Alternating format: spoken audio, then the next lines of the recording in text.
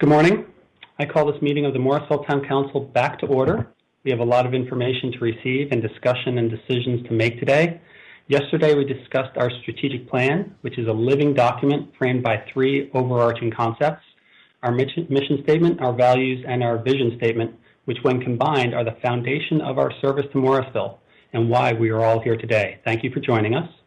Our mission statement is connecting our diverse community to an enhanced quality of life through innovative programs and services. Our adopted values are dedication, integrity, courtesy, and innovation. And our vision statement is a sustaining and thriving community that celebrates diversity and inclusion while enhancing the well-being of people who live, work, and play in Morrisville.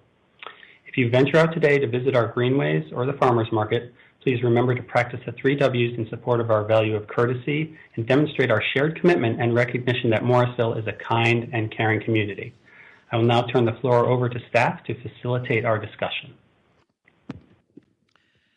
Thank you, Mayor. The first session is primarily yours to talk about brainstorming and anything that you want. Staff will be on hand to capture those things into a parking lot FAQ or provide information if we have it available to us. But I would say the best way to start your Saturday morning session of the retreat is to review your code of conduct and commitment to ethics.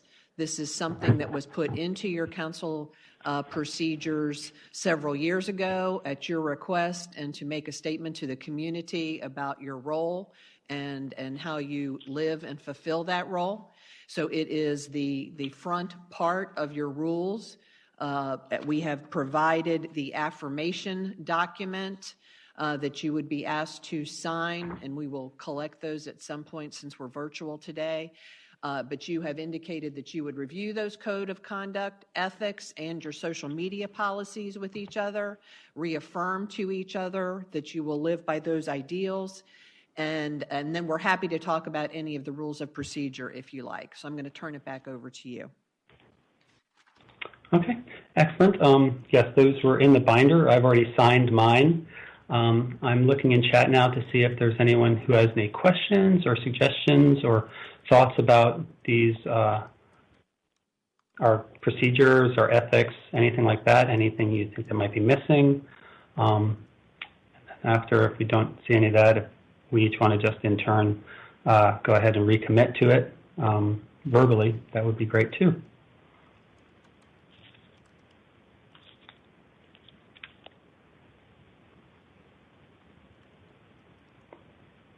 Okay. I think that these are okay. I'd like to recognize Mayor Pro Tem for a comment. Thank you. So I did go through the policies and rules of procedure, and I was wondering if we need to your point, recommit or to even add some information. You know, we as a group have maybe it's a loose policy or just a procedure that we typically follow where during council meetings we allow each person to speak once before the next person speaks. And I just want to make sure, I don't see that, and maybe it doesn't need to be in this policy, but maybe it's something that we as a council need to talk about as to how we're going to work together and conduct business. I think it's important that we have these conversations, and so, and maybe I should back up a little bit and set the stage. About a week ago, a few of us had the opportunity to attend a School of Government class on working better together and governing guidance. And one of the probably overarching themes during the class of how to create a good working team culture was this idea of trust. And you know, it's one thing to put words down on paper one thing to put words in an email, but it is critically important that we each follow through. It's our actions that matter. So, for me to say I'm going to do X or I'm going to be X is not enough. I have to prove it through my actions. So that's critically tied into this idea of trust. So anyhow, I wanted to talk a little bit of that, and I don't know how that ties into this exact policy, but I think it's important for us to have the conversation. Indeed. Councilmember Scroggins-Johnson, please.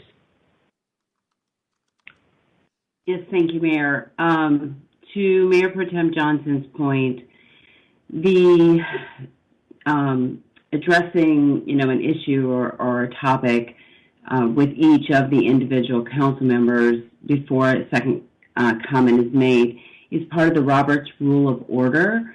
So it's implied not only for our town council, but for any council anywhere. So we could call it out more specifically in this ethics policy if we wish, but it is kind of already inherent in the way that we should be conducting our business. And I hope that does help kind of give that a little bit of background and detail. I don't know if we want to talk about how we conduct meetings and the flow of the meetings and the taking of the turns, if we need to talk about that a little bit later, or are we wanting to talk about it in the scope of the ethics policy? And that's a question to staff. Did staff wish to reply to that? If that's for me, I support what Mayor Pro Tem Johnson said. I think talking to each other about your commitment is as important as signing it. So telling each other that you're going to live it is as important as signing that to have it on file for the community. And beyond that, I'd say you could intersperse if you're feeling that your code of conduct and ethics is somehow related to how meetings are run and the policies and procedures, they're all kind of interwoven. So you really have a forum to do that in any way that you want to do that this morning. Perfect, because I didn't want to go down a path without making sure that we're inside the boundaries of the topic. So meeting conduct to me is one of my favorite topics, as everyone knows.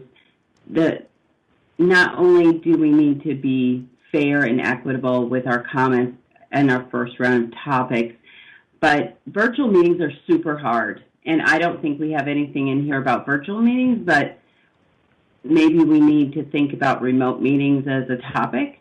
When we have remote meetings, council comments always go in the same order. So I'm always second to last. And it's okay, but the 20th time I was second to last, I really wish that we could do a rotation. And it's my understanding with our recording software, maybe they like to have a certain order to know when to go where. But it would be nice if we had that rotation ahead of time for council comments so we know who's going when. And then with the way that we ask for first comments, if we also rotated that, I know we do spontaneous, raise your hand or raise your chat, but to also have a rotation there might be helpful to kind of mix it up and to give everyone a turn. I don't always raise my hand right away because I listen, but I don't want to be always last either. So it's just something to think about. Thank you. Good points. Councilmember Rao. Well, I think trust is important, and I think in a virtual environment, it's been harder, to run meetings, not know how we're interacting rather than seeing each other. So hopefully, I think this will be easier moving forward. And I think, when I view, and I'm just going to be very honest here, when I look at the culture, I'm looking at sort of the culture not only of this council, but the interaction with the public and the level of trust that we have when we really make big decisions. And so I would say that I don't know whether our advisory committees sign codes of conduct, but I believe that the advisory committees also have to hold themselves to a high standard of conduct. And just like, and so over the, course of the last year and a half, couple of years, I've seen, things that are done, from the committee going to social media, citizens getting information, back and forth.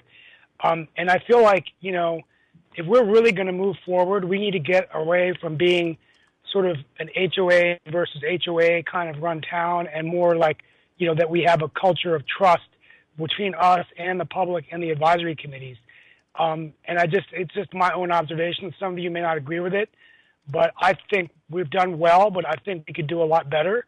And I think we all have to hold ourselves to that kind of a culture where we entrust and empower the staff. When the staff works really, really hard on things, I think we have to trust them that they've brought us a good project that, in any area. And it's okay to question them, but, I just feel like it's trust with the staff, trust with the public, trust with the council. And so, and that trust builds a very, very strong culture, which helps us do even greater things. So I hope we can have that conversation today and moving forward this year. And my question is, do the advisory committee sign the same? Do they have? Can some staff member answer whether advisory committees sign code of conduct as well? Yes, Councilmember Rao, I can. Yes. When council, I'd like to see a copy of that. I'd like that shared with council, please. So let me answer the question.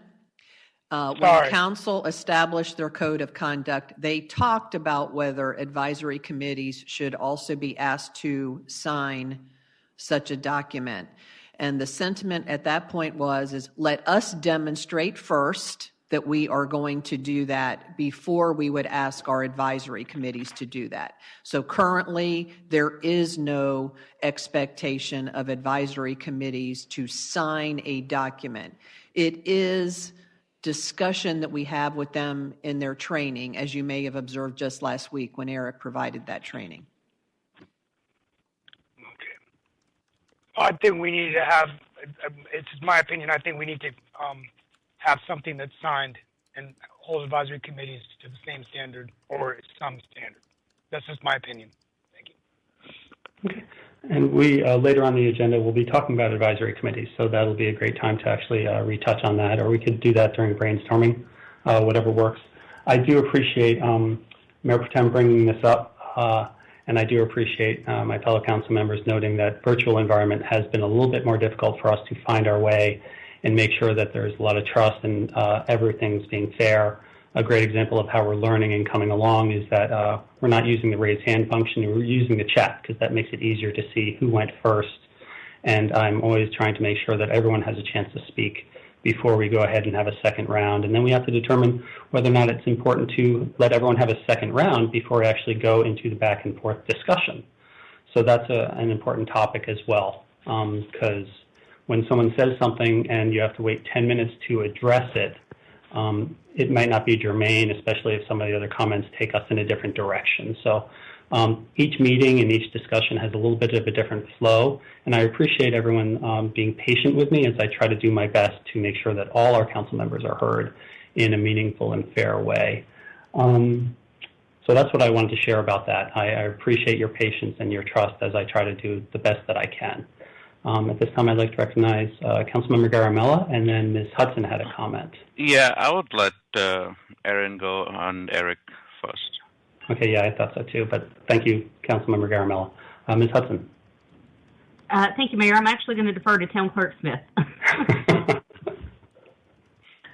and now we get to me. Piggybacking off of that question previously, while the citizen advisory committees don't agree to as robust of a policy in the same manner that town council does, when they are appointed, they do receive an appointed public bodies acknowledgement form, and that form does specifically outline Section 5 of the appointed public bodies policy, which is related to conduct. And they do acknowledge that they read and they understand these rules of conduct that are expected of them as a member appointed to a committee. So they do have something similar, but their policy overall isn't as robust as the one that was developed for council.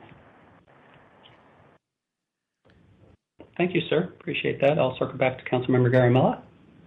Yeah. I think one thing I want to bring it up is like code of conduct also includes, respect. Many times I see respect not in between our council members, but also respect to the town staff. I, as an observant, sometimes I feel they're not treated well, or our frustration is not their issue. So I would call upon us to be more respectful to them because they work hard, and we can agree to disagree, but I think we need to treat them more fairly. Thank you. Councilmember Rabati. Yeah, so I appreciate Councilmember Rao's comments about trusting the staff, and I understand that he did say that it's okay to ask questions when they bring us something, but I would just like to point out that I'm very wary of any indication where us asking questions or denying a project that staff has worked hard on. Staff works hard on every project, and I know that whether I vote for a project or not, always appreciate the work that's been put into it. But I'm wary of anything that equates, questioning staff or going back to staff or denying or voting no on a project that staff has put forth as somehow disrespectful to the work that they've put in. I think that the land use policy is a great example of that. While indicating at every meeting that I think all of us did, that we appreciated the work that Brad had put in, all the work that had come before. Every council is a new council.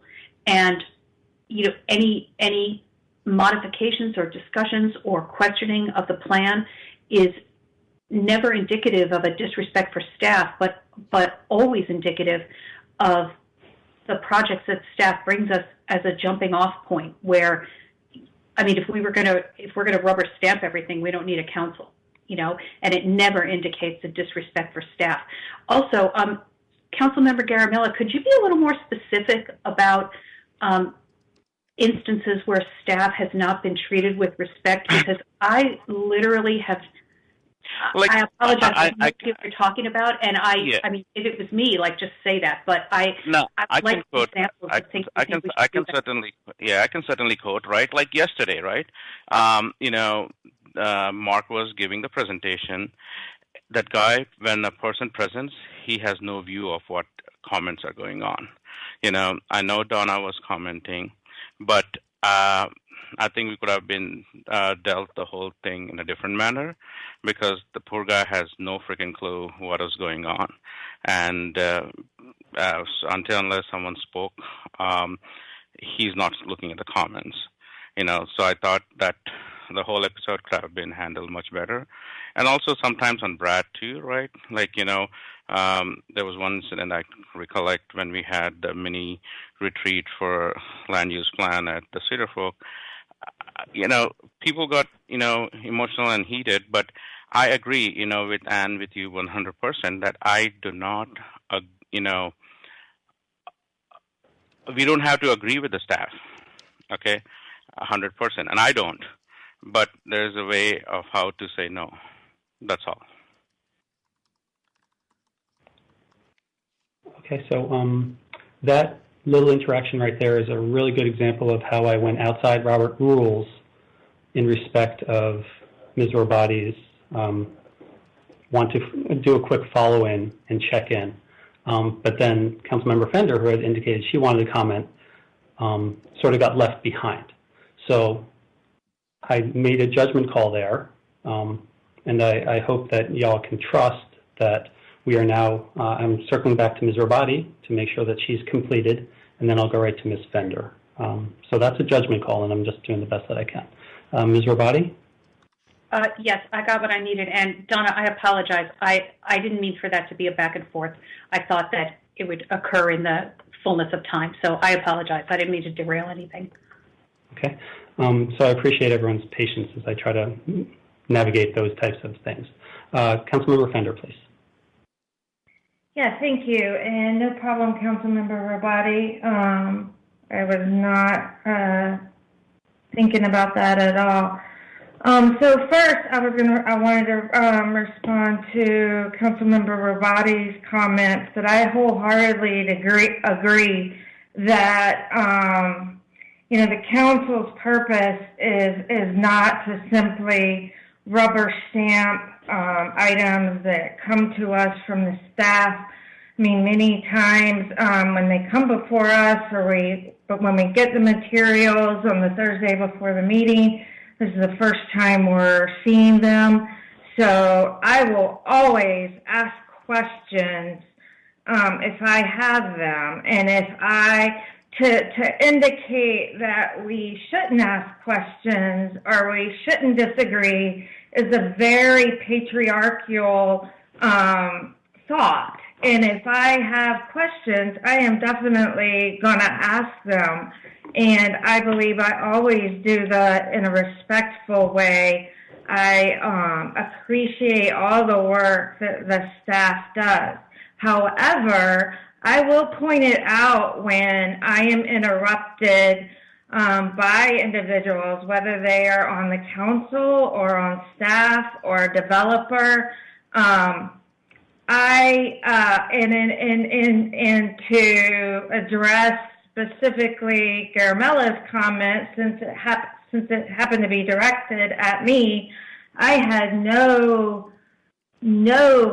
issue with Mark's presentation. If you were following in the chat, you would have noticed that I a few times first asked to comment, first asked to question.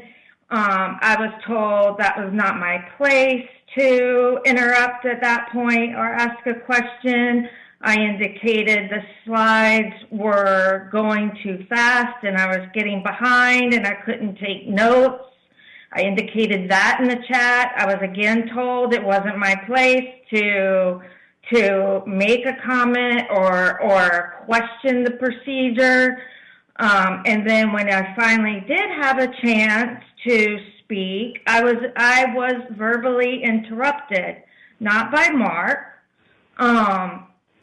And when stuff like that happens, I have no ill will toward people at all. I forget that 30 seconds after I walk away.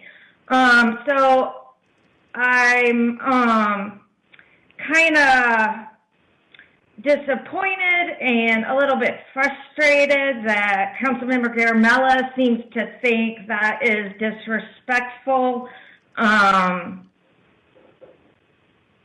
I kind of take issue with that because I think there's certain reasons why I'm being singled out here, and I will not go into that out of respect for you, Councilmember Garamella.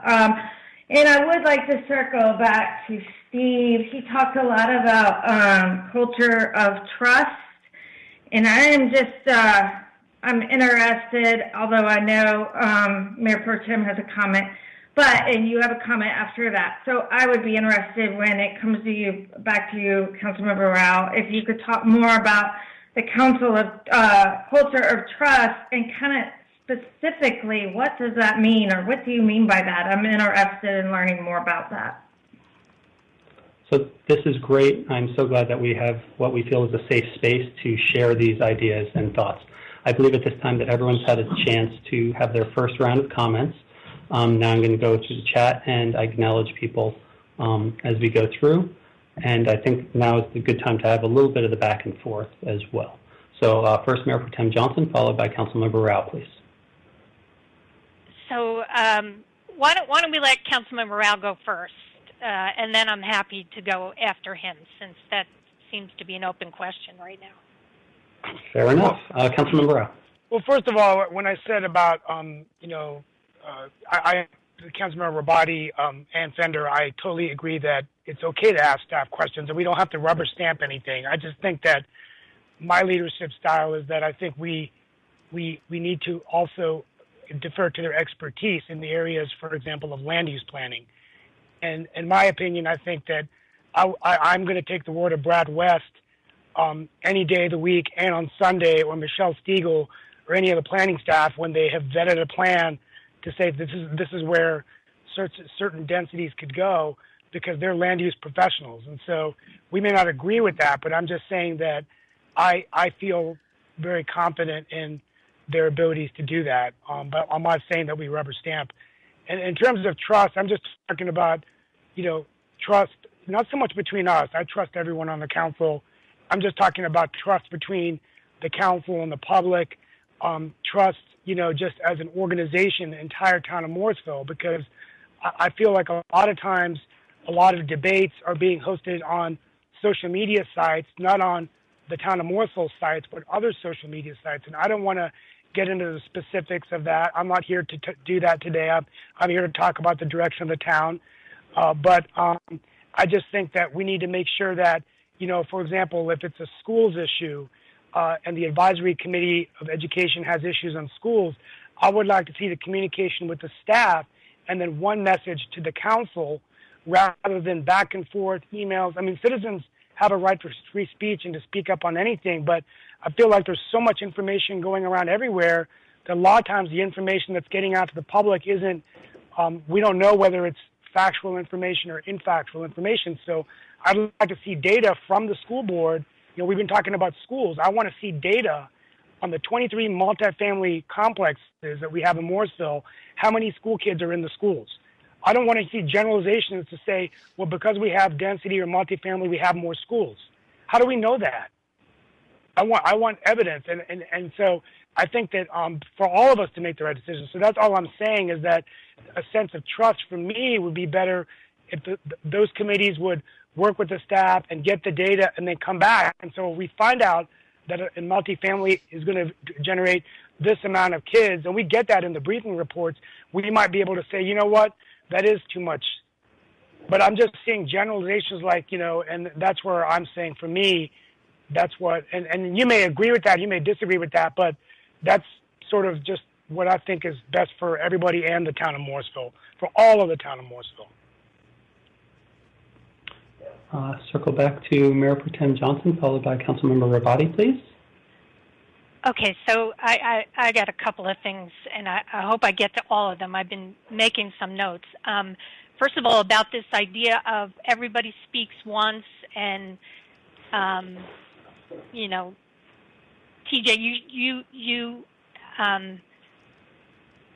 it is difficult. I'm gonna say that up front. It is difficult to facilitate a meeting when you also have an opinion and want to get your point across. I acknowledge that. What I am saying, though, is not what just happened between Ann and Satish. Ann asked for a follow-up question from Satish, and Satish gave it. That's okay. I don't think any of us have a problem with that. It's when we each have the opportunity to speak and you rebut each one of us after we speak. That's what we're talking about here. And you do that consistently, you do that constantly, you did it during the land use plan, and it came to a head at our last council meeting. So that's why it's really important that we have this conversation. To do a clarifying question is one thing, like just happened, but for you to rebut each one of us that do not agree with you is not appropriate and is disrespectful. So that's what I'm talking about. So there's a difference, and that we can delve into that more if you want. But I think that's what the frustration you're hearing from council members and what you was very evident at the last council meeting. So that's number one. I think this idea of having our committee members sign some kind of an ethics policy, I think we are not there yet. Because I will tell you, I do not think this council lives up to our own standards and the high standard that we should be held accountable. So until we can do it, I'm not sure I'm ready to roll it out to our advisory committee members. And I do think we're held to a higher standard. I think that we need to demonstrate respect to each other, respect to our committee members, and there are instances where we do not do that. We do not do that in public meetings, and we do not do that through social media. And I think, and to Martha's point early on, all of these things are kind of wrapped into each other. So eventually we need to talk about social media and how we represent ourselves and how we conduct ourselves and how we reference each other and our committee members is really important. That we need to live up to a higher standard. And this idea of rubber stamping and questioning, I 100% agree. Questioning is not the issue. That is our job. Each one of us is responsible for questioning the things that we don't understand or are not detailed enough. That is not the issue at all. And through that, that's how our staff, that's how we modify projects and programs, and our staff reacts to the issues that we question and bring up. So I hope nobody's saying that. I think that is absolutely appropriate. I think what I'm hearing is it's the way we question and the way we handle our frustration, and each one of us is very different. We have different styles. I understand that completely. But I will tell you, I'm going to be really honest. I agree with Councilmember Garamella. I was very uncomfortable yesterday. And I get, and Donna, I hear you. I don't think anybody in the chat box told you it wasn't your place. Nobody said it wasn't your place. I think that's how you felt and interpreted it, and I get that. I hear that. I get that. But, and I get that you forget it after 30 seconds and it's gone. But that's not what is left with our staff. So let's not miss that part of it. They and I don't know, because I did not talk to Mark. I didn't talk to anybody about what happened yesterday. But this is a public meeting. They don't want to be embarrassed in public, and it was kind of embarrassing. If that was me, I would have been embarrassed if I was the presenter, and I would have felt uncomfortable as a council member. And so I think that all of these things are tied together, but I think we need to put ourselves in all our different shoes or into other people's shoes and try to understand where they're coming from, and I think that's all that I'm saying, and I'm not sure anybody else is saying anything differently, quite frankly. So those are my only comments right now, but I think this is a very important conversation. Thank you. Councilmember Rabadi, followed by me. Thank you, Mayor. I'll defer to Councilmember Fender if she has anything to say at this time. I see a head shake, I think. So we're having a good discussion. Back to you, Councilmember Rabadi. Okay. So I just wanted to maybe take a step back and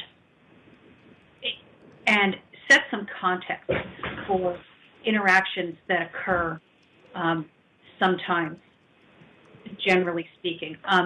I don't obviously speak for Councilmember Fender, but, as a woman who's achieved a certain amount of career success, who's led teams, who's headed up important projects, and still in my professional life every day faced things that all council members might not be aware of, a constant litany of microaggressions, like interrupting us, like saying the same thing that we just said and everybody suddenly loves the idea, or, talking over us, or ignoring us, or not seeking our feedback. It's sometimes sometimes you get, I think that sometimes somebody might get built up frustration, and the person that, and I feel bad if anyone was embarrassed last night on the staff. I do, but frankly, if, I don't know how to say this and make it sound good, so I'm blurting it out, but you know what, honestly, if you're interrupting a council member, that's embarrassing for the council member. And, like when we interrupt each other, when someone talks over me, I find that embarrassing. I find that belittling. And so I just think that we all could do a better job. And I recognize that I have sensitivity on this point. And if I have, if I've snapped at anybody, and I know I have, I'll apologize all day long. But the fact is that, you should not be interrupted as a council member. You should not be ignored as a council member. That is embarrassing. And so, whatever form the clapback to that embarrassment takes, it is what it is. I had something else and now I can't remember it. I'm sorry. But that was it. I just wanted to maybe give some context to interactions that occur among professional women and what we deal with all the time, so that, if you may think like, I interrupted Anne and she jumped all over me, and, it's not always just you. And I do try to be careful about that and not give the wrong person the benefit of my pent-up frustration, but it's a thing, and frankly, there are members of this council that could be more careful about it. And so that was just what I had to say. Thank you. Thank you very much for sharing that. I think seeing ourselves in each other's shoes as much as we're able, given our own life experiences, I think that's important, and that was a really good point made by Mayor Pro Tem. And Mayor Pro Tem made a number of other really good, solid points. I'd like to address my past tendency to rebut out of turn. I see, did Councilmember Scroggins-Johnson just raise her hand?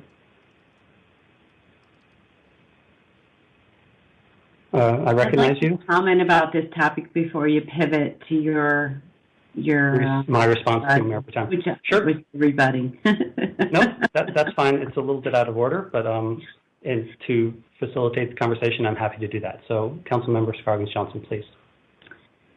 So I want to pull back a little bit and kind of look at the framework.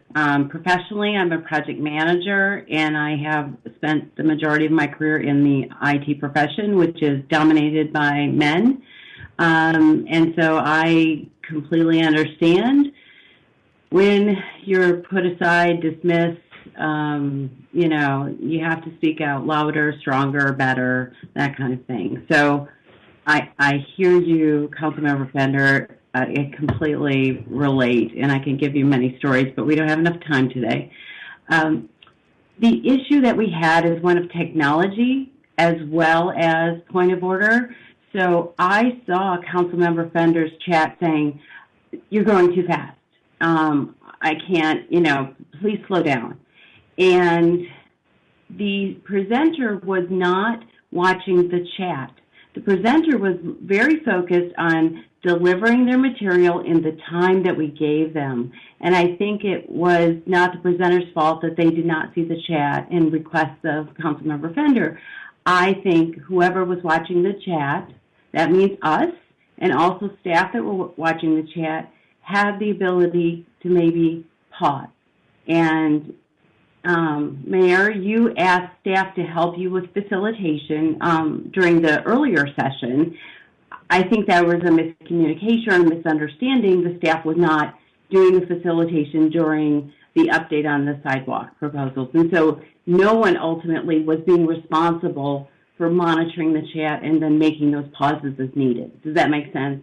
And I think that's where we unraveled a bit. I saw the chat.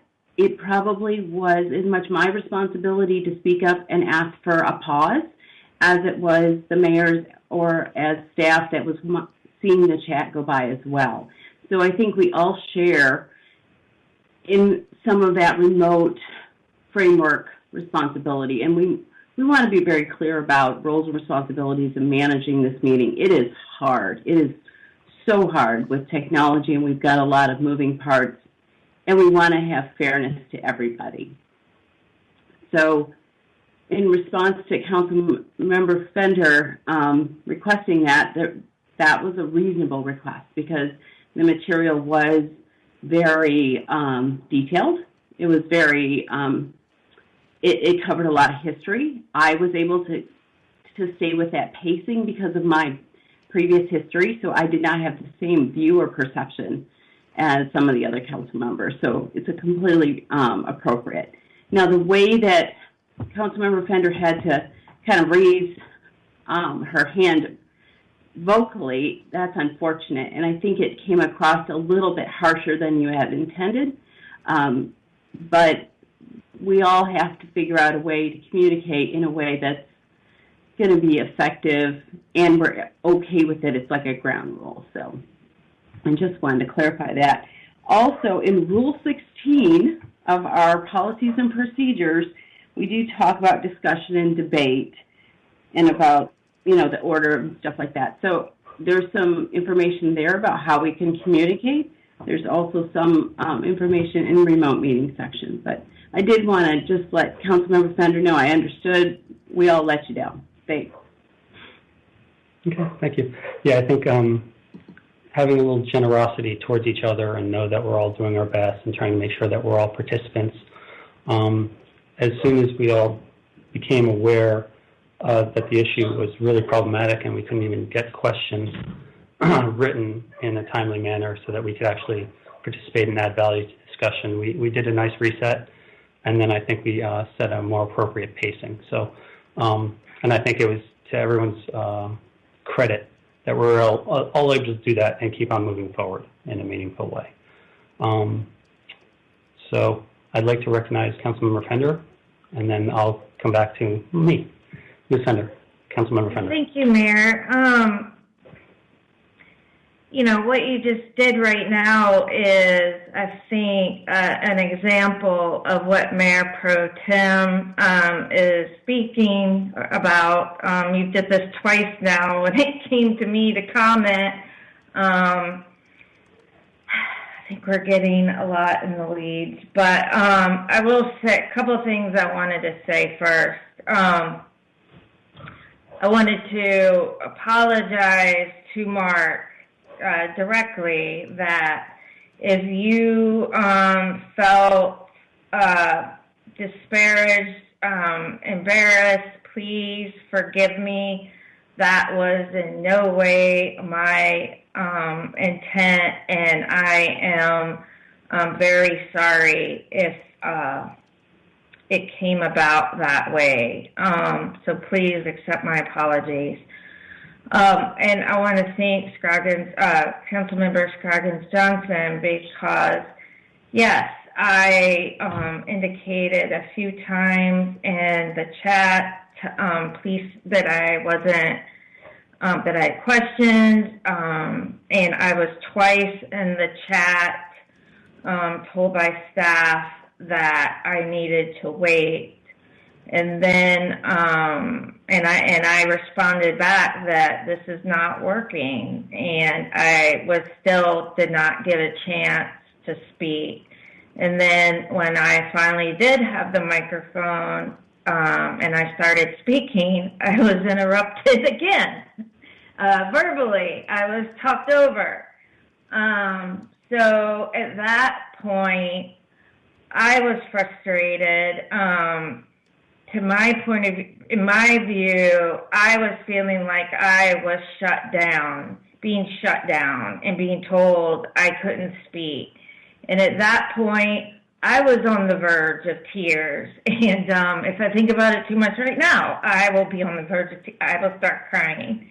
Because like Councilmember Robati said, especially yesterday. I've been in my field now 28 years as an engineer, and it is 99% male, still to this day.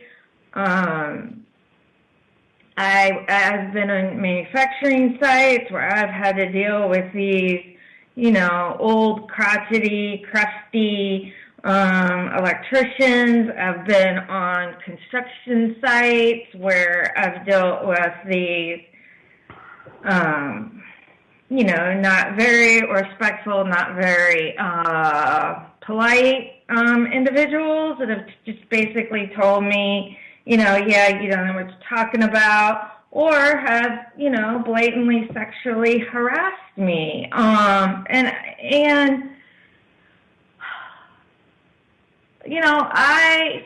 I probably to a certain extent have a little bit of a chip on my shoulder. I may be a little bit defensive because I do have to, because if it is so easy to just remain quiet and just to go with the flow and let myself be passed over and to be silenced. It is so much easier because, yes, when I do speak up, when I finally, in the situation, finally say, hey, you guys need to stop. You're talking over me, or please, or let me know when you're done so that I can talk. Whenever I do finally stick up for myself, then I'm called out for that. I'm called out for not being, diplomatic, or I'm called out for being a bitch. So yeah, so I will stick up for myself because I've had to do that my entire life. And, that's part of the reason why I'm even here today.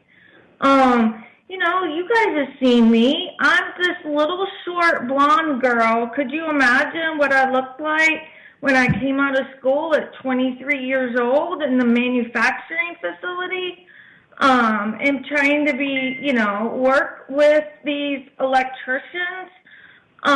It was not easy. And still, 28 days later, 28, I wish, 28 years later, I'm still dealing with this stuff. And it does get frustrating. There's sometimes, and I'm sorry I'm going on a lot, but I really think this is important for everyone, for those little girls that are out there, for that Girl Scout troop I spoke with this summer, about being an engineer and being a government official. It's 28 years later, and I still deal with this mess. And there's lots of days at work I get frustrated, and I cry out of frustration from work. At the end of the day, in my bedroom when no one can see me.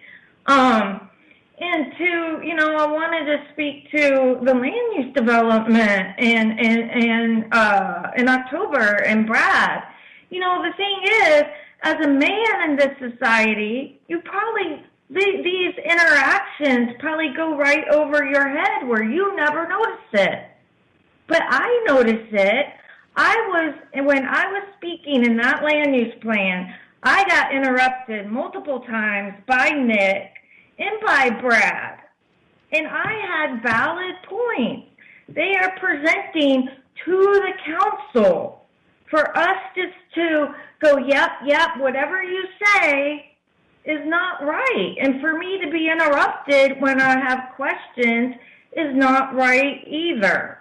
And, it's only as a female or when it's happening to you that you'll see that. And as men, Councilmember Rao and Councilmember Garamella and Mayor TJ, you're not in tune to this sort of thing, and you're not going to notice it.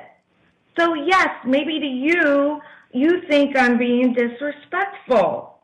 So, I will repeat back to you guys, Councilmember Garamella, take a walk in my shoes for a few days, or how about 28 years? So thank you. Thank you. Mayor Pro Tem Johnson, please. So this is all fabulous conversation, and I meant what I said. We all need to walk in each other's shoes and other shoes, and that would be helpful. This is not about one person on this council. This conversation should be about how we are not going to fail each other in the future, as Vicki said, which I think is perfect. This conversation needs to be about how we're going to move forward now as a group to make sure we're all working together as a team, that we're not frustrating each other, that we feel comfortable with each other, that we can have really honest conversations, and that's where we need to take all this now and figure out from a rules of procedure, code of conduct, whatever we want to call it, how we're going to use this now to help each other out. And I think that's where we need to focus right now.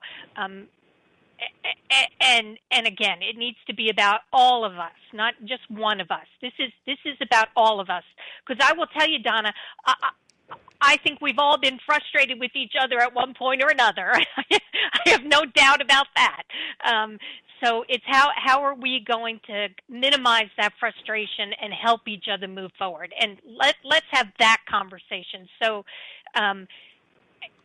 we need to talk about how we're going to help each other when we each get frustrated. And so, I don't want to keep harping back to yesterday, but I think we need to have some. Remember, Donna Warner has come in and helped us a few times over a frustrated council.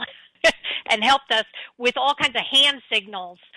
That was fabulous when we were in person, where we could say, we're getting in the weeds, and, I need a break, and there were all kinds of fabulous hand. Now, we can't do that because we're all virtual. So maybe we need to have some code or some word that we put in chat that says, I need to talk, and I need to talk now. Even though we started the presentation saying, let the presenter present to the end, and then we'll ask questions, we need to stop now. I don't know. We need to, and this is for staff too, because I know you're watching and listening, and you can help us maneuver through this. But we need to all work together to minimize frustration. And I think that's what this conversation is about, and how I started the conversation with my one level of frustration. So. Yeah, and as Mayor Pro Tem said, it's all about all of us. I often in chat, other council members say, oh, this other person was first and things like that. So we are all responsible for helping to facilitate good meetings. Councilmember Rao. Well, first of all, I want to thank Councilmember Fender for sharing, and I just want you to know, and Councilmember Rabati, that I don't want there to be any implication that, that Mayor Colley, Councilmember Garamella, and I don't try to understand your situation. And we realize, everyone has their own experiences, but I think it takes a lot of courage for you to share what you did. Mayor Colley has 2 daughters, a very smart wife. I have, if you want to come over and see who wears the pants in my family, you just need to come over. It's not me, it's my wife. I think everybody knows that. Councilmember Garamella has a great family, great wife, and I think we all try to do the best we can. And I think opening up like this is important. Not to cite anybody, but we have different experiences too. I mean, think of it, for example, from Satish Garamella's perspective, we often don't talk enough about it, but, he's an immigrant from India who came from another country and pursued a life here in America, and now he's a city council member. That's big, but I'm sure there's a lot of experiences along the way. He's a very, very, very quiet, very strategic thinker. He leads by a lot of the things that he does, not by what he says. But I'm sure there's a lot of experiences he's had. There's experiences that I've had. A lot of times I don't share those experiences with everybody. And so I think this is helpful, though, to learn from each other. And, Donna, I think it's very fair to ask us to stop and think about, your perspective, right? And so, and I know Donna is the kind of person, when I saw her ask those questions yesterday, I knew that she wasn't trying to attack. I could just sense that she was frustrated. In fact, so, I just wanted to get that out there. And, but I think that this is a positive step moving forward. And I think we can all do a better job trying to understand each other, which will help us as a team make more progress together. So, thank you. Thank you. Councilmember Rabadi. Yes, so pivoting off that, I wanted to discuss a while ago, somebody made a comment about everybody having a chance to speak before we start the second round and, putting comments in chat and such.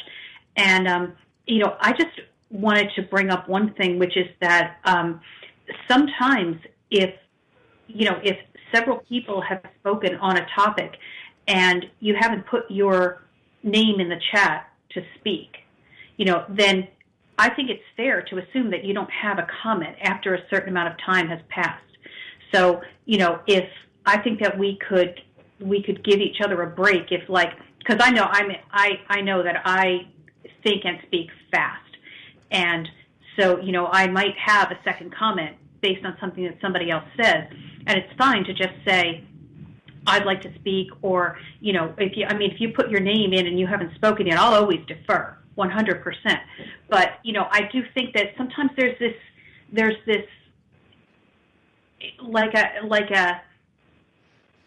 I don't know, like some kind of tension where, I'll say comment and somebody will put in there, I haven't even spoken yet. I'm like, all right, put your name in the chat, So, I do think that, if you don't say you have a comment, I'm always assuming you don't have a comment.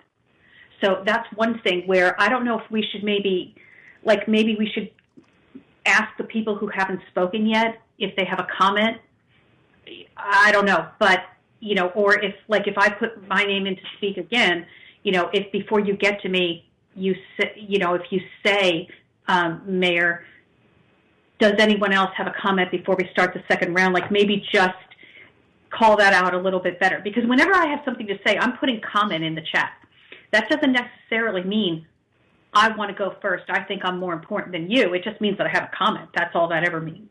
So, I think we could do a little bit better job of that so that, I don't feel like I'm usurping somebody else's point and somebody else's turn and they don't feel that either. Maybe we could, or, maybe we could all just relax and go with the flow. But, if that's a thing, then we could try that, was a thought that I had. Thank you. Okay, I think that's a great idea.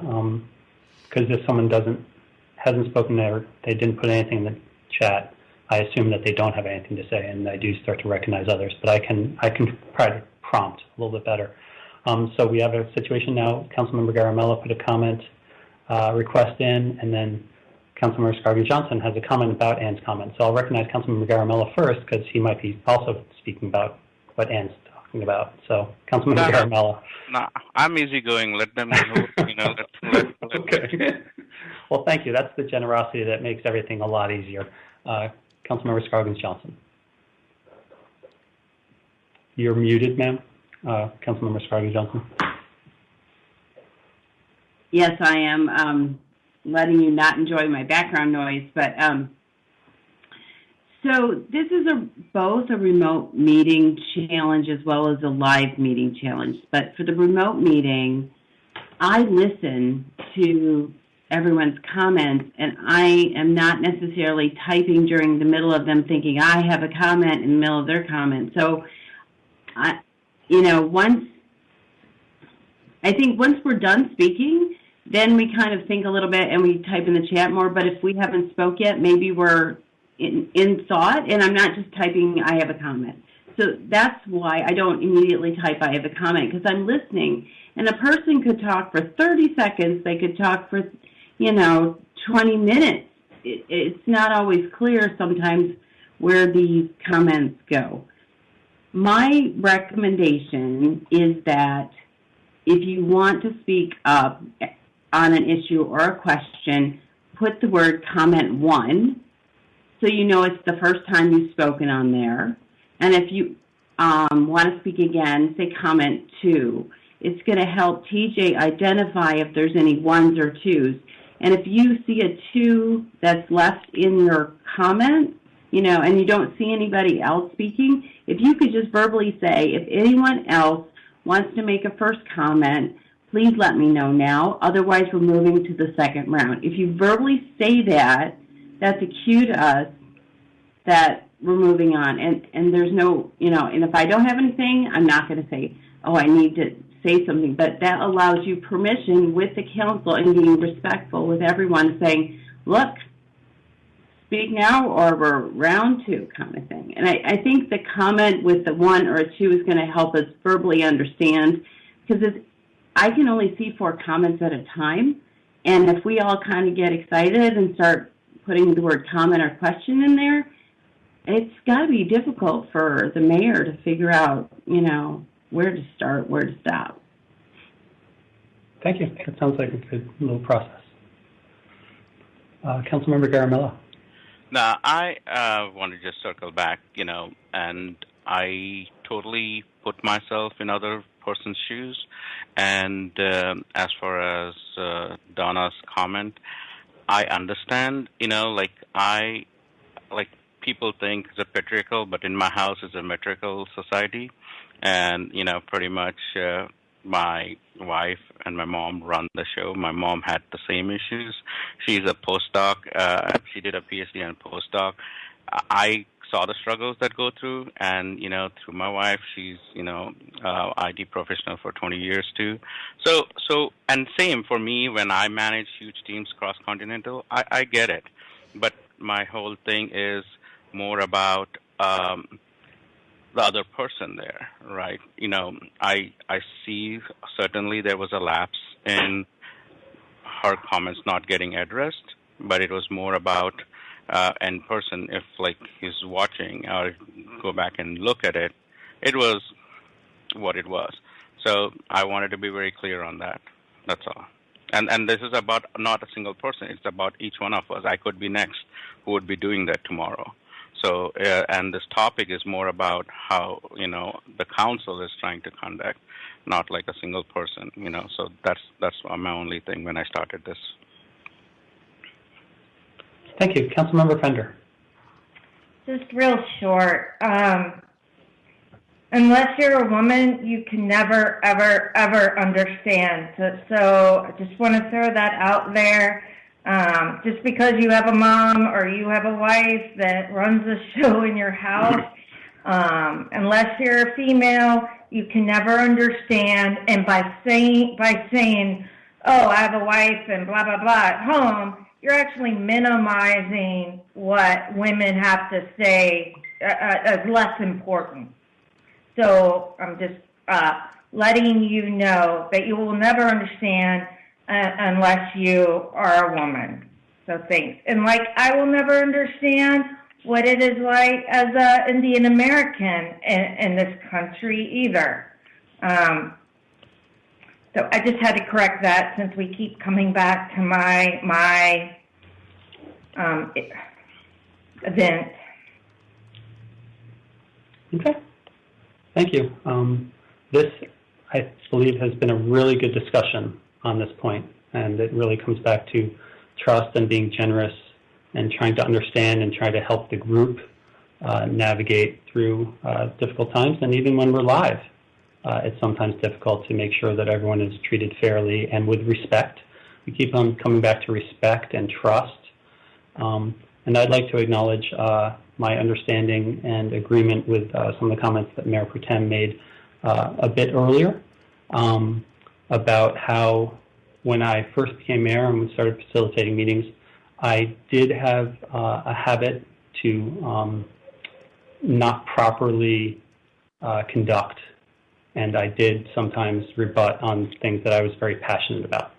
I took that feedback to heart, and I think that I've done a lot better about that. At our last council meeting, there was an event in which there was a little bit of give and take before everyone had their first chance to speak. For that, I apologize. I was just trying to react to something in the moment, but I do feel that it has not been as much of an issue recently. I think we all have a little bit of confirmation bias, and we see what we're expecting to see, and I try to not do that, but I'm human, so those things may happen. Another thing at the UNC training, which I thought was really important, was the integrity and the do what you say you will do. And I think if we all do that in regards to these policies, procedures, they also talked about rules of engagement. And we've had a really good discussion today without saying it's about rules of engagement, that's what we're talking about right now. How will we engage with each other in a respectful and trustful way? So to that end, I think that this has been a really helpful discussion. I hope that everyone feels like we're in a safe space to have this discussion and that we can share, as many of us have shared, in a very important way.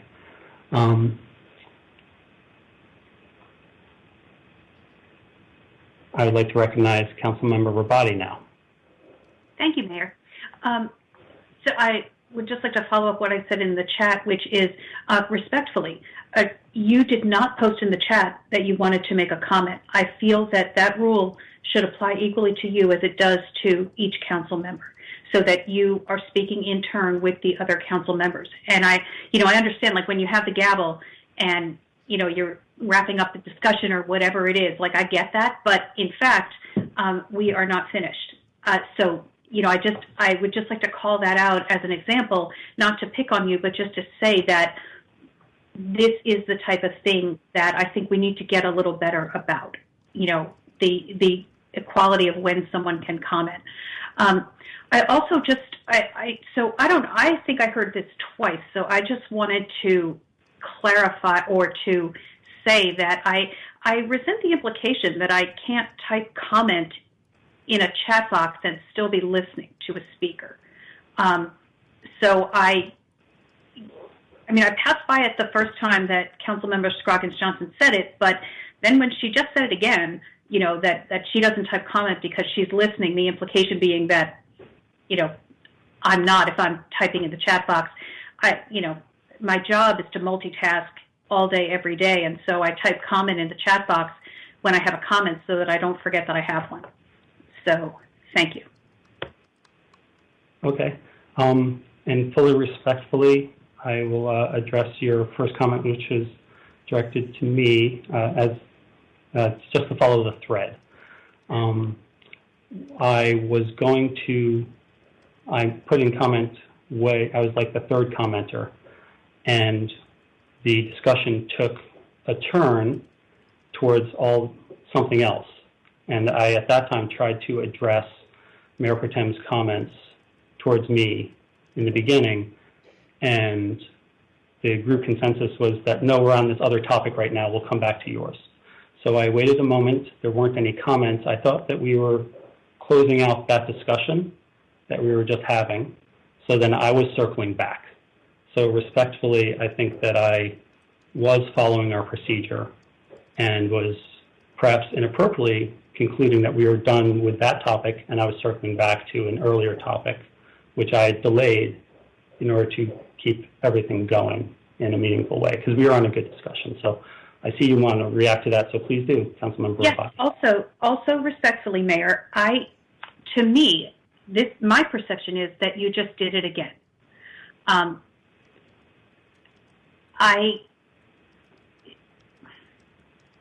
don't know if I don't know how much we want to beat this dead horse, but okay. I think you just did it again. Where if someone is asked a direct question, and the other person wants to take the floor and respond, fine. But I still think that they should put comment in the chat if they have something to say, and then we can, I just think that extemporaneously commenting, like like for example, I just said something about what Councilmember Scroggins-Johnson had said. You would not allow or would not be happy if Councilmember Scroggins-Johnson had jumped the line, usurped the floor, and responded to my comment. That would not have been allowed, nor would she try to do it. And so, I'm honestly not trying to pick on you. I think you do a great job, and I think it's a hard job, and I don't want to do it, God knows. But I'm just saying that, I'm just pointing it out because I hope that you can understand in the situation that that type of extemporaneous commenting is what I'm talking about. So I don't mean to pick on you, but I just, that was just a prime example of it. So thank you. I get it completely. And I'm going to do it again right now because I was going to do that and then ask if Councilmember Scoggins-Johnson wished to go next to address your comments. So I was taking them in order as the thread goes. So I see some people giving the sign for timeout. Let's take a little pause on that. So thank you very much for sharing. I don't feel picked on. I think this is an important discussion to have. Mayor Pro Tem Johnson, and then Councilmember Scoggins-Johnson, please. So this is really important because you hear multiple people are frustrated by this, TJ. I started this conversation an hour and 15 minutes ago by saying you rebut each one of us, or I didn't call you out. What I said was we need to each have the ability to speak once before we move on to a fuller discussion. And you, in your 5 minutes ago, said, when I first started as mayor, I did that, but I've gotten better at it. Mm-hmm. You're not listening. You're not listening to what we're saying. It is happening today. It happened Tuesday at our council meeting. You are still doing it. So here's what I would suggest, and you take my advice or not. Chair Peter Pritchett, who's chair of our Planning and Zoning Board, does an excellent job of allowing every single person on the Planning and Zoning Board to speak once and say their piece, and then he'll give his opinion, and then there'll be discussion amongst the members. So I'd ask you to respectfully to take a look at some of the Planning and Zoning Board meetings. That's what I'm talking about, and I think that's what I'm hearing from the majority of this council, quite frankly. They're frustrated by that. So to get back to, this is about all of us and how we're all going to work together and how we're not going to frustrate each other. So please don't dismiss or disregard what you're hearing. Thank you. Thank you for sharing that. Councilmember Scoggins-Johnson.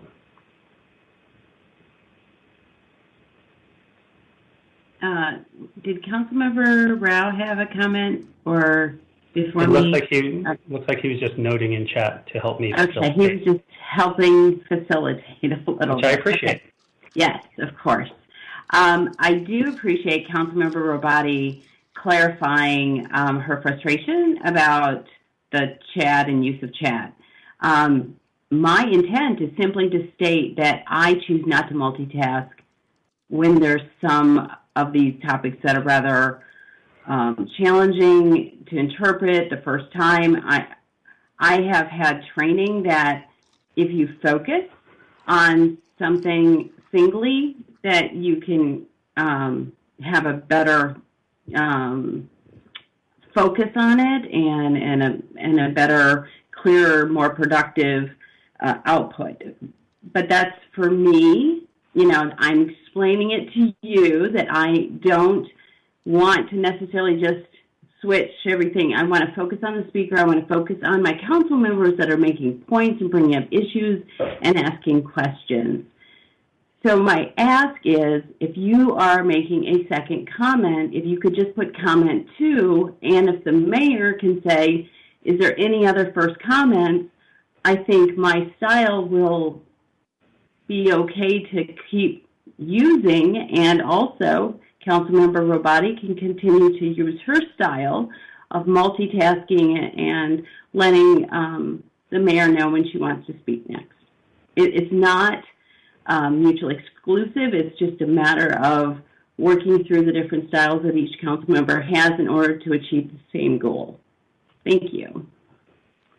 Thank you. Councilmember Fender, please. Thank you, Mayor. I was just noticing on the agenda that it does say this is part brainstorming session, and I know this is totally different. This would be so much easier if we were all in person, and I really do miss the environment that we had last year. It was, and I'm gonna digress because it is brainstorming. I really enjoyed like our bus ride down to down towards Charlotte. I really enjoyed that bus ride because we did team building and asked questions, and I really got a chance to learn more about the town council members. I got to learn about Councilmember Garamella having a koi pond, and I just saw his eyes light up when he talked about that, and I just enjoyed that dynamic that we had. And then even in our sessions at the hotel, just being there in person, even though the chairs were extremely uncomfortable, and we got to get up and walk around, but you know, so I'm acknowledging that, you know, this format is not ideal to what we really want. But in the spirit of brainstorming, just listening to Mayor Pro Tem speak about some of her frustrations, and she's mentioned this a number of times before, and hearing Councilmember Scoggins Johnson. I'm just going to throw this out, because it just hit me that even though Mayor Pro Tem Johnson is Mayor Pro Tem, in the past year, there really hasn't been any opportunity where she's had to step in and be mayor for a town council meeting. So I'm just going to throw it out there. Y'all can shoot it down. That's fine. I'm just wondering if it's possible to let Mayor Pro Tem facilitate a couple of our meetings just to change it up and see how that goes.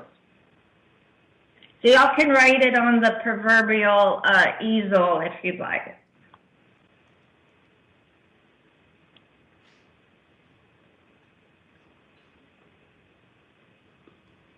Okay.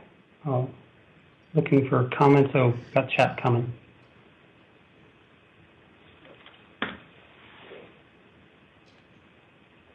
I'll just take things in order.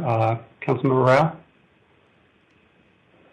I'll have to mull that over. I mean, I think it's typically we've never done that. It's the Mayor Pro Tem is just really shares with the agenda role with the mayor. And then when I was Mayor Pro Tem, I was much more involved in doing stuff because Mayor Stolman didn't have the flexibility and time that Mayor Colley does. So I guess I'd have to mull it over, but I mean, I'm fine with the Mayor Pro Tem, whoever that is at any given time, playing maybe more of a role for the council. I mean, I've served with Liz Johnson for 11 years, so she's excellent listener and can do a good job running a meeting. So, and maybe it wouldn't be the council meeting, but typically we've never done that. Typically, if the mayor's available, the mayor runs the meeting. But if he wants a break, that could be interesting. Give him a night off, you know. But my question, and I'll have to mull it over, but I appreciate your out-of-the-box thinking. I think we need more of that. I just want to know, Mayor and Council, from brainstorming, this goes till 10:30. Are we going to have enough time to, do our brainstorming of some unique or different ideas that we all may have? Because I don't know if we're going to have enough time, because I really would like to have some time during this retreat to be able to develop a playbook together, where we can not only talk about the things that we've done, but what are some of the things that we want to do moving forward. So I just don't know. We have 40 minutes left. So what's the, maybe staff can answer that question. Are we still going to have time to do that? So this session is scheduled until 10:30. So you're correct about the time left, and it's your time to use as you see fit. We do not have any other time in the agenda schedule to come back to this unless you choose to do that. Right. I had 2 or 3 things I wanted to bring up, but I want to be respectful for the other council members, and other council members might have stuff, and 40 minutes may not be enough time. And I really, that's one of my concerns, is I really want to make sure, this has been a great conversation, but, and I appreciate the bond stuff, because that's really important, but I think it's all, what triggered that thought is, you know, Councilmember Fender brought up a new idea, and I want to see more new ideas as we develop a playbook together on how, in a good way, we can be disruptive and do things differently, which I think is always good to have a little bit of a shake, you know, having a culture of innovation. And we're not going to be able to do that if the council members and the members of the team aren't able to bring their new ideas, not the stuff that we've talked about.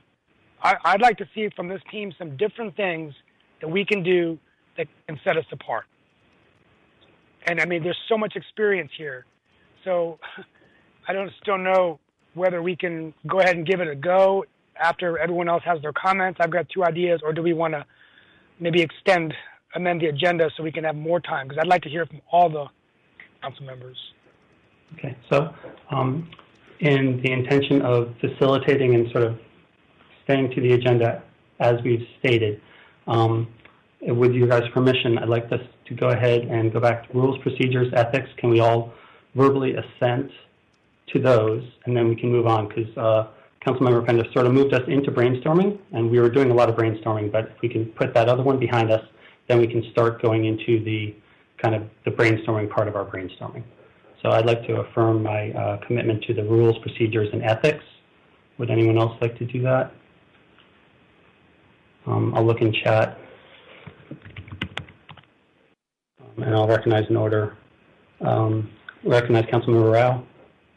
I affirm the code of conduct, and and then okay. I'm ready to brainstorm whenever, but it's up to you to decide who goes and everything. So. Yeah, I'll put it in chat, and I'll just take an order when you get to chat. I'd love to see people in chat ready to go ahead and affirm, and I'll recognize you, and then we can move on to the brainstorming. And we're going to circle back to the comments that on what Donna just spoke about too. Councilmember Rabati. I affirm the ethics and rules and procedures and the social media policy, and I would also like to hear Mayor Pro Tem's last comment that she entered at 9:49 a.m. Okay, well, we circle right to that, and then we'll get the rest of the affirmations. Mayor Pro Tem. Okay, my comment had to do with that we're doing a lot of implying and assuming, and you know, maybe we need some additional training on that. We're kind of each applying and assuming things for each other, and that's where we're running into some roadblocks, quite frankly. And I will tell you, it's hard. You know, I have to constantly check myself. When I feel myself assuming one of you feels one way or has a position, and I have to check myself, and then what I do is I pick up the phone and call you and say, hey, you know, why this, that, or the other thing? Or instead of assuming something because of the way you voted, I'll pick up the phone and say, hey, why did you vote that way? Or you told me you were going to vote a different way and you voted this way. So, and then I get a better explanation and I understand where you're coming from. Unless we're talking to each other, we're going to constantly imply and assume things. And that is the detriment to trust. So I think we all need to pick up the phone and talk to each other. And if you're not talking to the other council members, then I don't know how else to fix that because we're in a virtual world. To Donna's point, and to Vicky's point, it's more difficult these days because we're not together. We don't have those one-off conversations where like even now at the retreat, I miss the fact that I have a break here all by myself. It's not fun. And I liked having dinner with you all where we could have those kind of conversations. So I think we have to be more intentional about having those conversations, unfortunately, and we have to be really careful about what we're implying and assuming about each other. And I'm as guilty of it. It's just we got to check ourselves. And anyhow, that was my point. And to this other point about running a meeting, I did run the very last meeting we all had in person was on March 10th, if you all recall. Yeah. And I did run that meeting. So it's been a while, Donna, but I appreciate the confidence in running a meeting. I appreciate that. Thank you, Mayor Pro Tem. And do you affirm the rules, procedures, ethics, etc.? Yes, but I think we need to add to them. I think this whole conversation we've just had, I don't want to lose what we all are talking about, and we need to add to or somehow capture it and commit to that too. Commit that we're going to be respectful to each other. We're going to, all of us, try to help each other. Not be so frustrated like we have been, and things like that. I mean, that we're not going to answer that in the next 2 minutes. So, and I understand brainstorming is important. I get that too. Okay. So thank you. Staff has been listening. Obviously, they can bring us back some other language to try to meet our needs. Councilmember Fender. Just looking on my screen. If you can verbally do it, thank you very much. Councilmember Scroggins-Johnson? I affirm the Code of Conduct, commitment to ethics, and the social media policy. And if there is a special meeting or a work session that Mayor Pro Tem could lead to kind of add on to Councilmember Fender's suggestion, that might be a nice change and opportunity for both the Mayor Pro Tem to lead a meeting and for the council to interact in just a slightly different way. No offense, Mayor. Thank you. None taken. That's fine. Councilmember Garamella, please. Absolutely. I affirm by the Code of Conduct and the rules and for the ethics. Okay. So I think that's all 7 of us, so thank you very much for that. This has been a really great discussion. And yeah, frankly, today, from the retreat, other than this section right here, staff is pretty much facilitating the presentations and the give and take. And after the first one yesterday, I relinquished to staff.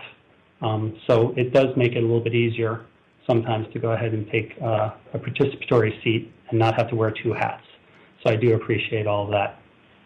Circling back to Councilmember Fender's comment, would anyone else like to comment on that? I hear some positive ideas. I'd be open to sharing a work session or a town council meeting with the Mayor Pro Tem. She's always very helpful, especially when we're in person, in helping me facilitate meetings and making sure I acknowledge people, and even in virtual setting.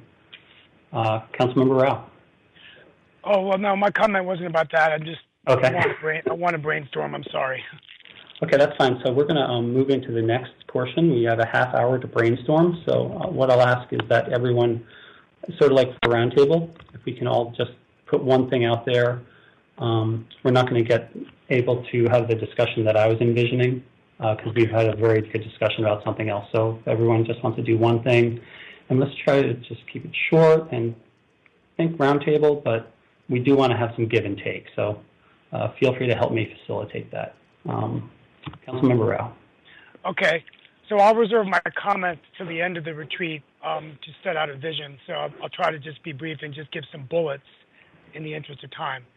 So the first thing I would like us to look at is I want to see what we can do. We talked yesterday about a sense of place, and I believe over the years we've gotten away from sort of the history of Morrisville. I really appreciate Will Glenn and the staff for the Black History Month awareness on Facebook and the different things we've done.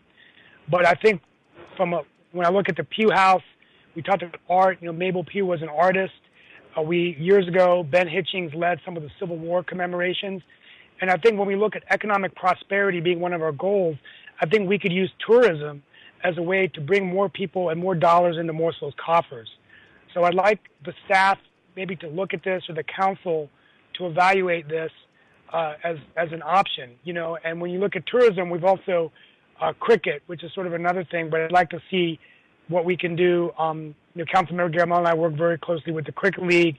Maybe he and I can go back and talk to them and the commissioners about what could be done to get more investments after the pandemic with scoreboards and seating, so they can bring in more international tournaments. So that's point number one.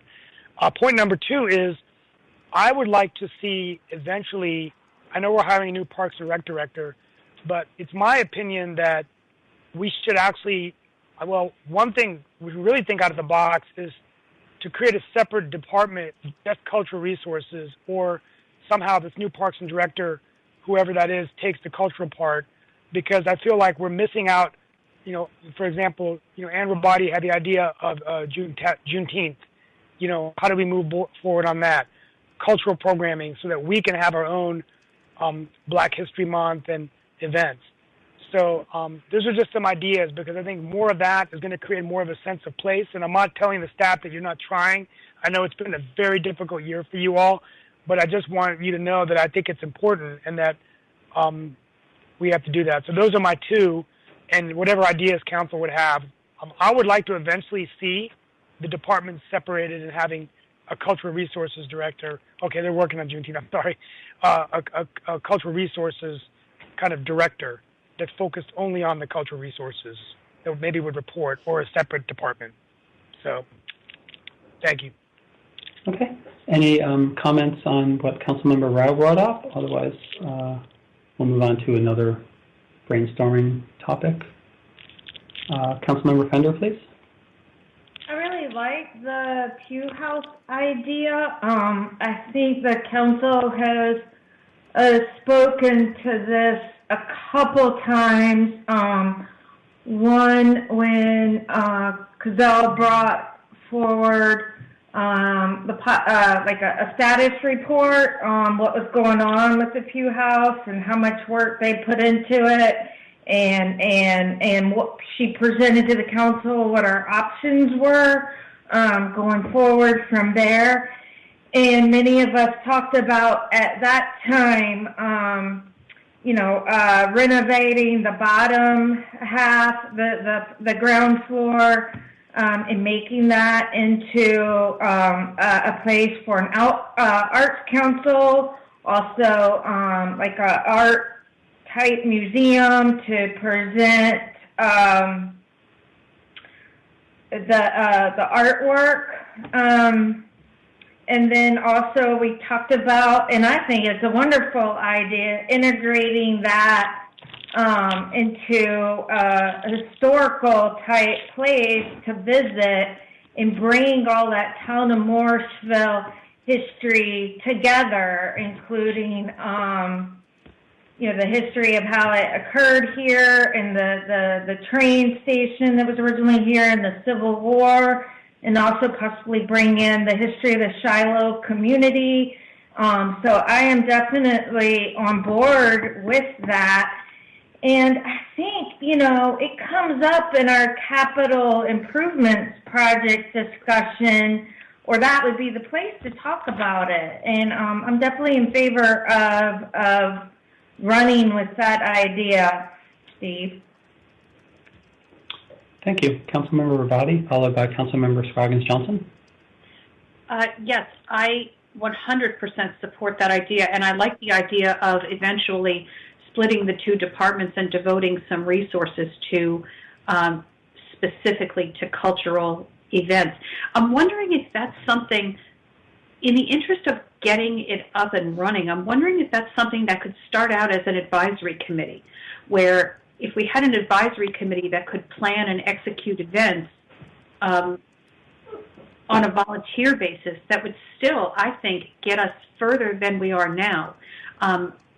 Where they could do the legwork and then, work with a staff member to finalize plans, bring it to the council, and then we would we would have somebody working on the nuts and bolts of cultural programming that staff doesn't have time for.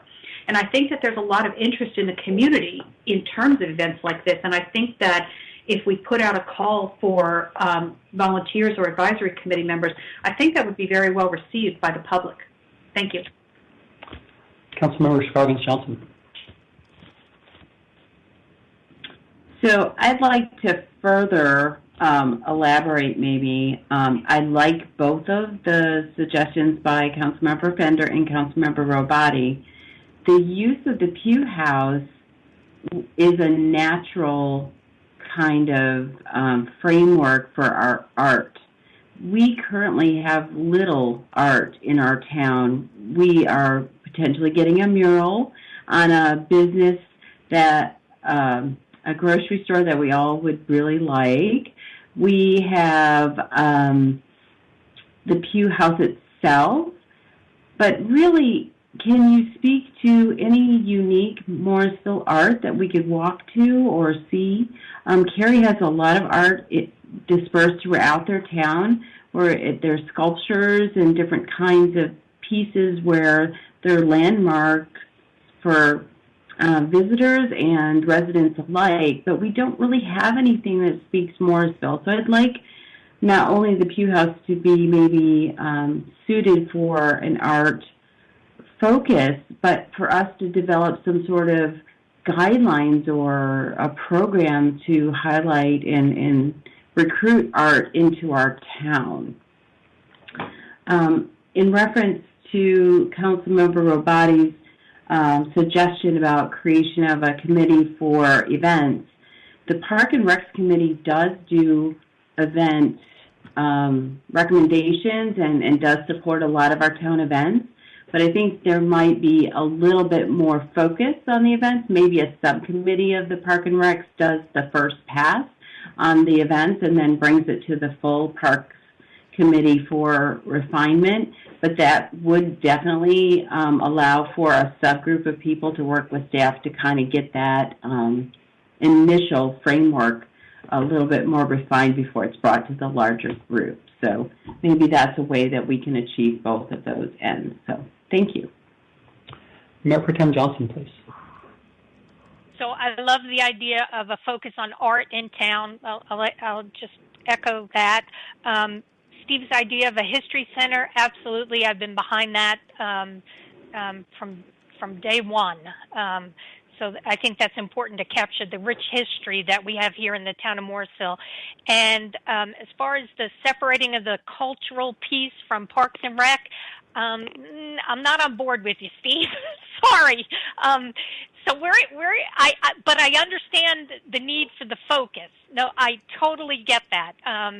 I think there needs to be more focus on the cultural piece. I think maybe right now we're in the middle, or not in the middle, we're in the beginning of searching and hiring a new Parks and Rec director. So I'm assuming, I'm going to tell you all right now, I'm making the assumption that hire is going to be, there's going to be some focus on that cultural aspect. So maybe we can hear from staff about this, and maybe we can give that new hire when they get here, a minute to kind of focus on the cultural aspects and see if it works or not. So that would be my only feedback on that right now. Thank you. And I believe the Parks and Rec Cultural Advisory Committee already has a subcommittee working on events. And I know that, to echo your comments, that there are other groups who are very interested in partnering with the town to have events on our facilities and things like that. So now we're into, would anyone else like to make their first comment before we start comment 2?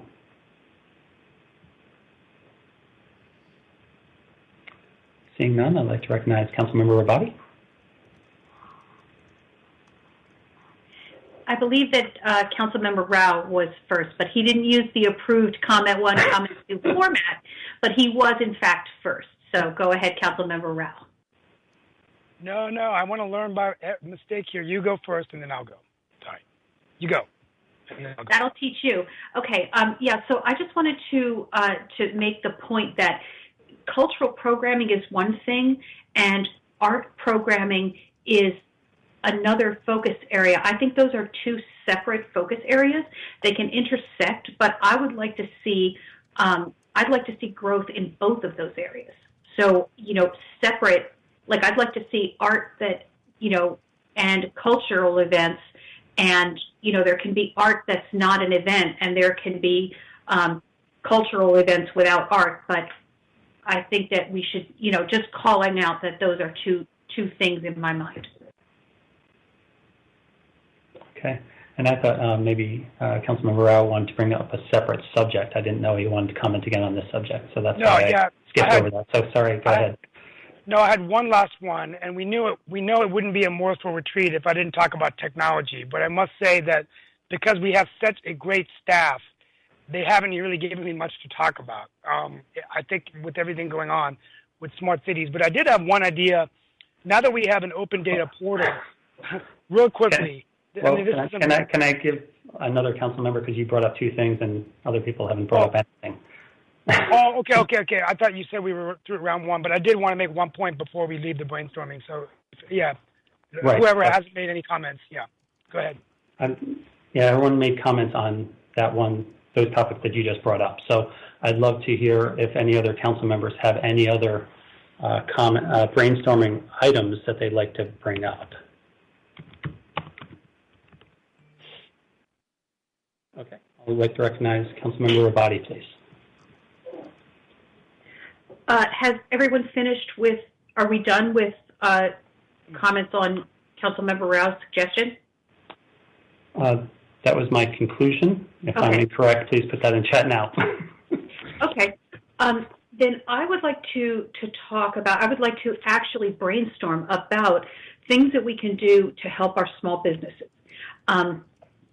Some ideas that I had on the subject were the establishment of an internship program where high school students could sign up and be paired with a business that is either doing what they want to do long term in their life, or is has a need for some special skills. Like I bet a lot of high school students could teach a lot of small business owners something about social media, just as an example. And I wondered if we as a council could explore the idea of establishing a fund for from which we could issue small business microloans. And the third thing I had was the third and fourth thing was direct support for a small business Saturday in Morrisville by the town comm staff and generally the staff through social media, through highlighting a Morrisville business every week or every month, and the possibility of some sponsorship for Chamber of Commerce memberships for businesses that are strapped right now and may not be able to afford that, but could really benefit from all the advantages of membership in the chamber. I specifically thought that at the Juneteenth celebration, when we get there, that we could award chamber memberships to a few Black-owned businesses at that celebration, but that maybe it could be a rolling program. So I just wanted to hear what other people had to say about ways that we support small business in Morrisville. So I'm first with comment one. I support all of those ideas. I think those are great, especially the microloans. I think that would be good to actually put some funding behind some of our small businesses who haven't been able to get PPP, things like that. For internships, I know that there's career development coordinators at the high schools, which we can work with them more actively. The Rotary, Wake Tech. So I definitely think that there's opportunities for us to support and get together with other organizations doing this type of work So thank you. This is a great thing that's important to do. I'd like to recognize Councilmember Morrell.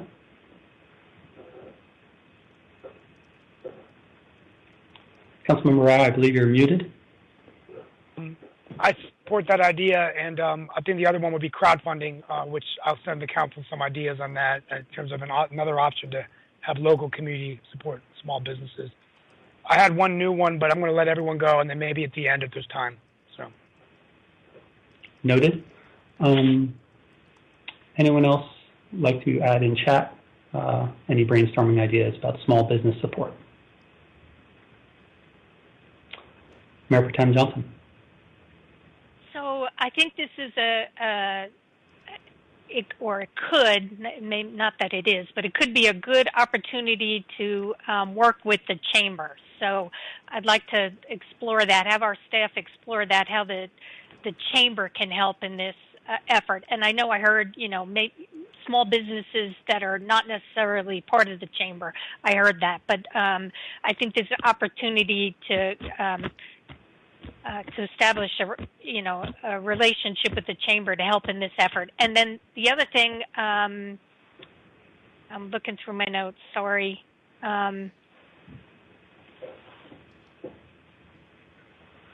Sorry, I can't find it right now. I had another thought that I wrote down. Too many sticky notes in front of me. I'll come back when I find it. Oh, I'm sorry. Here it is. I wanted to just make the comment that our communication staff being involved, absolutely 100%, helping promote the businesses here in Morrisville. Just want to recognize that they have done that during this pandemic. They have tried really hard to promote businesses and especially the restaurants to make sure that folks knew who was out there and to frequent them. So our communications department is already helping to this effort, but certainly could help moving forward as well. Councilmember Scoggins Johnson, please. I love these ideas about supporting our small business community. We, as a town, probably need to beef up or expand our Small Business Saturday kind of awareness to everyone. That's one way we can support our business community ongoing. A shout out to the Chamber for helping, but the Chamber doesn't have membership with all of our small businesses in the town.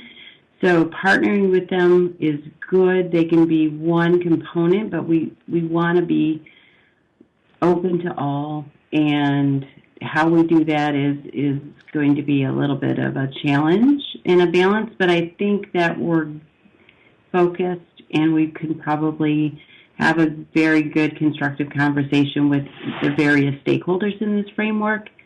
And I really like the Juneteenth suggestion about awarding recognition in some way to the Black-owned businesses, but let's expand throughout the rest of the year. Are we also going to maybe recognize women-owned businesses? Are there other categories that we want to recognize?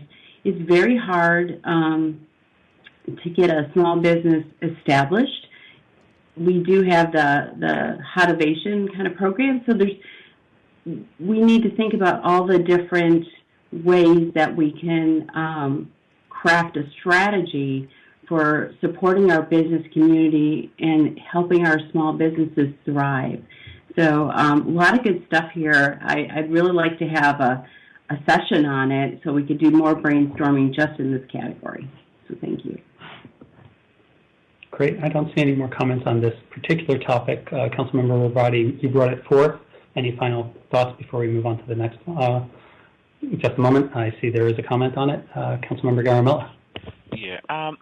My question is, these ideas are great, right? But fundamentally, we don't have a policy of creating a fund. I think in the past, these kind of things have come up, not small businesses, but the concept of town giving money to other nonprofits.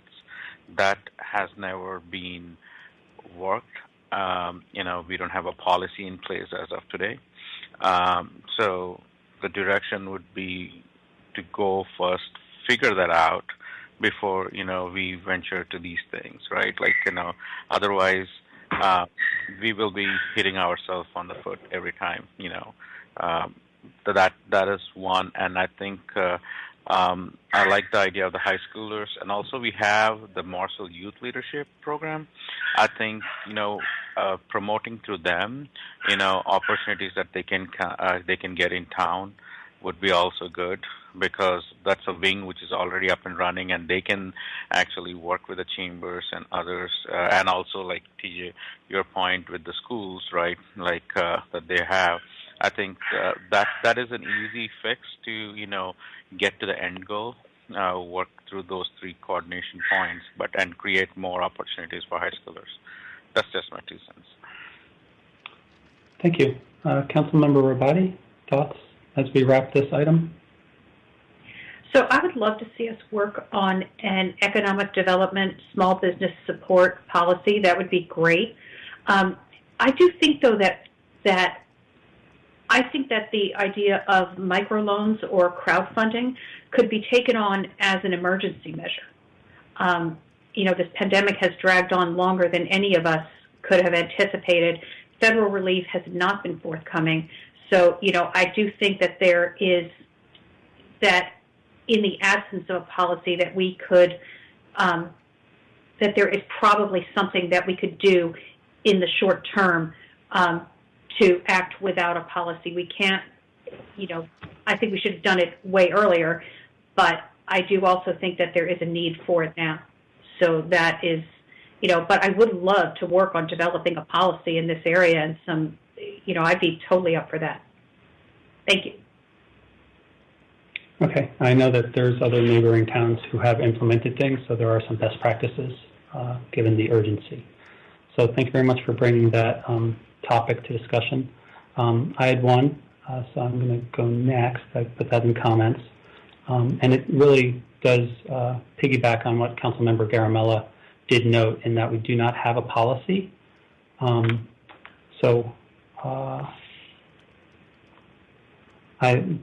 just have some words. As a kind, caring, and supporting community, I'd like to recognize Dorcas Ministries, who works to serve those in need in Western Wake County with a wide breadth of services. As per Councilmember Rabadi was talking about supporting businesses, I think it's also important to support the residents. So I'm interested in hearing from my fellow council members about exploring a support of that organization with some kind of financial support from our general fund. Apex, for example, provides funds which are stipulated to be used to support Apex residents, and we could do something similar. In this way, we'd be showing support for this organization, which is supporting those in need in our community, for which we do not have another mechanism to do so. We have spoken about supporting nonprofits in the past, and this aligns with our value of innovation and goal 3 of engaged, inclusive community. So at this time, I'd love to see if there's any comments on that item. Mayor Pro Tem Johnson. So we do have a mechanism to help our nonprofits here in the town of Morrisville, and I would consider Dorcas one of those. Years ago,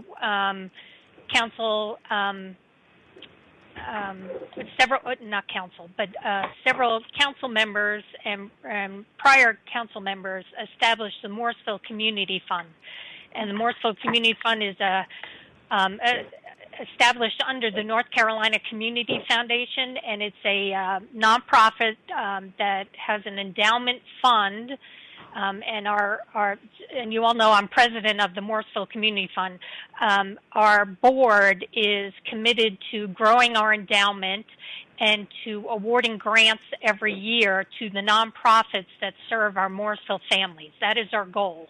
And so we have given money to Dorcas through the Morrisville Community Fund.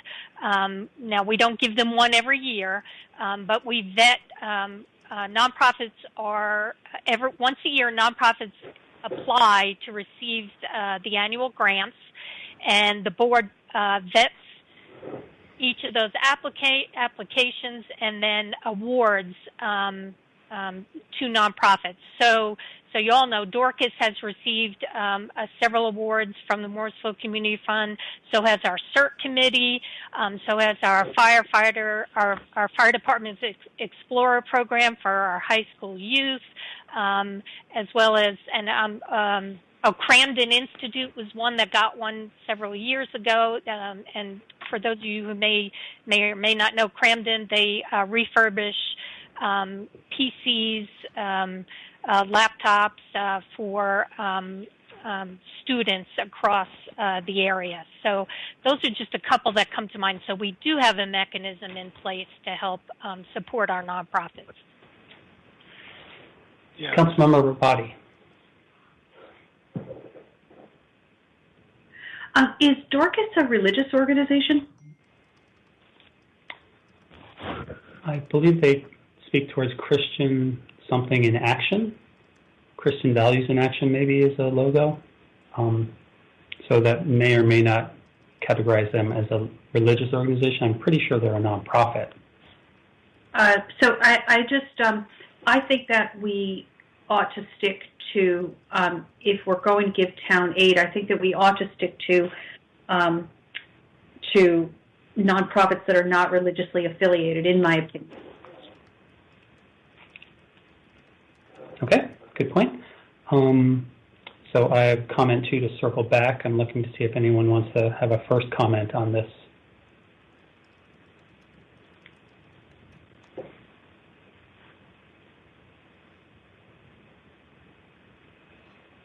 Okay, so I would comment in response to Mayor Pro Tem's comment about the Morrisville Community Fund, which I agree does great work. I'm talking about something that would be directly from the town, not a separate nonprofit organization or supporting organization. We have Doc NC, we have the Rotary, we have a number of different groups doing good work in the area. But this would be actually the town, as other towns have done direct support to nonprofits. It was noted that we don't really have a policy towards that. So in the same vein of looking to ask staff to develop an economic development policy to support small businesses, this would be a policy to find a way to support nonprofits. So that would be my thought for that. Mayor Pro Tem Johnson, and then Councilmember Scroggins Johnson. Oh, actually, sorry, I apologize.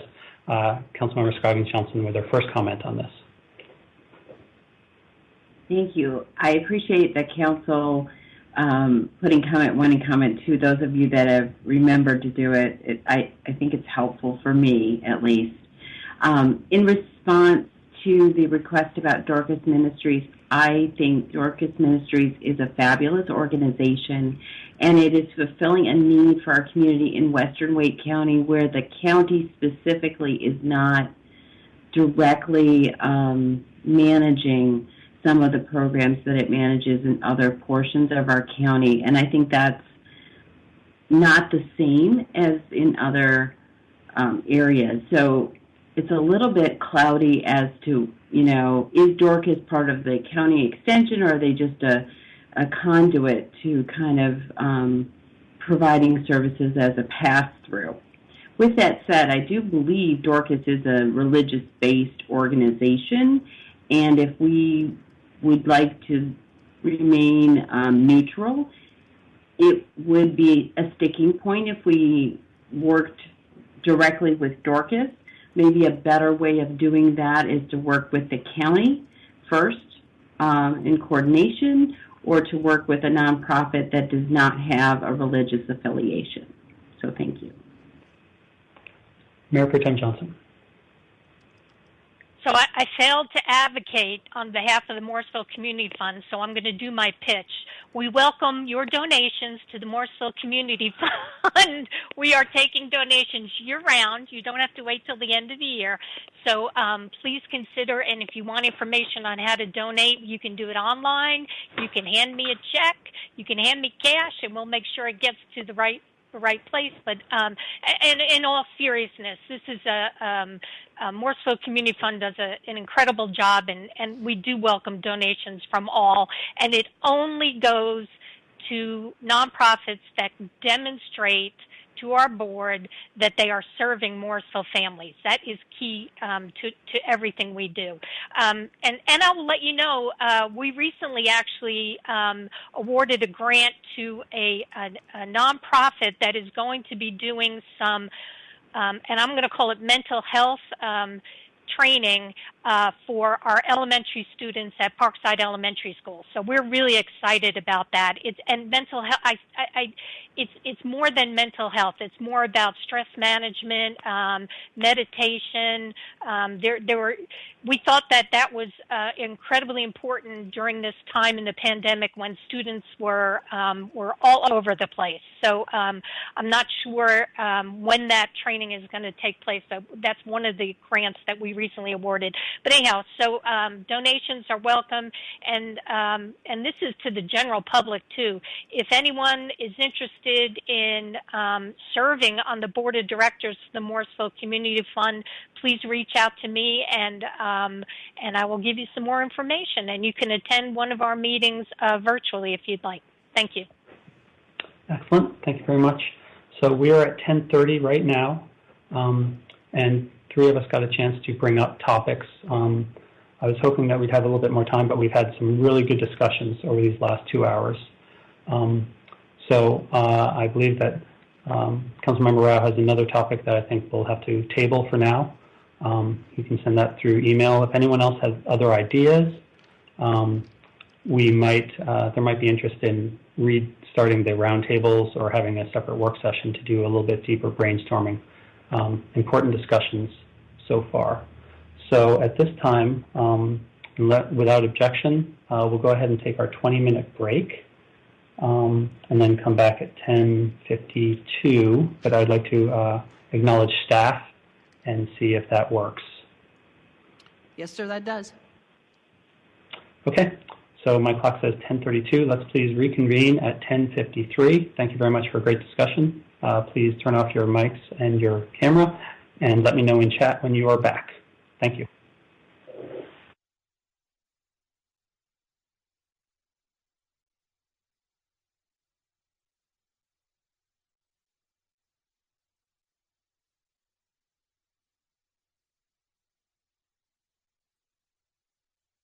Guys today. I do appreciate you just sharing and spending time to exchange your thoughts and information. I'm excited about what the opportunities are ahead of us and the information that I'm going to relay and share with you. So I look forward to good direction, good insight from you guys so we can maintain our momentum on some pretty significant efforts. And I know, bear with me, you're going to have me for a little while, so I'll try to be quick, entertaining, but also thoughtful and careful to make sure that we address your questions and clarify things. Oh, sorry. And the audio just came up on our Slaget, so sorry about that. All right, so with the first session, we're going to talk about bond referendum update, and I'm going to have a discussion because there's some critical things that we need to get some input back from council. And this presentation is going to layer and build really on and feed into your CIP and your bond project discussion that'll be following this one. I will ask, if you can, let me go through the slides, even though the slides themselves, were carefully created to put a lot of information in there for you in advance. There are some key things I want to draw out and give a little bit more depth to, and I will facilitate our conversation at the end with the chat. So if that's okay for us, I'm going to proceed with that. Thumbs up? All right, awesome. Love to see that. All right, so let's move on to our slides and talk about some of these critical items that we want to get to. I want to point out mostly where I want to get to at the end of a couple of these presentations is, so in order to stay on track, staff is seeking council's consensus today. And then I'm going to tell you really why, or the reasoning behind why this information is going to be important for us to take those next steps forward. But we're going to be looking at really what's your preference of debt capacity modeling, what's your preliminary bond categories that you're interested in, and then really what kind of potential project alignment that you have. Identifying those preliminary things to us is going to allow us to really focus in and really analyze what capacity we have available to us and make plans that we can start moving and disseminating and educating in the community. So hopefully that makes sense and everybody's on board. So I'm going to go to the bond input. I think this is important feedback that we received. So there were about 58 folks that voluntarily shared their interest with us through the bond portal. This was voluntary. It wasn't a scientific survey at all, but the feedback is extremely valued. It's sort of a glimpse into maybe what your community might be saying to you. The interesting thing, though, is when I aligned the feedback from the portal with the feedback that we received from the scientific survey that we did a few years ago for the very same purpose, for bond planning, CIP investment planning, and paired that really with your last input and prioritization of these projects. And the glaring commonality here is across your top 5 priorities, there are very similar interests. In fact, I would even say strong shared interest between council and the community. I think that's a golden opportunity to be a catalyst to where we go from here and how we invest those dollars. So that's really the key takeaway. Now, with that said, this is a very high synthesized analysis of that information and feedback. Please make sure that you take the time to go and look at the portal summary report. That's another level of synthesizing that information. But even more so, hearing the words through the comprehensive data report that was also given to you, that's your community's words in that report. So take the time to sort of look through that and get a feel for that information. But staff did the best to sort of pull it up. What is it saying? Where are some common threads? And so we can sort of use it as a catalyst to move things forward.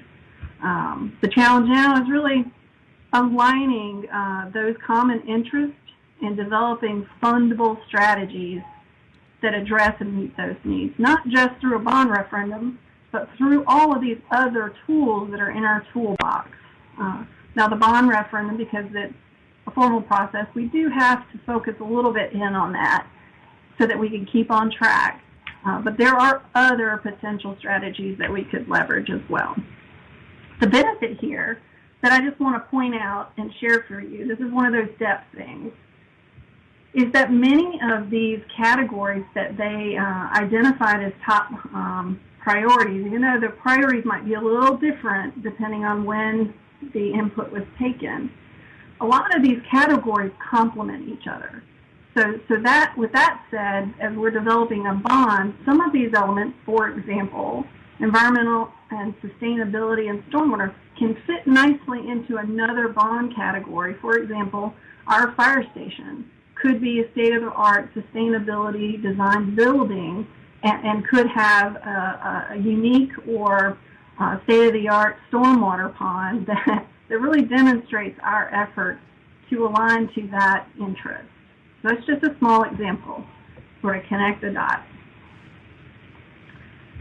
So moving ahead, really the driver and critical milestones is for a bond process is staying and making sure we're on track to develop the things that we need to be ready to have some pretty critical conversations to receive approval to actually do a bond referendum process. So these are the critical milestones in what is, for a bond referendum, a comprehensive and prescriptive process. And with that said, I've highlighted in red really the 2 critical milestones that we need to achieve in order to actually stay on track. So the first one and foremost is obviously this discussion today. Is you giving staff some input or consensus into what you preliminarily are comfortable with, so we can go in and do that in-depth analysis and focus things in on what we can do. What can we align in the buckets within our capacity so that we can actually be prepared for what is a very hard deadline, and that's in June, when we need to apply to local government commission to receive approval to even do a bond referendum. So in order to do that, their expectation is that we have an idea of what our ballot language is going to look like, what potential project alignment we would really be considering. In other words, that we have a plan and that we are committed to it and are ready to move forward with it. So those are the two critical milestones and reason why staff is sort of putting this in front of you today and really seeking that guidance.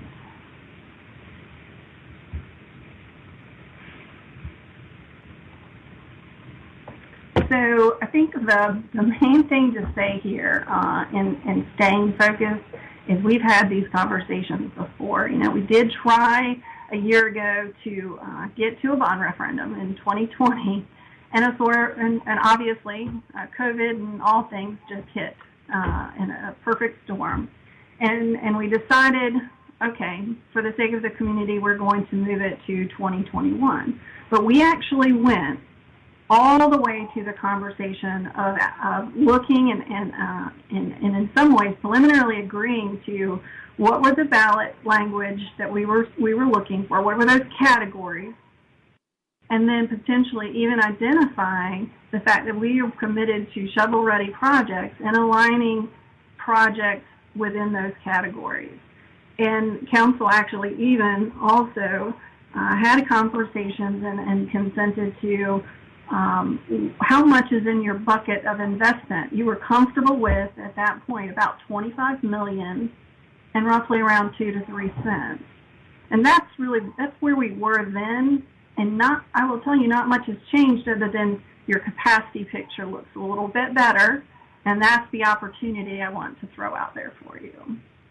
But I do also want to say to you, it's really, this is one of those other depth things, is that one bond cycle is not going to accomplish every project you want on your priority list.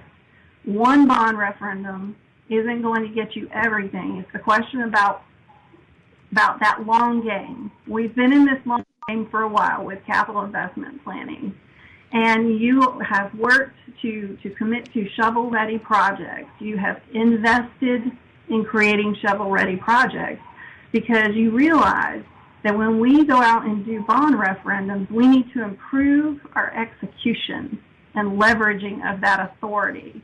And shovel-ready projects help you do that. So that really sends a signal to staff that your shovel-ready commitments really float to the top of what we need to probably be looking at for funding next. And so again, capital investment planning is about the long game. And it's not about a single bond referendum. It's about a hybrid approach, multi-tools in our toolbox. And council and staff is going to take your insights and figure out what fits best in the bond. But we're also going to look at what else you want to do in our capital investment planning across that 5-year window and try to align other funding resources to that and really give you a big, long game picture. So hopefully that helps you a little bit with staying focused.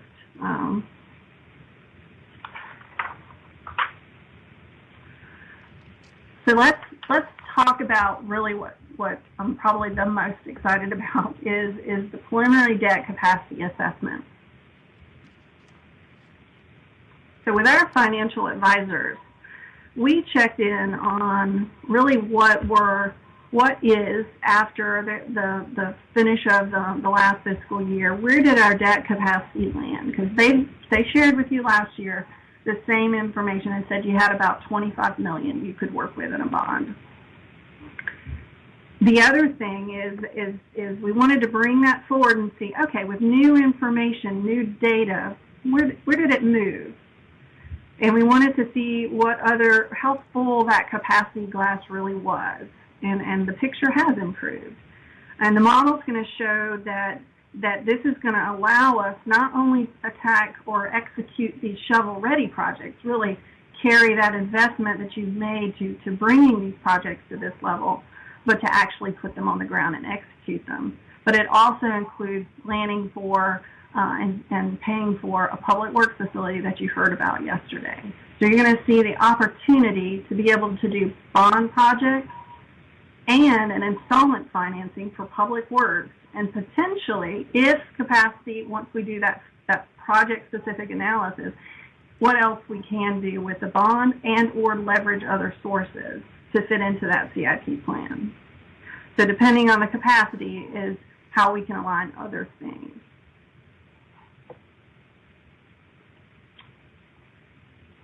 So I don't want to spend an enormous amount of time talking through too much of this, because you're going to see, we are inviting our financial advisors to come back on March 9th to talk through in more depth that project-specific analysis, hopefully, provided that we get input from council at retreat.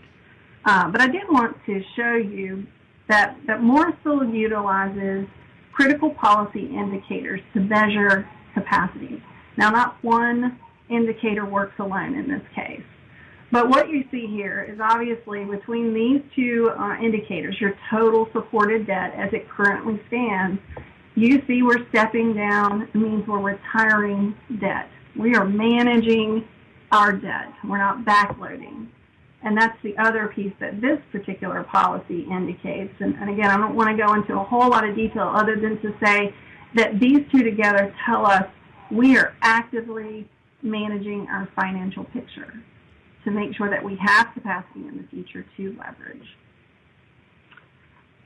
This one, debt to assessed value, what it really demonstrates in short is that based on our property value and our taxing authority, we have significant capacity to really leverage tax support debt appropriately. Now, the caveat with that to remember as council members and as staff is, what do people perceive as affordable? That's the other side of the coin here that you have to think about. And in your input from not only the survey that was done a couple of years ago, but in the folks that responded through the portal, you see there's some propensity to support a tax increment investment into the community so long as we can execute those projects and get them on the ground. They want to see them. And then there's another side of the coin is a set of folks that said maybe. And what the maybes say is basically it's a conditional yes. It means it depends on the project. But there was a good level of support that people want to invest in the community. They want to see things put on the ground because they recognize there are needs and there's growth and demand. The other indicator here is really showing us that our debt to expenditure ratio, what it currently shows us is that we are meeting our needs operationally. Now, operationally is a pretty important measure in that if we start tipping the scale and paying too much in our natural growth in revenues year over year, each year, is we're less focusing on operations and we're committing too much to debt.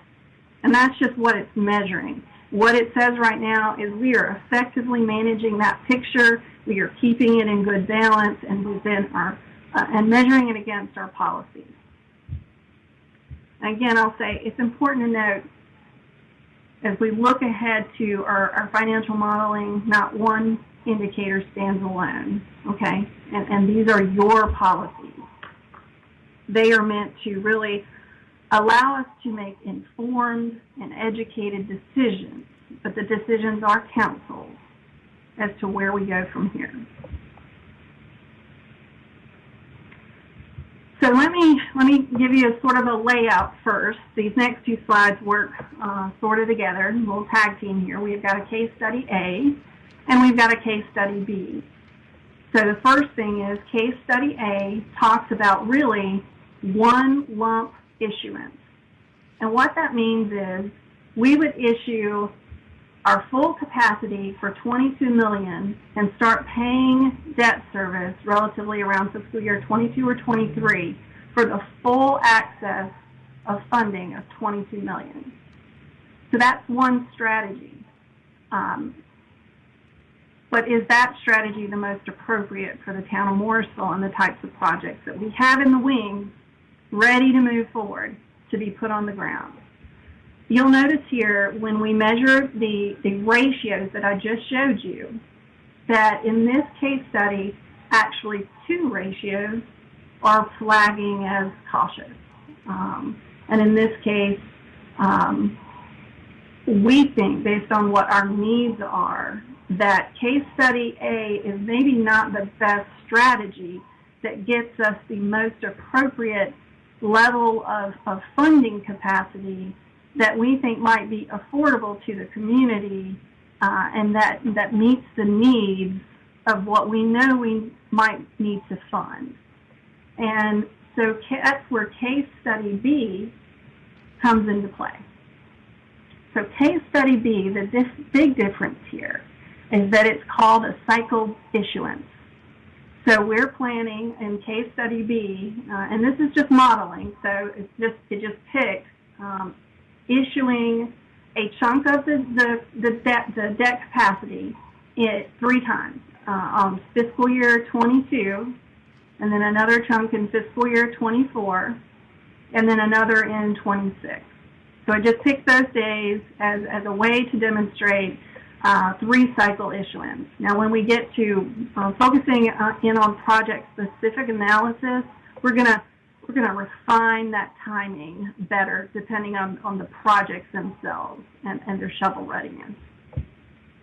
But you will see here there is one model in particular that, in the opinion of the financial advisors and your staff, in assessing all of these model opportunities, the case study B of 2 cents is the most viable option that gets you the capacity of approximately $42 million to leverage for those shovel-ready projects for what we now know is a high expense for public works, and what we need to assess is what else is there capacity-wise that we could align for any of those capital investment projects that are currently unfunded that you might tell us are important to you. Because that picture may have changed. Some of those projects on that CIP list you might want to move up. We have a different group of folks. There is one ratio, only one ratio that is out of balance. Or is, I would say, non-compliant with the town of Morrisville's policy of 15%. So no more than 15% of your operational expenditure should be committed to debt service. So that's making sure you have a good balance for the operations and compared to what your debt obligations are annually. So here's what I'm going to tell you is the basis. When I talk to our financial advisors, we sort of immediately honed in on this particular case study and particular model, is because we know the modeling is of such a conservative nature. The model itself is based on 4.5%. So let's just take that one thing, 4.5% interest rate. The current interest rates are like 2%. And I know we're talking about a potential 5-year picture here, but the possibility greatly exists that we will show you year over year when we reassess our financial position an improved position. And for this particular debt ratio to be only off 2 points, that margin of acceptability is very high, very positive, that we would improve the outlook. The other thing is, in other words, we're saying it's not material enough. 2 points is not material enough for one indicator when your other indicators are showing such a strong support for capacity. The other thing that I want to talk to you, this is another one of those very in-depth of highlights that I want to focus on, is credit rating agencies. I know we have concerns that if this indicator, if we go in and show this indicator is over 15%, that it would be negatively impact their impression. So in talking thoroughly through this with our financial advisors, and they will talk about this again on March 9th, is that credit rating agencies, their approach is not about, are these flags, are these indicators showing red, yellow, or green? It's about the fact that we have policies, that we are looking and assessing this type of information, and we are making an informed decision, because their overall interest is that municipalities not sit on their ability to work and do good things for the community, but they know how to effectively manage and leverage and invest in the community. Because the credit rating agencies know that at the end of the day, when we invest in our community, it turns back around into creating a quality of life, a solid, healthy community that has economic prosperity. So credit rating agencies look very positively at the fact that a municipality like Morrisville, who leverages financial advisors, who looks at this information, that weights much higher than maybe one indicator that might be 2 points off at this game. In fact, what it says is we go in knowingly and with a plan, and we are not haphazardly making decisions. That's what the financial advisors would tell me to pass on to you. So, again, studying B at 2 cents gets us the capacity level that we probably need to work with in order to make some things happen for the community. And I think when you read through the comments from even the portal, that's what people are telling you, is to make things happen. Now, we're at this point where we need to have some conversation. Staff needs to get some feedback from you. So some critical discussion points, as I indicated, is staff and financial advisors have made a recommendation on a particular model, and that is to cycle that debt issuance. It makes the most sense to leverage 2 cents, to invest in the community, to get access to the authority to use GO bond debt at a rate of, or any debt, so bond and installment at $42 million. And that would be both for the bond projects and the installment financing for public works. Now, before I go in and open the floor, I want to check in with the town manager just to see, is there any points that she would like to touch on before we get going? Thank you, Jeannie. And all I'll add is Jeannie's walking you through steps. You're not talking about specific projects yet. You're not even talking at this point about which categories you want to choose or how much funding would go into those categories. And she's already mentioned the timing is still to be worked out. This is your first big picture topic to talk about. Thank you, Martha. You know, some of the things to think about, what I would say to you is remember to still stay big picture with this conversation. And that's sort of how we had this conversation last year, is think about how you want to invest or at what level you want to invest. What are you comfortable with? And then what are you willing to leverage to be able to meet those community needs? So what I'd like to do is to see if you're okay, before we sort of go in to see what the consensus is make sure, are there any general questions, any points of clarification that I need to address first? So I'm going to open up the floor. Please put your comments in the chat or any questions at this time. So it seems we have one taker so far, and that's Councilmember Scroggins-Johnson. We'll go first. Thank you, Jeannie. Great presentation. I love the fact that you looked at the entire debt, not just the bond, potential, but the overall town debt, so that the non-bond associated money for public works is a consideration. So I really do like that. I have a question about the impact to our public relating to the two scenarios. The first scenario is executing all at once so that all the money is available at the same time versus the cyclical issuance 22, 24, 26. Is the impact to the taxpayer the same, or with the cyclical issuance, would you do incremental tax adjustments as that debt capacity was realized? So the current model, that's a great question, actually. The current model is actually set up to leverage the debt with the first issuance even for the cycled issuance, so that we can build up that capacity by the time we get to that third issuance, that we are kind of getting to even at that point. So both of the case studies work that way. In terms of impact to a household, so let's just take the 2-cent model, and I'll just give you an example.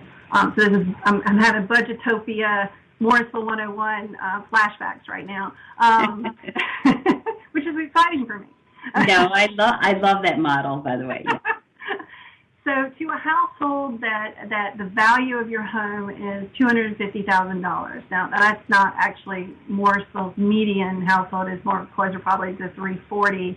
But it's just an easy example to use. So a home that's $250,000, currently your tax payment per year is $900. So your property taxes are $900. Now, let me clarify. That's Morrisville taxes. So I want to be clear, because we're talking about Morrisville business here. Right. If you were to do 2 cents on that, the impact of the household would be another $50 per year. So let's break that down even a little bit more, a little bit more than $4 more per month. So in Budgetopia, I'm always amazed when folks hear that. They say, okay, when they run the model, they understand that balance between making a decision of what's affordable for the community, but still allows us to invest in and get those big things that they expect us to put on the ground effectively and efficiently. So great question, and I hope I answered that. Yes, so just to re-summarize what I heard is that wherever we set, the 1 cent, 2 cent, 3 cent, in either scenario, we will activate that increase one time at the beginning, carry it forward, and then how we achieve a bond or financially, break that debt into different parts would be internal to us. It would not be as visible to the public, although, they would be able to find out if they had requested it to be. Correct. The other great thing that we did, just to expand actually on your great question, is we did separate and make debt a fund in and of itself for the purpose that we wanted to capture. This is another great decision council made. We wanted to capture retired debt. Remember, one of the indicators showed that we were managing our debt and allowing us to retire debt, but we're capturing it now back in this debt reserve fund, or this debt fund, purposely. We could also do the very same thing with the tax increment. Capture the dollars there if we bring it on at the first issuance.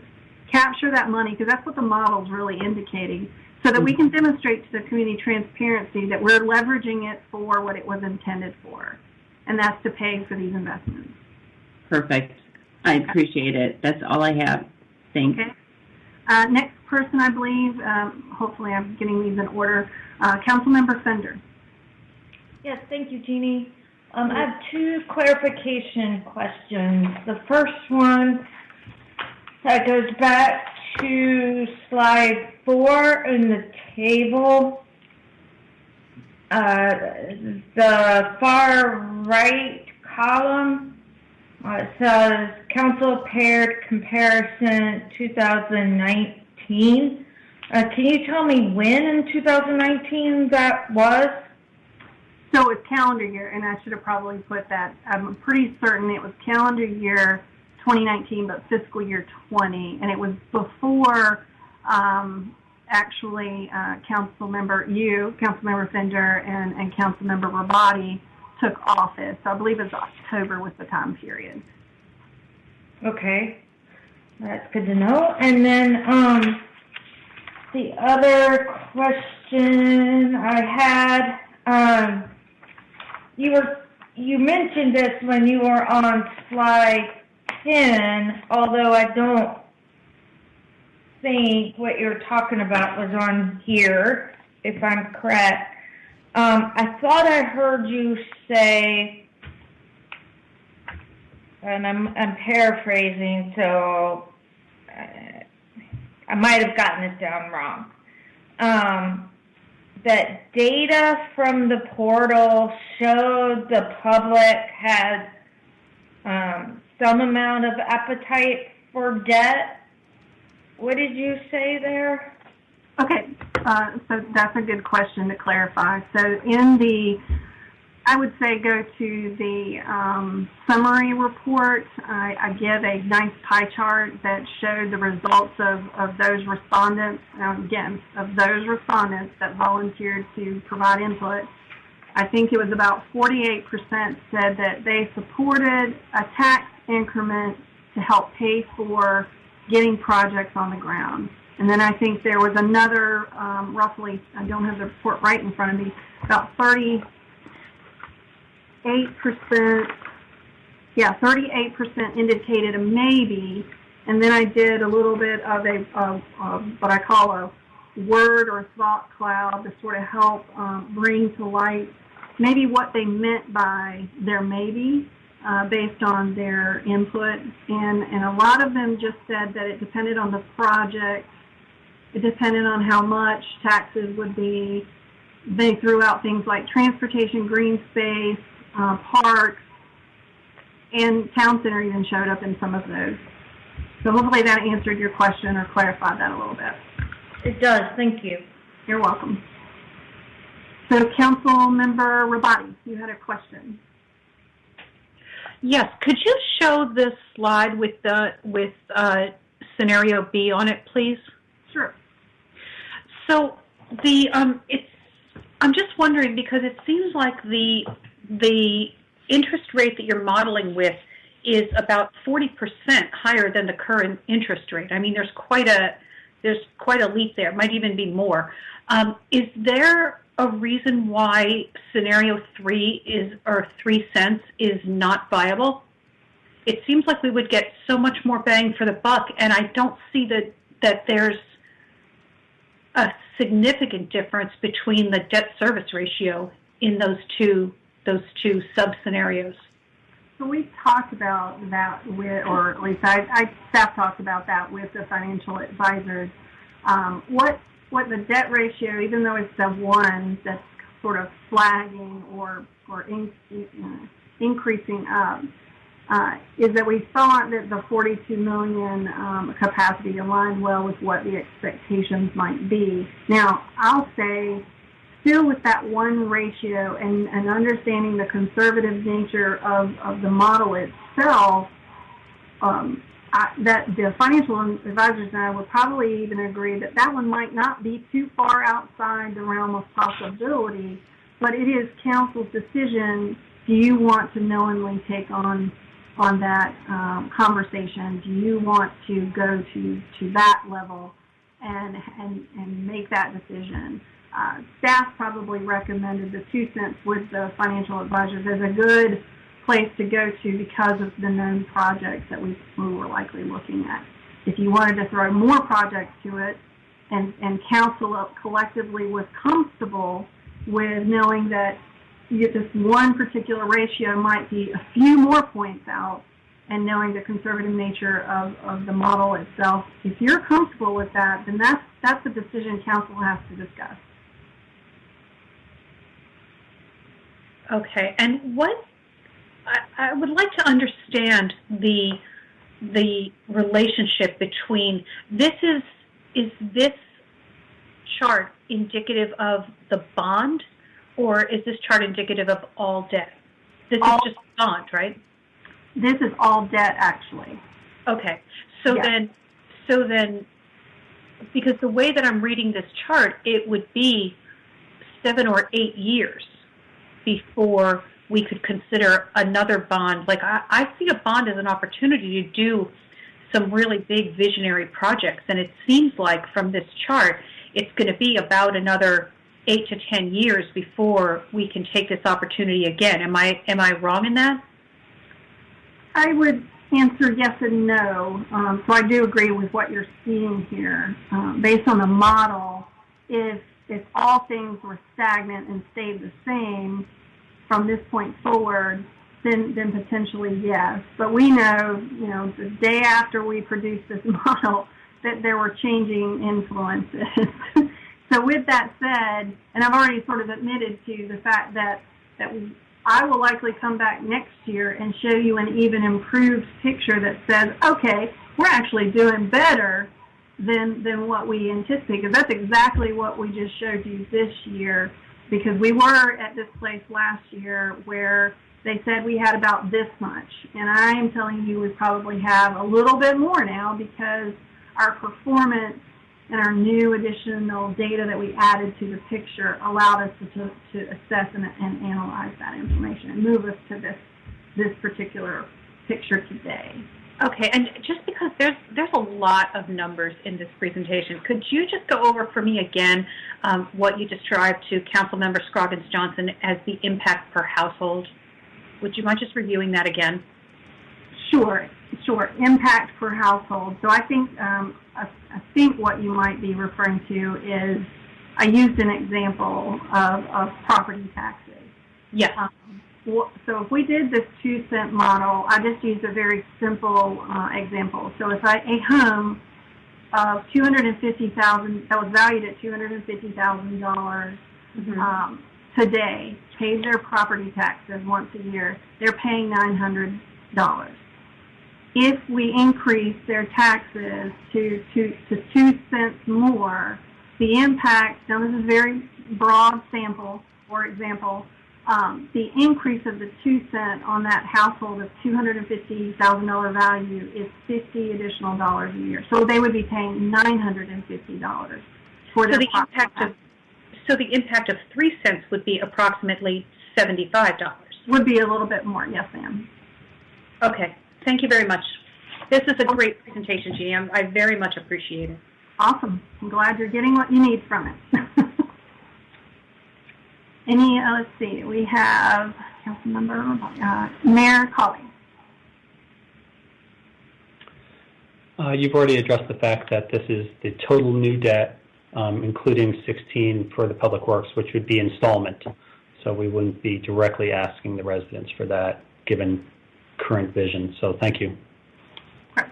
Thank you. Oh, I see your note there. Sorry about that. I missed it.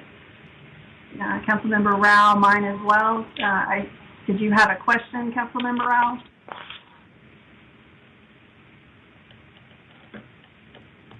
No, I think most of my questions have been answered. I would just be curious as we look at this,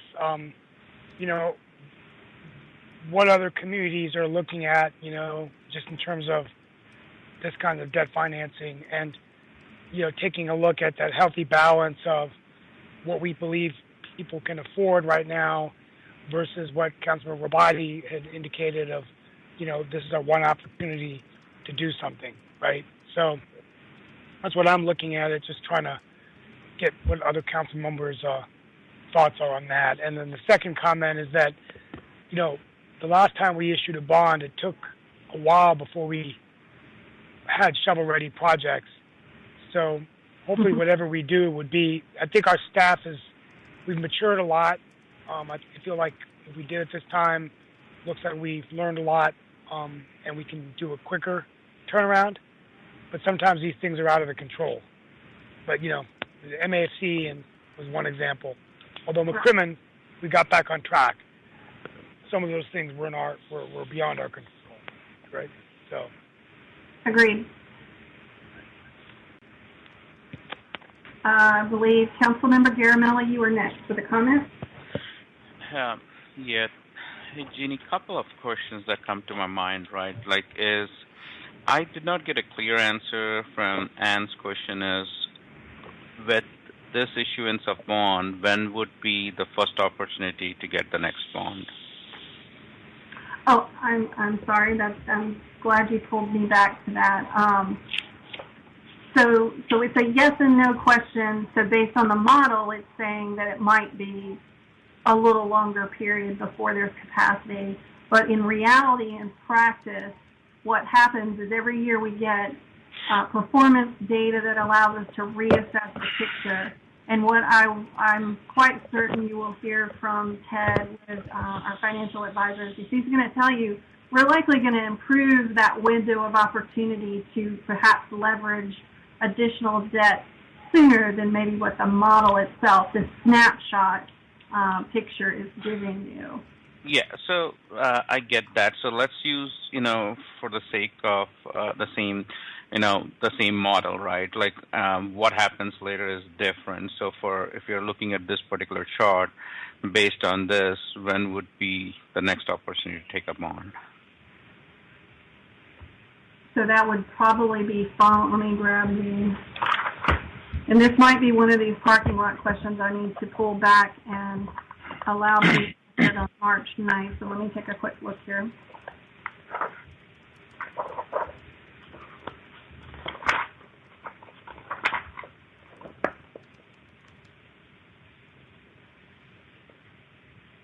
So you start building capacity again following 2026 for the potential to exercise some smaller projects. And then if you were to leave it there, then you can start leveraging larger and larger projects. So I will talk with the financial advisors and see if there's a better way to answer the question. I think that very scenario specific. Remember, the model is just a snapshot, and what we're going to do over time each year is to be able to reassess and put this picture in front of you of really where our capacity is moving or not moving, depending on what the economy is doing. The other thing I want to just throw out there for this particular question, that it's not to say that you can't issue any more debt. There's other types of debt instruments. For example, the town center has other opportunities for different debt instruments because you're potentially increasing the assessed value in the immediate area that it serves. So there's a different form of debt that potentially is optional there.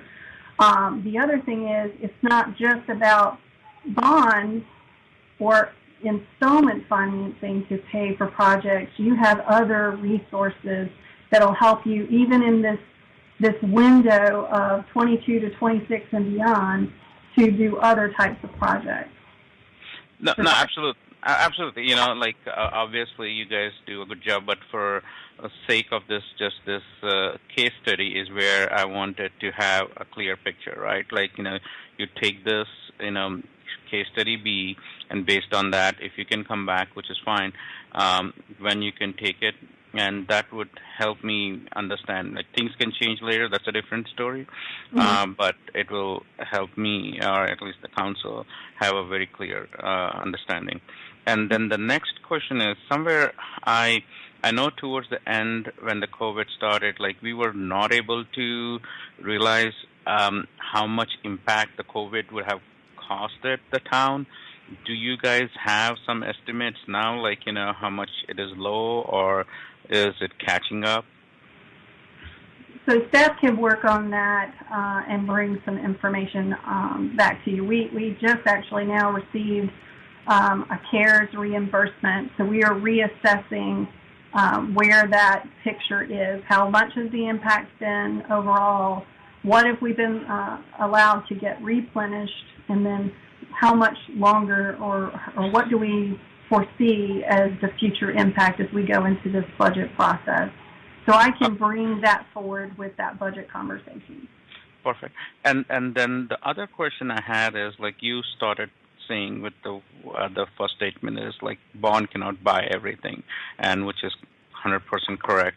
So apart from this, what I was looking for a data, I'll throw an example. Suppose we want to buy a parkland, and we have allocated out of, say, 32 million, 7 million, and we are and park is, say, 12 million. We are short of 5 million.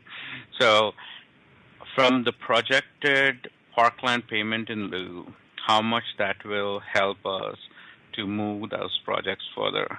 And the same way with the PILs that we are getting, right? Like, roadway improvement.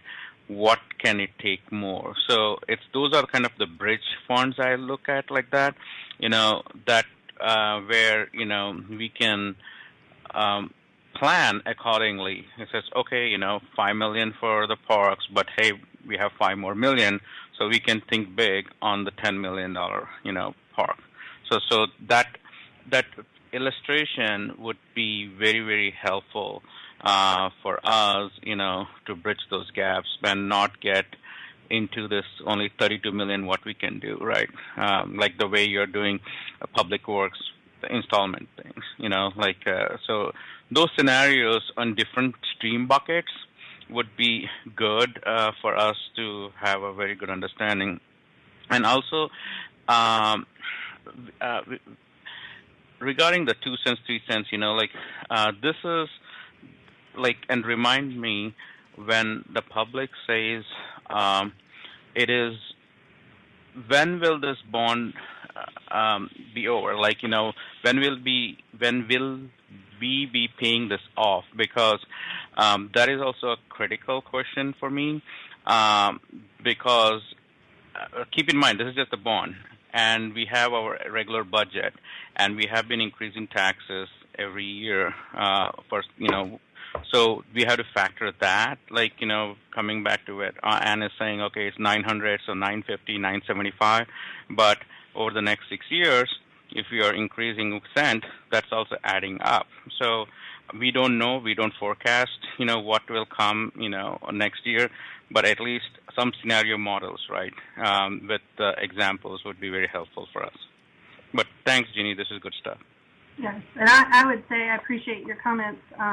That is the direction we're headed in, is to make sure that we get some preliminary guidance from council, what you might be comfortable with right now, so that we can take that next big step in analysis to understand the hybrid approaches. When we talk with the financial advisors, it's not just about what debt we're going to leverage, but potentially what other resources can we align to that to get the needs met.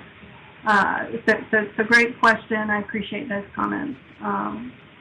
Mayor Pro Tem Johnson, I believe you're next. So thank you, Jeannie. This is really helpful. And I'm on the same wavelength as Satish and Ann, wanting to understand, the 2 cent, the 3 cent, and more importantly, can we forecast when the next bond would be in either scenario? I've for forever have been talking about the fact that we need to have bond cycles. We need to be preparing for bond cycles. So all of that, I'm not going to repeat what they said, but I'm on the same wavelength, and that information will be really helpful for me. The other thing that I think is will be helpful too is to hear from staff. If we chose a 2 cent, 3 cent scenario with the ability to actually do more projects, have a bigger pot of money to complete more projects, do we have the capacity to even complete more projects? I mean, that's important too to know. And to the point that we've heard already, and I can't remember who made it now, I'm sorry, but the fact that the last bond referendum took years to fulfill all the projects. So, just going with the 3 cent option to get more debt capacity, I need to know, could we even fulfill that? That's important to understand. And then the last thing, I just want to make sure I understand. So let's talk about just the 2 cent option you have in case study B. So you are saying that incurring the tax increase up front and then having this kind of 3 cycles of issuance puts no additional pressure. That 2 cents will cover all that debt capacity and will not have to put any pressure on the general fund you've calculated that all out to make sure that 2 cents covers it all. So that is and the rolling off debt. I'm sorry. No, gotcha. Rolling off debt as well. Yes, ma'am, it does account for the retirement of debt.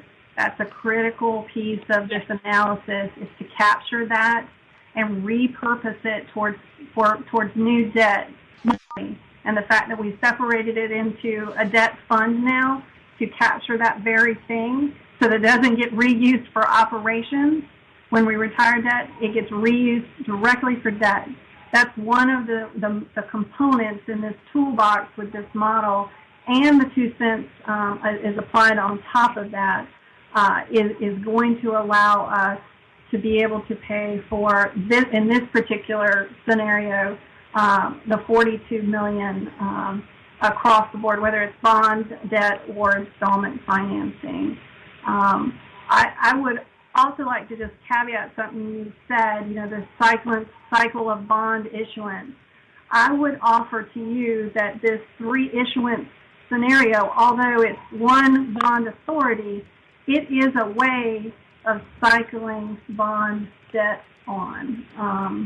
It's a strategy that resembles or might mimic what you were saying about individual bond referendums at those incremental years. So you could essentially see it that we did a bond referendum for 22, we did another bond referendum for 24, and then another for 26. So I just wanted to paint that picture for you because it resembles that, but it's not exactly that. One referendum. Yeah, good point, because to hold a bond referendum is expensive. It costs a lot of money. Yes. So, yeah, I totally get all that. And to your point, you're absolutely right. It kind of mimics that. So, okay, I appreciate that. This is really helpful. Thank you. Okay. So I have just a few more minutes. So I want to wrap us up a little bit. Staff needs some consensus to move forward. So let me just do this. Let me put out what I think I'm hearing you say so I can go and work with bond counsel and hopefully I'm not hearing that hold on, let me go back to the question. So hopefully is it correct that the cycle issuance might be a preference at this time? Thumbs up in the windows. Councilmember Rao, are you okay with the cycle issuance? Thumbs up. Okay, I thought I'm not okay. Councilmember Garamella, cycle issuance?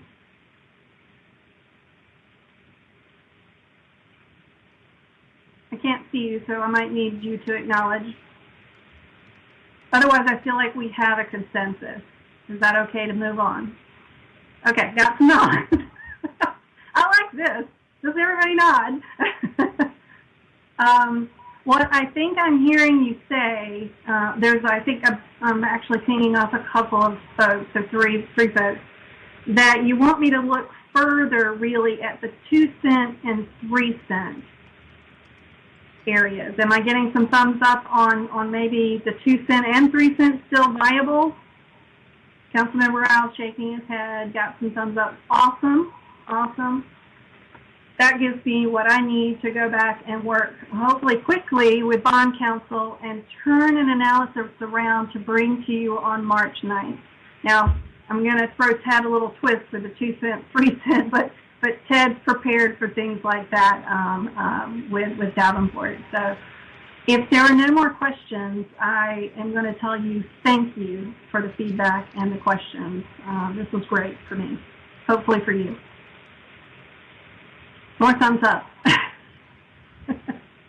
Great job, Council. You got Jeannie what she needed to bring you the next set of information that you're asking about. And Councilmember Rabati mentioned shovel ready.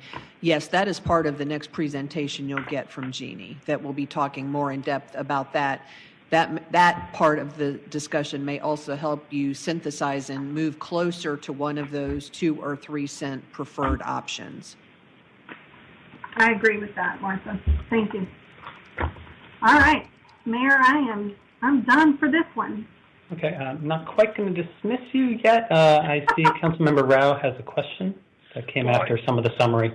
No, it's well, actually, it's more for Councilor Frank Gray, but we could talk about it during the early voting. But, there has been some talk about the elections being delayed this year because of the census. And it was recommended to the legislature that even though we're a hybrid system, that all municipalities would be advised to delay. So we don't have any idea, but, I mean, that could affect the timing of the bond if we were to find out. So that's just something to bring up. Yeah, I think everybody's sort of up in the air. Yeah. Sorry, Councilmember. Yes, we will be discussing that later today. Okay, thank you. Thank you. So looking at the agenda, Town Manager Page, is it correct that we're going to break for lunch now for approximately 55 minutes? Yes, sir. Okay. So my clock says 11:52. If we could please all be back at 12:45 and let me know in chat, or let everyone know in chat that you're back. Please enjoy your time off. Thank you, Ms. Hooks and staff, for this great presentation. I think we're making good progress here. So see you all in a little less than an hour. 12:45, please. Thank you. Thank you. Okay, we're going to give everyone just one more minute. We want to respect everyone's time, but we want to be courteous to make sure that everyone is included. The retreat is very important to everyone.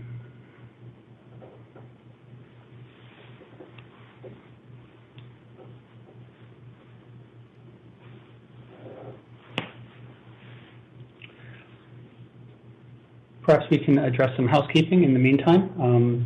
Our next two presentations will be bond project identification and CIP prioritization, also by Jeannie Hooks, and then special revenue topics by Ms. Hooks. So she'll have us our attention for the next hour. After that, we'll have 2021 elections and early voting update from Erin Hudson, and then we plan to have a break at 2:45. Is there anything else from staff before we begin, Town Manager Page? No, sir. Okay. At this time, we have most of our council members. We looking to make sure that everyone's going to be involved. Text in to one more, and hopefully she'll be able to join us momentarily, but I'll pass it to Ms. Hooks for our next presentation. Ms. Hooks. All right, so let's keep the momentum going. So we're going to talk about bond projects, identification, and then we'll go into CIP, setting the stage for CIP exercise. I thought it was important to really go through this first before I turn you loose with a CIP prioritization exercise that I'll send you after retreat. The critical outcome that I'm looking for from this meeting is really to get that consensus on bond categories and potential preliminary projects that we can work with our financial advisors and refine that debt capacity analysis, because that's where we're going to be most informed, is when we start refining the picture. It won't be the last time you look at it, of course. It's not a final decision, but it is a critical consensus that we need to move ahead at this point and stay on track. Let's move to preliminary ballot recommendations. So you'll see this is actually a repeat slide. I actually thought it was worth repeating that we've been at this stage before. We do have shovel-ready projects for a reason, and that's important to consider that time and investment in planning that we've already done with CIP development. Remember, that CIP is all about the long game, and it takes us a while, but we're at that pinnacle point of really doing something good in the community, and that's really what we're talking about. So this slide, it's important to really identify that I purposely left this ballot language the same as it was last year, so that you could see really where you were. The nexus here is last year we were at 20, if you were to take from our debt capacity now, Public Works, the $16 million out of the picture, instead of us being at the $25 million conversation we were last year, we're actually at a potential $26 million if you were to take staff's recommendation for the case study B, 2 cents. So I'm just focusing in on case study 2B with respect and understanding that you guys might consider case study 3B, which is the 3 cents. So something I want to also share with you is in relation to this particular model that staff is focused on recommending, is it gives you 42 million potential capacity with 2-cent increments. So that's 26 million in bonds, 16 million for installment financing. If we considered that these were the ballot buckets that you were considering last year are still valid this year, then staff can now sort of take this information and go and work with our bond counsel as well as our financial advisors and really refine that language, because with bond referendums, you want to make sure that your ballot language is general and flexible enough, because we know things can change tomorrow, that you might need to leverage these dollars in a slightly different way. But you do go out to the public and say, these are the potential projects we want to align in these buckets, and here's how much we want to ask for. But you want the language to be general enough so that it does give you the ability to adjust and pivot when you need to over the life expectancy of you issuing these bonds. Remember, bond issuance, once you have authority, you have 7 years to execute it. Of course, we're not talking about waiting till that 7th year to execute anything. We have projects ready, and we want to get moving. So that's the first part of the conversation. Is this language, or are these buckets, really the question is, are these buckets the appropriate buckets to focus on? And then staff can work to align projects and really sort out, is it 8 million for this bucket? Is it 10 million for this one? Is it 7 for another? Or is it something different? So it helps to look at how do the shovel-ready projects really lay into these previously identified bond ballot buckets, as you call them. How do they align into those buckets? And so hopefully this helps give you a picture of our fire station, our commitment and investment to Crabtree Creek Nature Park, Morrisville Community Park, open space and land acquisition, and then Airport Boulevard Extension Phase 1. We've heard sidewalks and greenway connectivity, and then traffic congestion and other park enhancements. So those are the big things that really fall into, even if you look back at your bond portal input, fall in many of those categories. The other thing that we can layer into these particular bond buckets is the potential in that flexible language to even fold in other elements like environmental and stormwater and sustainability, and other types of land acquisition if necessary.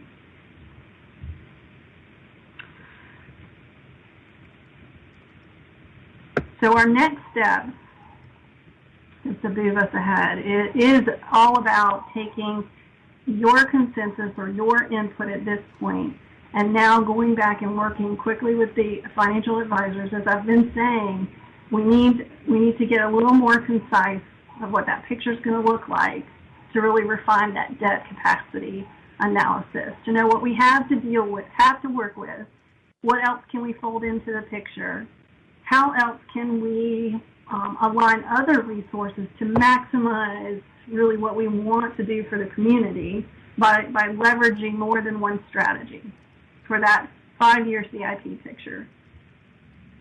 And then, of course, at post-retreat, really setting that expectation or setting the stage for a CIP prioritization exercise to consider other things that we might need to move up the priority list depending on capacity and other funding sources.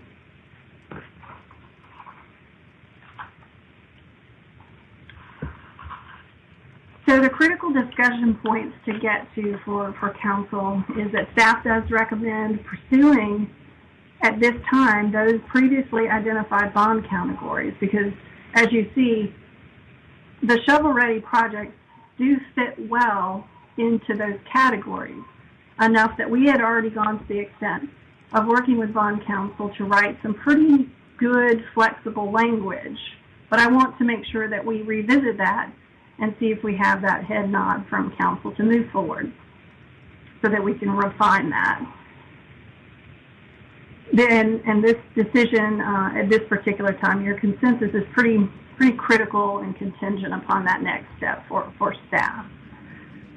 So I'm going to check back in with the town manager at this point before I open the chat box for questions or clarification, and then work to seek some consensus if possible.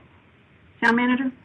I do not have any comments. I'm happy to support Council and Jeannie in this discussion. Okay, so we're going to go to question or comment one, Councilmember Rabati. Thank you. So I think that these three preliminary categories are great. The only thing is, in parks and recreational improvements, I would like to see that say something more like parks, recreational, and amenity improvements.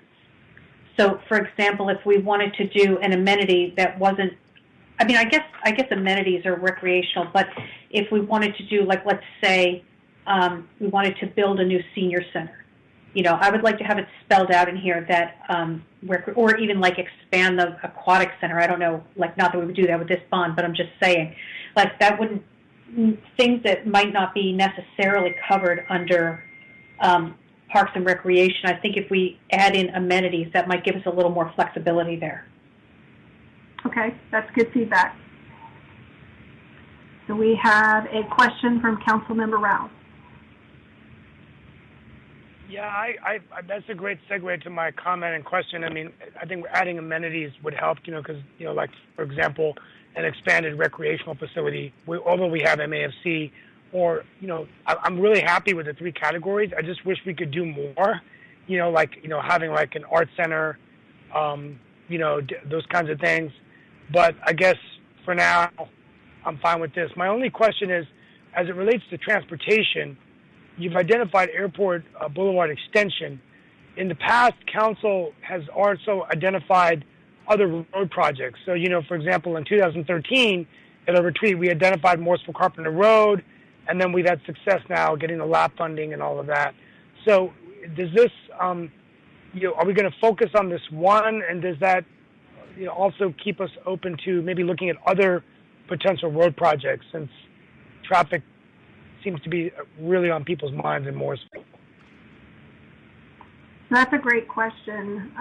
Currently, the project concepts that you have really identify the priority as being, next priority as being Airport Boulevard Extension. Now, that is a grant-related project, so you're not going to need everything to be covered by the bond in this case. So you're going to have some grant monies coming in to offset.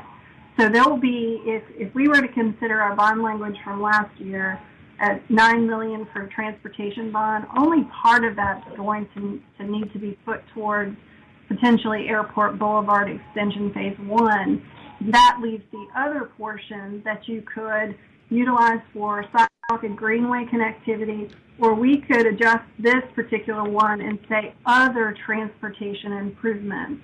The ballot language, it needs to be as flexible as it can be for you, so you can pivot in the future to leverage that debt financing in the best way possible for a council. You don't want to back yourself into a corner and be so specific as to what it's supposed to apply for, because things can change. So I think that's a great suggestion, is maybe we flex this language here a little bit more that opens the door to other transportation improvements. Okay, and then the final thing, Morrisville Carpenter Park, I guess you've selected a shovel ready, but that's one. I thought that in the past we looked at maybe using the general fund budget to fund that. Are you saying we're just picking?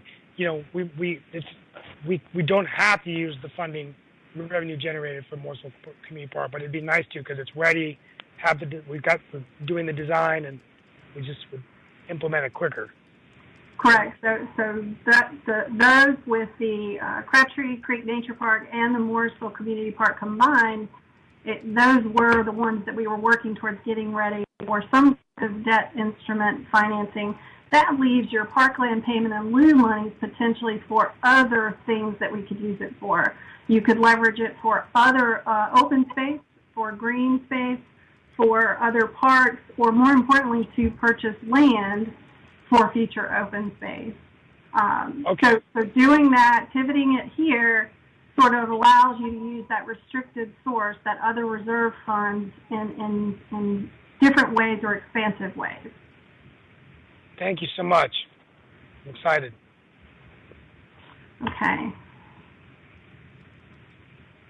Make sure I don't miss anybody. Councilmember Scroggins-Johnson.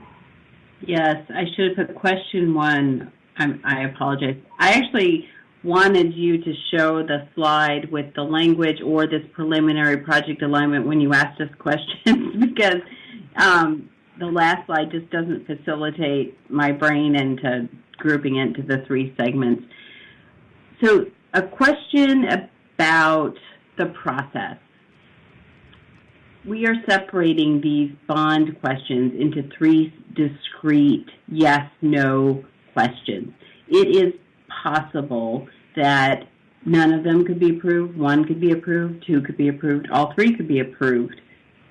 If we don't have all of the bonds approved, does it mean that we cannot do those projects, or does it just mean that we can do those projects with a higher bond rate, that's a different kind of financing?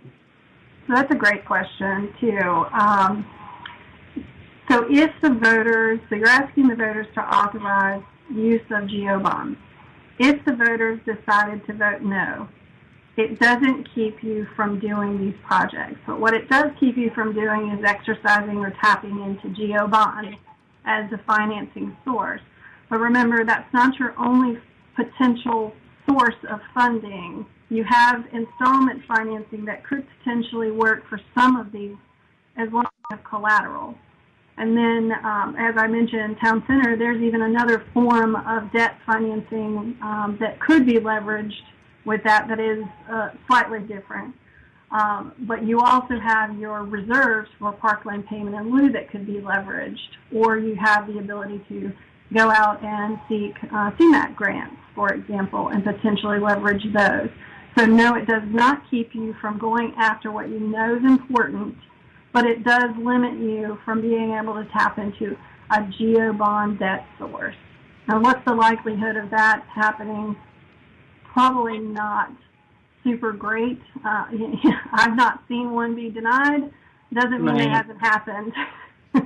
Right. I think it's, we need to be realistic. This last year has been, unprecedented. And I think the appetite is great for us to pursue these larger projects and to move the town forward. But there's a lot of work to do advancing, what these are, how they work. And is it true that if we didn't have this type of bond, we would have to pursue an avenue that might have a higher interest rate, and therefore we would have less capacity to do our project? Potentially. Now, Morrisville has an advantage in talking with our financial advisors because we're AAA bond rated. The delta between an interest rate for an installment financing and the interest rate of a GO bond for us is not very significant. There is a difference, he says, and it all depends on the economic situation that could be going on. But he said for a AAA bond-rated community that does the things that it does with policies and monitoring and financial management, very small margin of difference. So we do have an advantage to others that are not that. That's perfect. Those are all my questions. Thank you, Jeannie. Great questions. Mayor Pro Tem Johnson, I believe you're next. So, Jeannie, for feedback, I think in general these three buckets of categories are still valid and accurate as far as I'm concerned. The one change I would think we may want to consider is to the bucket where it's labeled public safety improvements.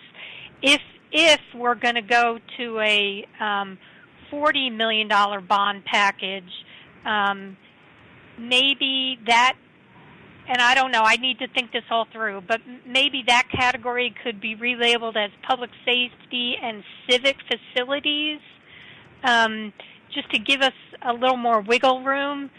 And I'm thinking of, the town center, if we want to move forward on some kind of a civic facility in the town center, it gives us that ability. I don't know. I'm just kind of thinking as we're talking here. So, and I might change my opinion on that, but that might be, that might help us down the road. And then the other question I have, the question I have is environmental stormwater sustainability. It can be achieved in each one of these categories. It fits in okay, or do we? Yeah, just talk to that a little bit so I feel a little more comfortable. I believe you, but make me feel just a little bit more comfortable. Yes. So what I have tried to explore with bond counsel in advance of this conversation, they sort of gave me a pep talk. Is we can tweak the language so that the words sustainability or environmental responsibility are spoken to in each one of these categories, because every one of them can potentially address that. And just having that generalized language in there sets enough of a tone that those opens the door to allow the ability that be a component of the overall intent and project alignment that you're looking for. As you are planning and preparing and executing projects once you get that authority. Okay, thank you.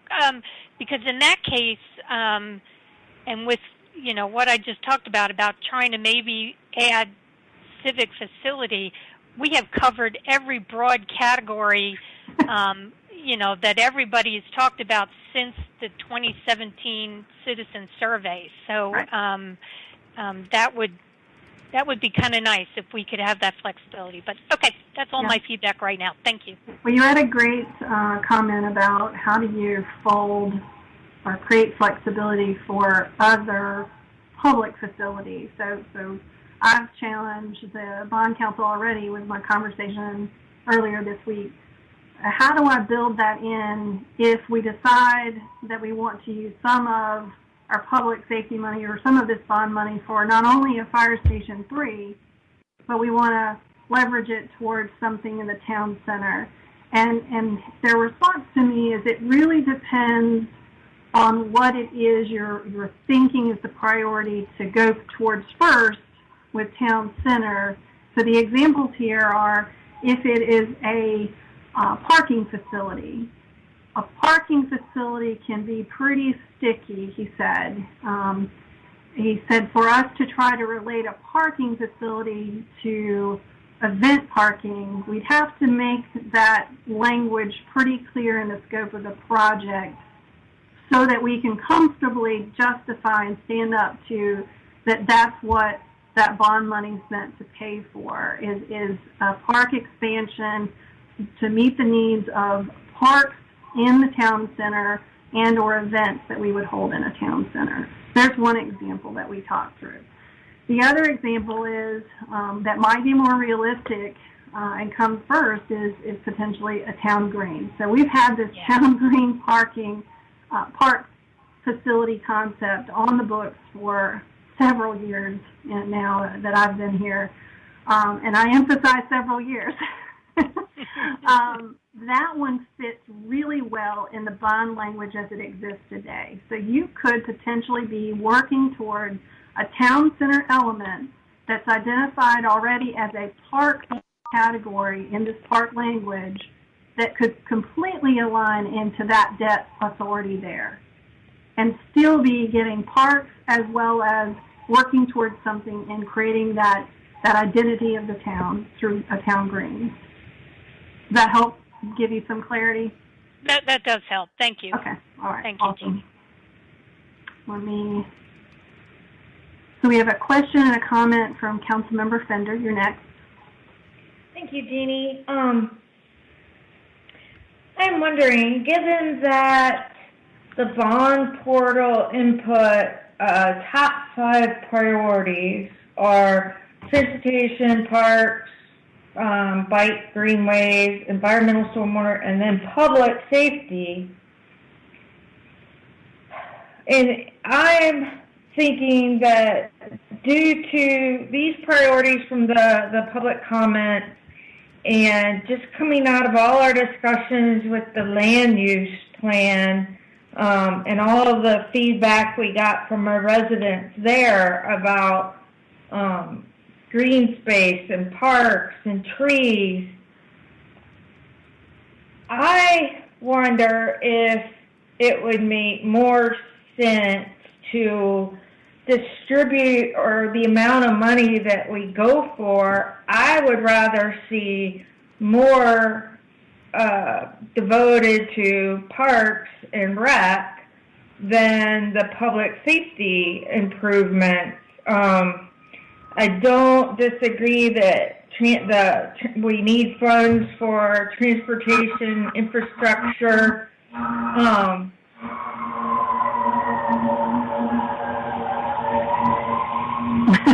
I'll let that go by.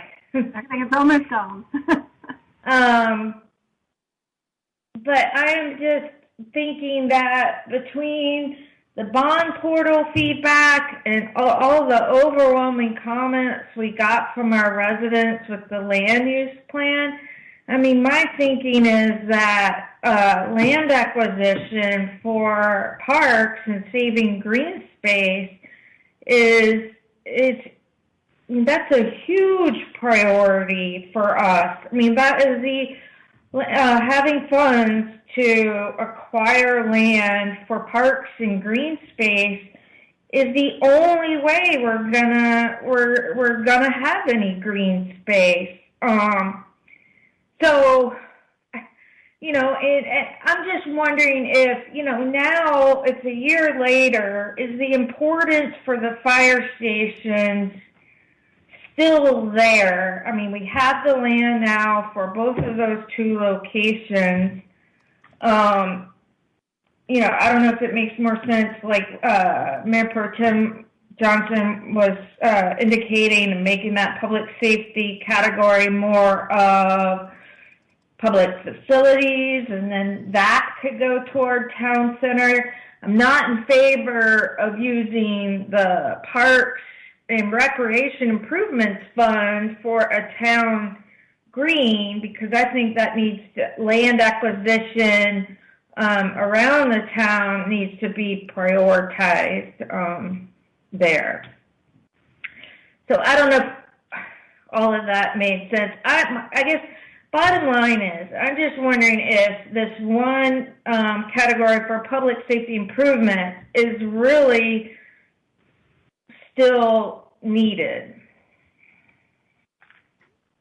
So I think that's good information for you to have expressed to your other council members to hear that impression or that level of interest from you. Let's see if we have some other comments that might feed into that. If that's okay, I will share with you, or just offer, that we can make these general for that very reason. I can certainly explore with bond counsel of how to turn public safety into something a little more flexible. I haven't asked that specific question about could it be public facility instead of public safety. I do think there's still that strong interest in the community about public safety, and we have invested dollars. So I just offer that. It's not that I have an opinion one way or another. I think it is up to council as a whole to decide what you want to work towards most. So if that's okay, I'm gonna offer to open up some other comments, and that might help you. And what you said is certainly going to help them. That's fine. Thank you, Jeannie. You're welcome. Council Member Garamella.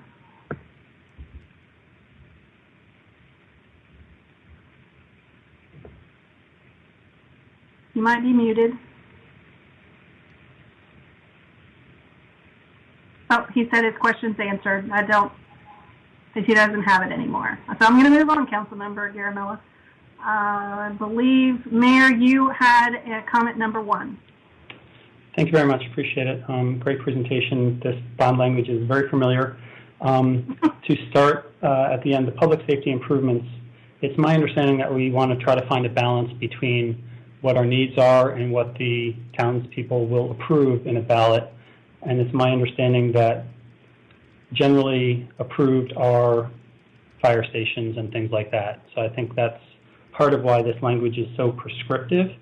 I would be interested in knowing if bond counsel and staff feels that expanding it to include, in addition, some public facilities, as was mentioned by Mayor Pro Tem, would still work, and how that messaging would work with our residents. They might feel like, okay, well, we're not sure what you're going to be giving us, so it's a maybe instead of a sure yes. We do need the money for the fire stations. I think that is something that has been made clear from staff, and I think there's general support for that.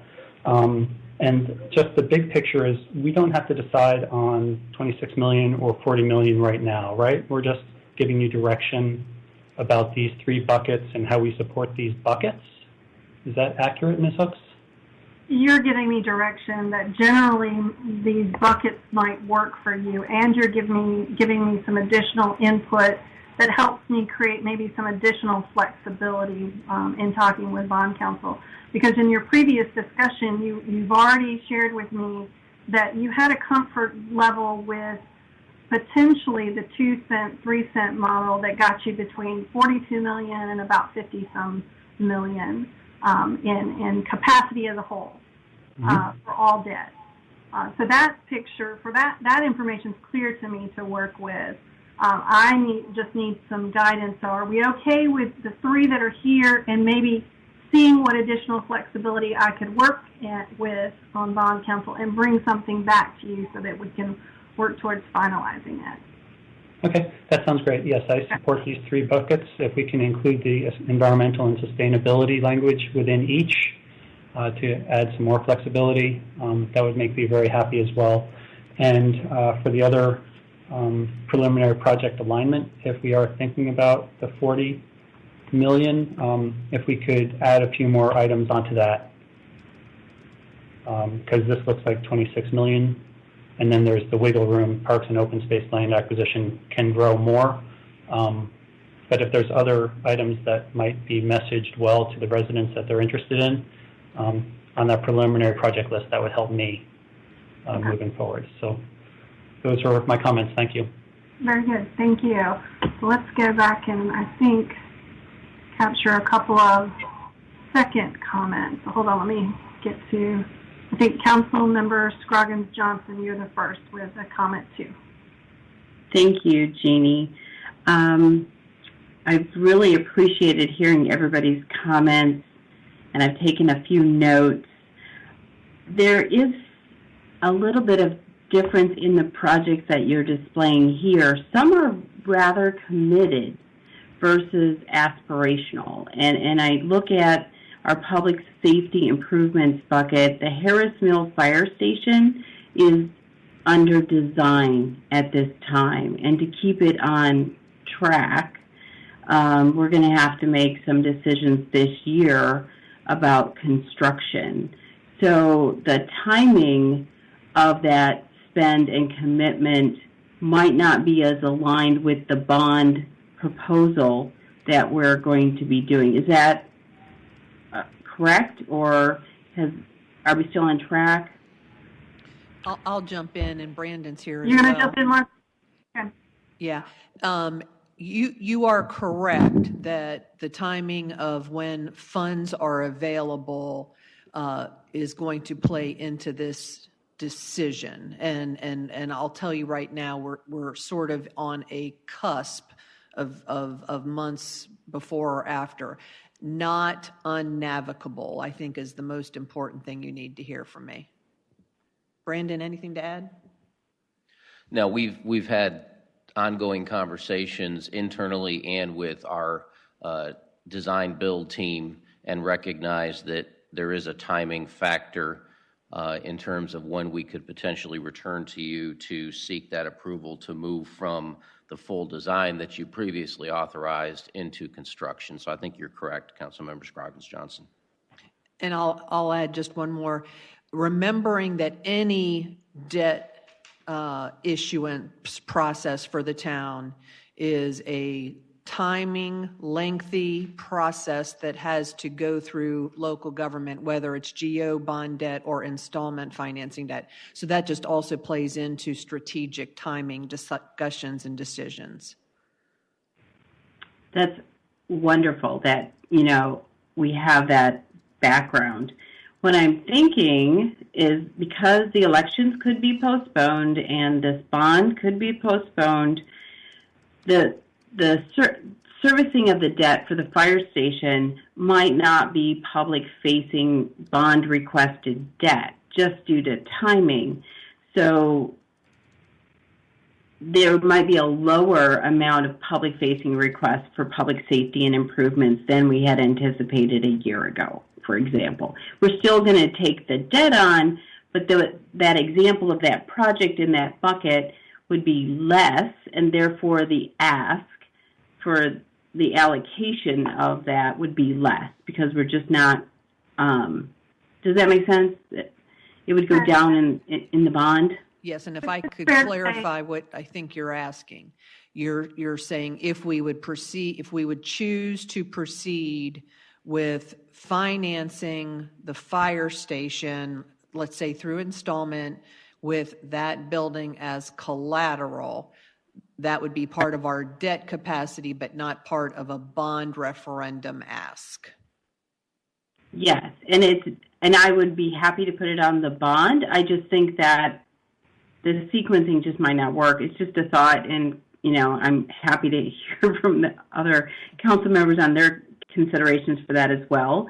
I am in support of looking at Parks and Rec as the biggest bucket, if you will, for improvements. It's important that we listen to our constituents, and yes, this is probably one of the most important votes we have for land acquisition or for other amenities as we near the build-out phase of the town.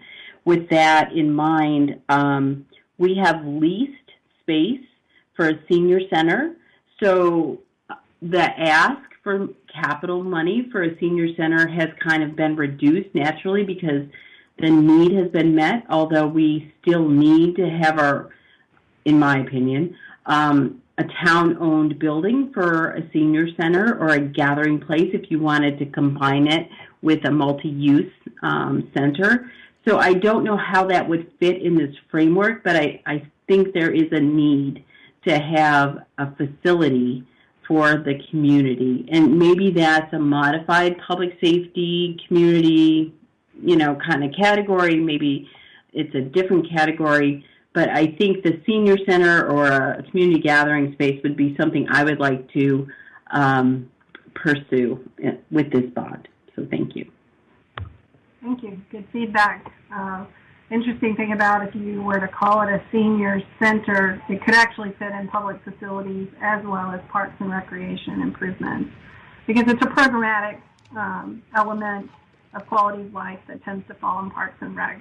If you were to call it a multi-purpose facility, which we talked about that before, and it is one of the project concepts that are unfunded, that becomes something a little different. That would be a civic facility or a public facility category. And I'll just throw this out here. It doesn't necessarily have to be 3 ballot questions. It could be 4, but I will remind you, 4 ballot questions for a voter might tend to be overwhelming. I've not seen too many of those. So I just offer that out. And yes, fire station, because of the collateral of the land, could be, if we needed to, move it to installment financing. And because we have a AAA bond rating, we potentially could fairly well. And Martha is correct. The processes for both installment financing, installment financing has a process. It takes time. You don't get a loan overnight. It takes about 2 to 3 months, depending. And then your GO bond process in and of itself is even a much larger process. All right, so who is next with comment 2? So Councilmember Rabati. One thing is that I would like you to build some flexibility into the bond questions to call out technology improvements as a supported category in each one. I'd like to see us moving in a smart city direction with IoT sensors and water fountains that turn off, and floodplain monitoring, and a LoRaWAN for Wi-Fi in the town green and the other parks. So I'd like to see technology improvements called out where you say, including without limitation, and then like 10 things. It would be great if there could be some reference to technology improvements in there. Okay, I will talk to bond council about that and see what's the best way to accomplish that in the language. If this language would cover it, Jeannie, I'm not married to it, but I'm just saying that I would like to make sure that we have that flexibility to make infrastructure improvements of that type. And then the question of the fire stations that Councilmember Fender brought up and that Councilmember Scroggins-Johnson advanced on is a valid one. Another thing that I'd like to throw into that discussion is that we're getting ready to have some development and some population growth. We finished the land use plan. I think we all anticipate that there is going to be some development in town and that we will be adding some more people. The fire stations, I see the fire stations as critical to public safety in terms of keeping up with a growing population. But I would like to, at some point, hear from the fire chief about now, if he, when he sees the land use plan and he sees what is going to, where there are going to be people, where there are going to be businesses, where things are likely going to be laid out. I'd like to hear from the fire chief about whether he has changed his opinion of where the fire station should go. I don't think that would be a jump in again. You do not need to hear from our fire chief. I can tell you 1,000% that he would fight to the death for this fire station. Yeah, no, I understand that. No, I want the fire stations, Martha. I'm saying, does he still think that the fire stations need to be in the same place? Would he prefer to move one over to the other side of 54? I think we need as many fire stations as we need. But I'm saying, has his opinion in light of the new land use plan changed about where those fire stations should be located? Thank you for the clarification.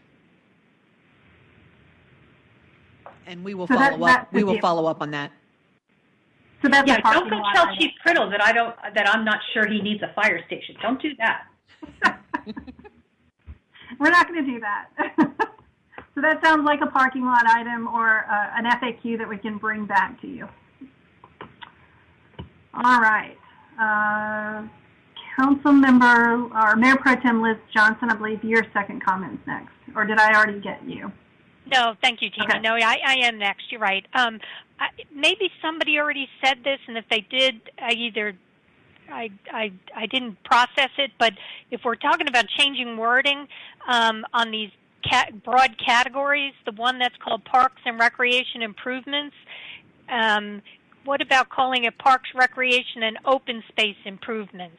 Because to TJ's point before, it really matters what these categories are called and how we share this information with the public. And so we all know that, that staff is going to be educating the public on what these three broad categories are, what we think will fit into each one.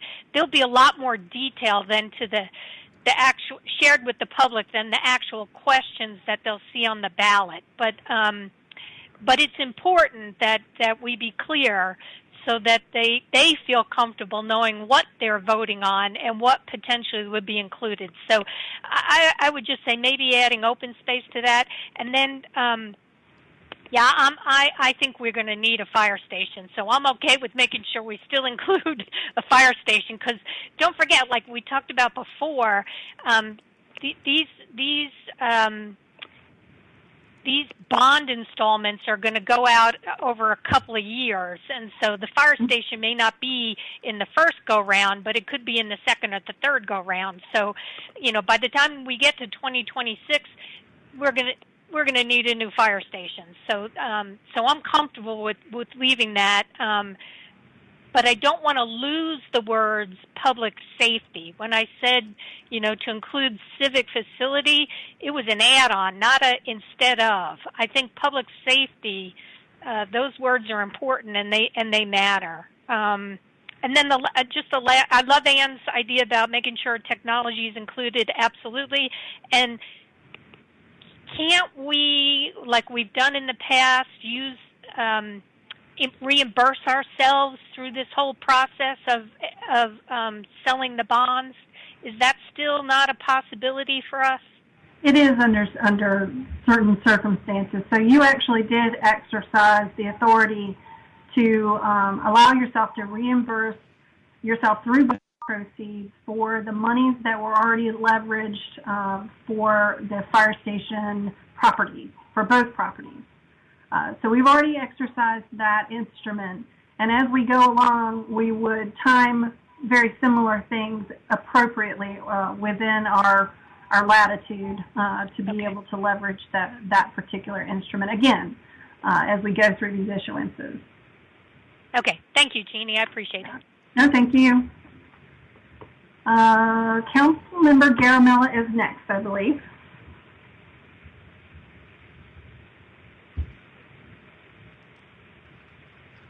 Councilmember Garamella, are you muted? Yeah, I'm sorry, I was talking on mute.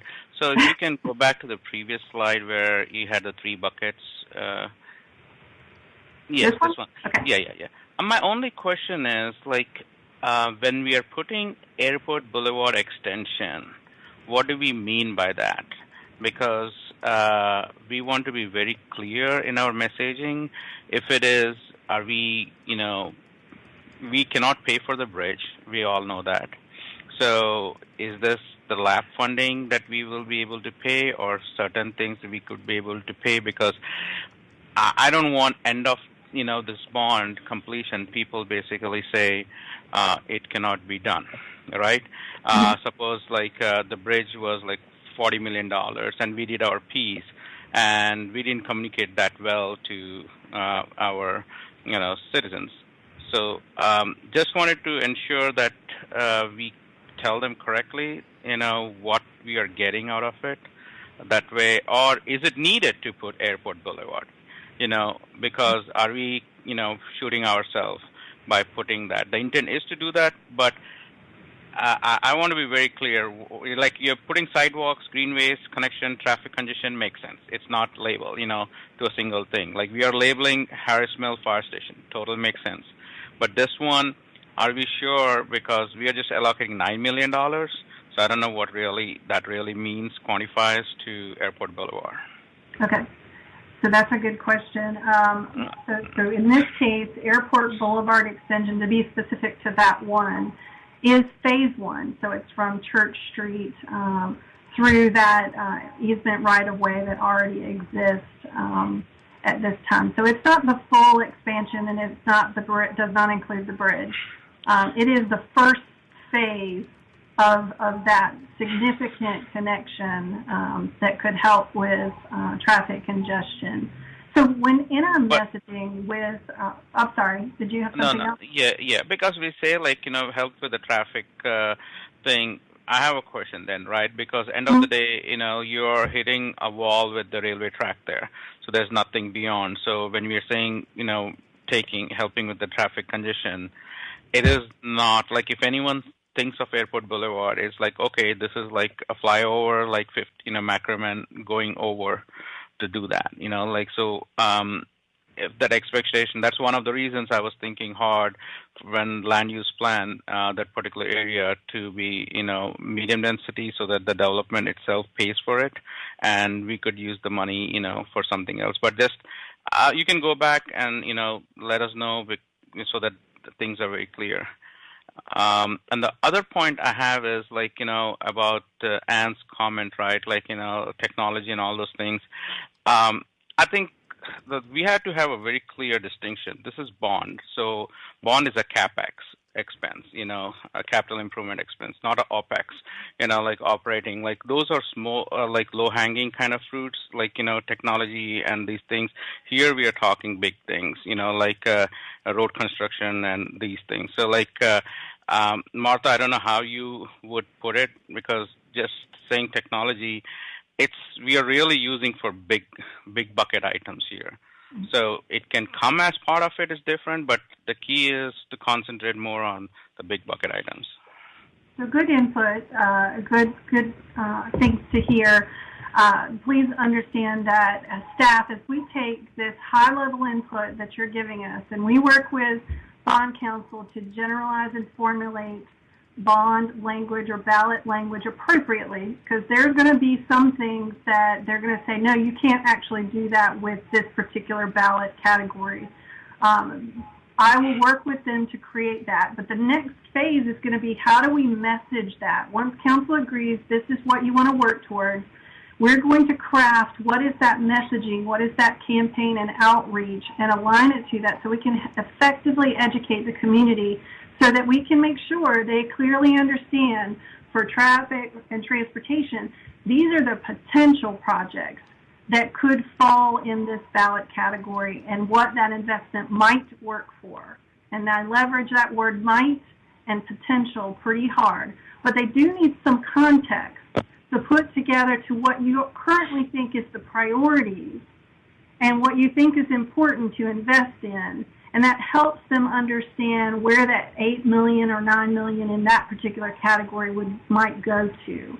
But as you exercise that and as you give us input, we're going to make sure that we craft some pretty healthy messaging that helps to educate and clarify exactly what you're telling me that we need to do. And I appreciate that.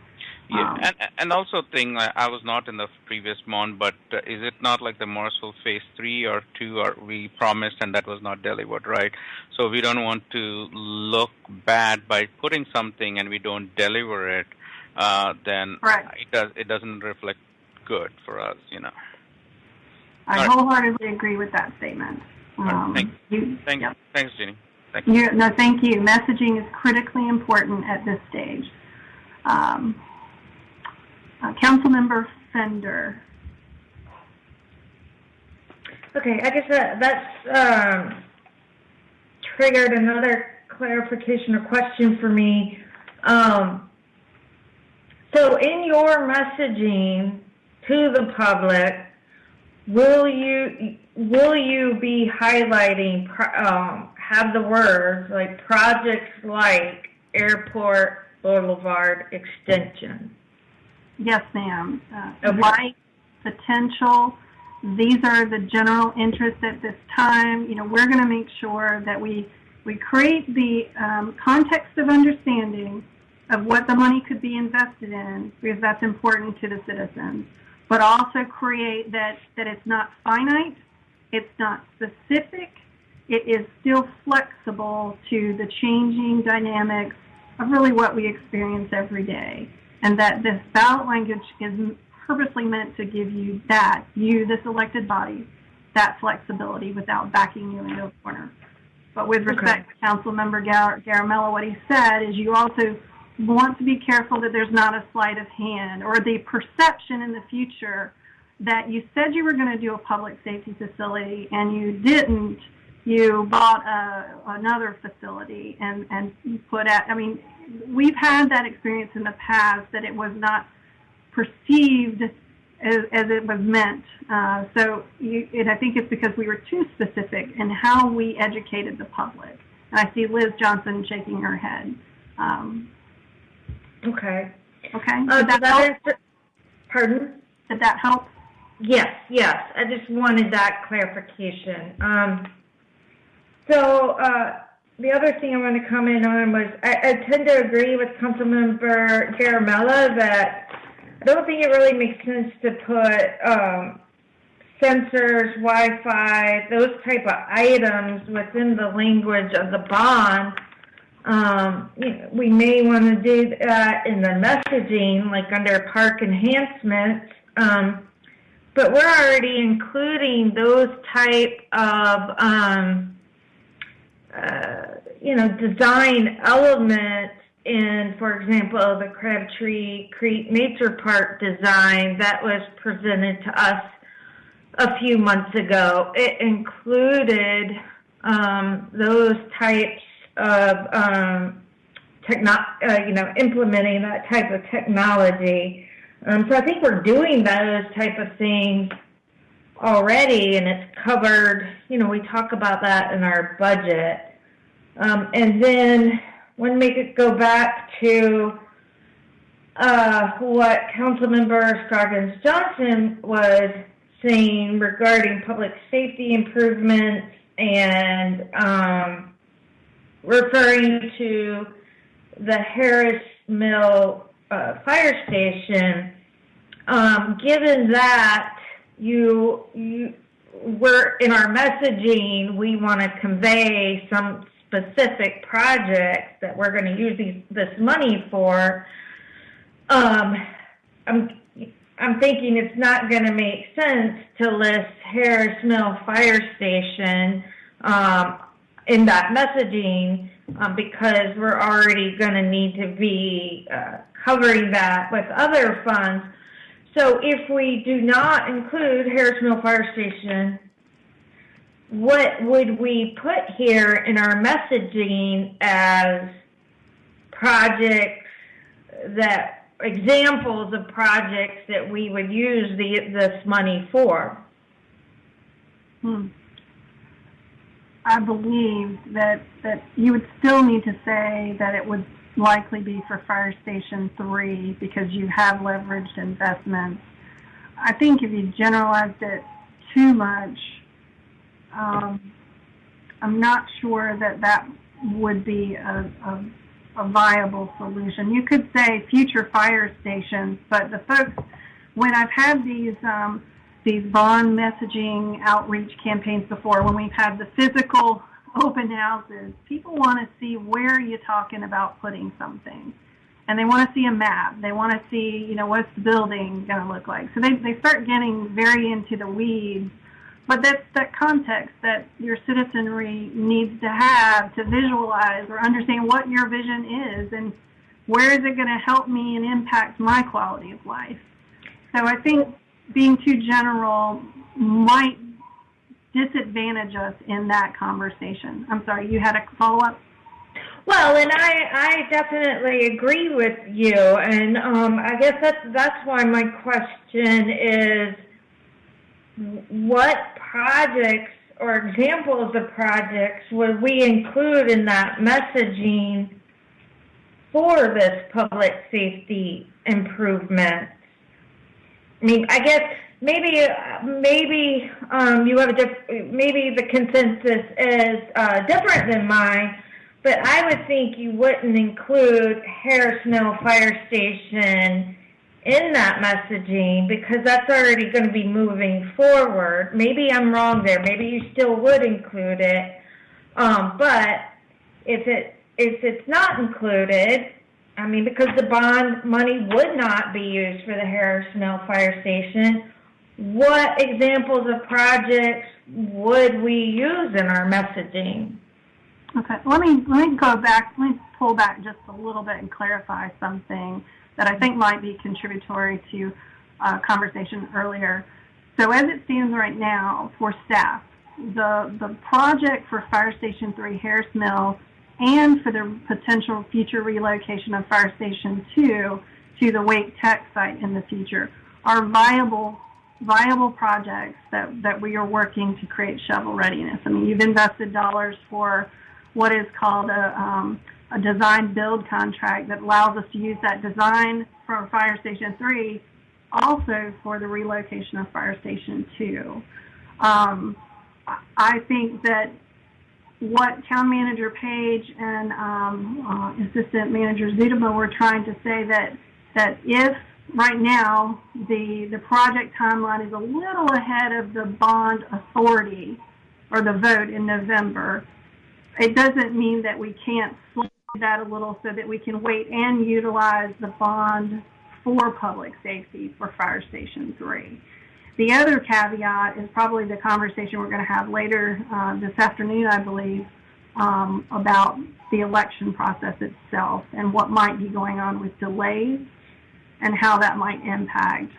So that's a conversation to have a little bit later, and I think that's what Councilmember Scroggins-Johnson was perhaps alluding to. But right now, as it stands for staff, we think that it's Fire Station 3 and potentially the relocation of the future Fire Station 2 for this particular category.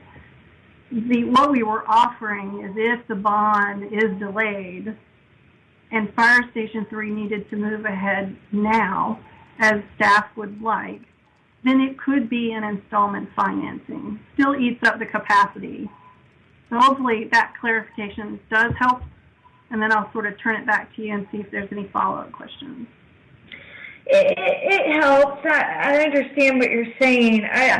I think it may. My feeling is it would be hard to justify to the public. Okay. But maybe I don't know. I guess we still have a ways to go. We still have more work, so maybe it will come out, in the process.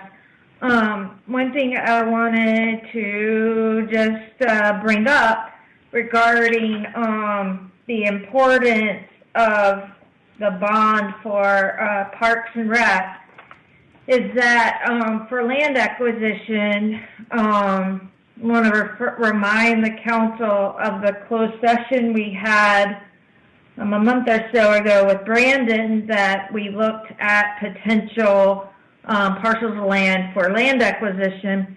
And the total of those parcels that were potential ones that we liked, came to $26 million, and that was 210 acres. And that was for undeveloped property right now that were potential land acquisitions. Okay, so that's a share to the rest of your council. Yeah, I was just putting that data point out there. Very good. I think Councilmember Rao has a final question that he would like to ask, I believe. Let me make sure. Yeah. Well, one thing for me, just to comment, is that I would like to see us potentially see within parks and recreational improvements if we could at least be open to maybe a senior center, other amenities, because I do really believe that I'm very excited about all this. But one thing, Councilor Garamella brought this up a few weeks ago, we have a lack of meeting space for our seniors and also for other community organizations. So many times, now we have our own community center that we've created there in the Davis McCrimmon Corners Shopping Center, which is great. But still, maybe having a combined senior center / I think the word was used, multi-purpose facility, I think would be really great because it would meet multiple needs of the town. Because I know we also are having needs with staff members, in terms of space being limited certain times. And we've expanded with Parks and Rec in other areas. So just food for thought. And then I guess, and before you answer that, the other thing is that, there's been, are we holding off on town center discussions because we're waiting back to get the response from the RFP, because I do believe that financing would also be something that we would need if we were to move forward with some kind of a demonstration project. So an answer to your town center is yes, town center is something that is developing just as transit-oriented development projects are being developed, affordable housing. You're going to have a critical discussion about affordable housing retreat, as well as your stormwater program, and really some other concepts that touch on sustainability. So I just wanted to move ahead to that and point that out. But my point is, if we don't, are you saying as a staff and the administration that it's just too early to look at that? Because let's say they come back, this is what we do, they come back with an RFP and they say, you're going to have to do this and you're going to have to do that. And, sometimes it looks like our approach has been a rather piecemeal approach where we go in and say, let's buy this land, let's buy that land, and, rather than knowing that we have a bank of funding to invest. Because I do believe from a downtown, we have to eventually make the decision, are we going to do something or are we not going to do something? Because I think it would provide us a destination. Okay, is that the end of your comment? Yeah, that's it. Okay. The town center is important to you is what I'm hearing. I'd say that town center is going through a pretty lengthy process for public-private partnership. And I think that it does need to get a little further along and matured so that you can make some informed decisions. That's not to say that we can't build some flexibility, as I was responding to Mayor Pro Tem Johnson, about some of the language in this ballot might be able to, in the future, align to some things that do contribute to that vision of town center. And I'm hearing that from you, Councilmember Rao, that that's an important element. I have, I believe, one more person with a question. Comment 3, we're on round 3. Councilmember Scroggins-Johnson, let's hear from you, and then I'm going to try to summarize, I believe, a little bit. Right. So I'm just trying to pull through a few things from the other council members' comments. I appreciate Councilmember Fender discussing and elaborating on the public safety improvement section. The timing of the Harris Mill Fire Station is pretty critical for me because we need that fire station. We're going to fund the fire station, and we do have a future fire station that's on Wake Tech campus, and we do need to make plans for that, but the urgency is not as significant as the Harris Mill at this time. I also heard you say, Jeannie, that you really shouldn't put 4, asks on a ballot. It becomes confusing, and they probably will compete against each other, these ballot questions. So therefore, not saying that I want this completely, I want it, later discussion, but do we need the category of public safety improvements at this time just because of the timing not being as good as it was last year, and we put something else in that third bucket, if you will? It could be, and of course this is my favorite, the senior center or a gathering place for the town, and see if the town residents are in support of some major project that would really move or advance our gathering opportunities as a town and fill a need that's been long-standing. So I don't know if that's even feasible, reasonable, how expensive it would be, but I'm just seeing how we need to both balance the ballot with the ask as well as the timing for the capital fund. So thank you. Well, thank you. I think Council Member Scroggins-Johnson has put an interesting option on the table for council to consider. I think I have someone who said that's Anne was responding to Steve's a great idea for smart cities and technologies. Council Member Fender, you wanted to reply to that for your third comment? Yes, please. I agree with what Councilmember Scroggins-Johnson is suggesting. She put it much more eloquently than me, but that's sort of where I was headed toward. But I was a bit hesitant to suggest that. Yeah, because I'm having an issue with going for a bond for these fire stations, considering the timing. So, in my head, I was thinking, well, one option is, do we even need this third category? Do we just go for two? But I also like Vicky's suggestion as well, maybe making this category different, as in a senior center, or I'm wondering, can we make it more geared toward the town center, or like she said, a gathering place?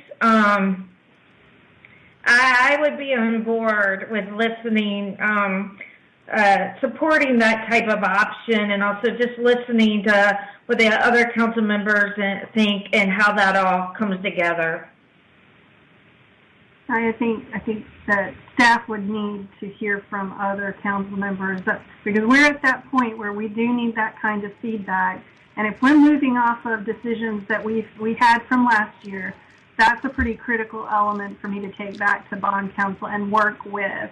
Otherwise, we potentially could land with 4 ballot categories is to accommodate the interest of town center, multi-meeting facilities, and public safety, and transportation, and parks and recs.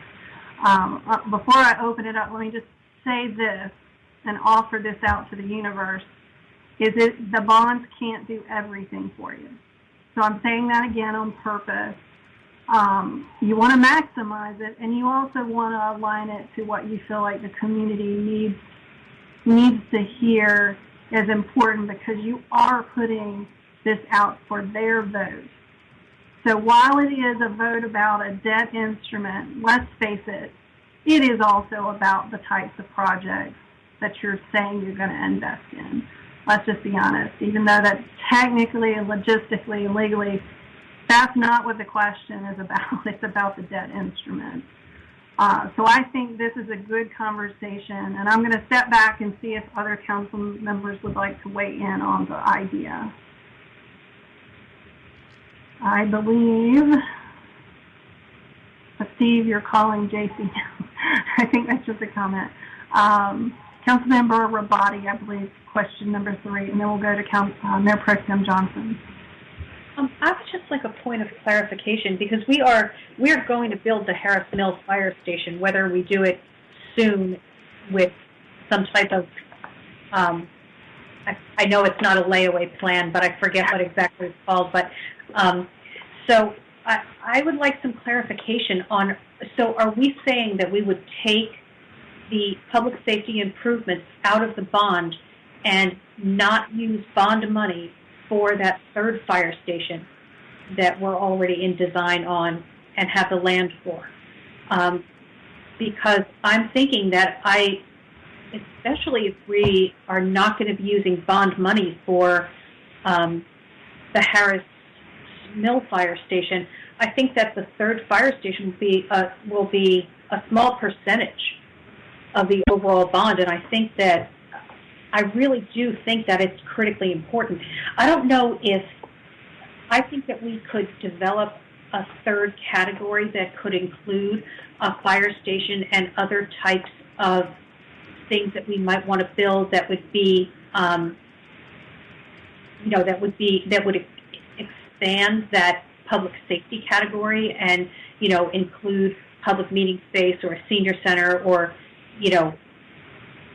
maybe public health and welfare or something like that, public safety, health and welfare. I don't know, but I do think that both of those fire stations are really important.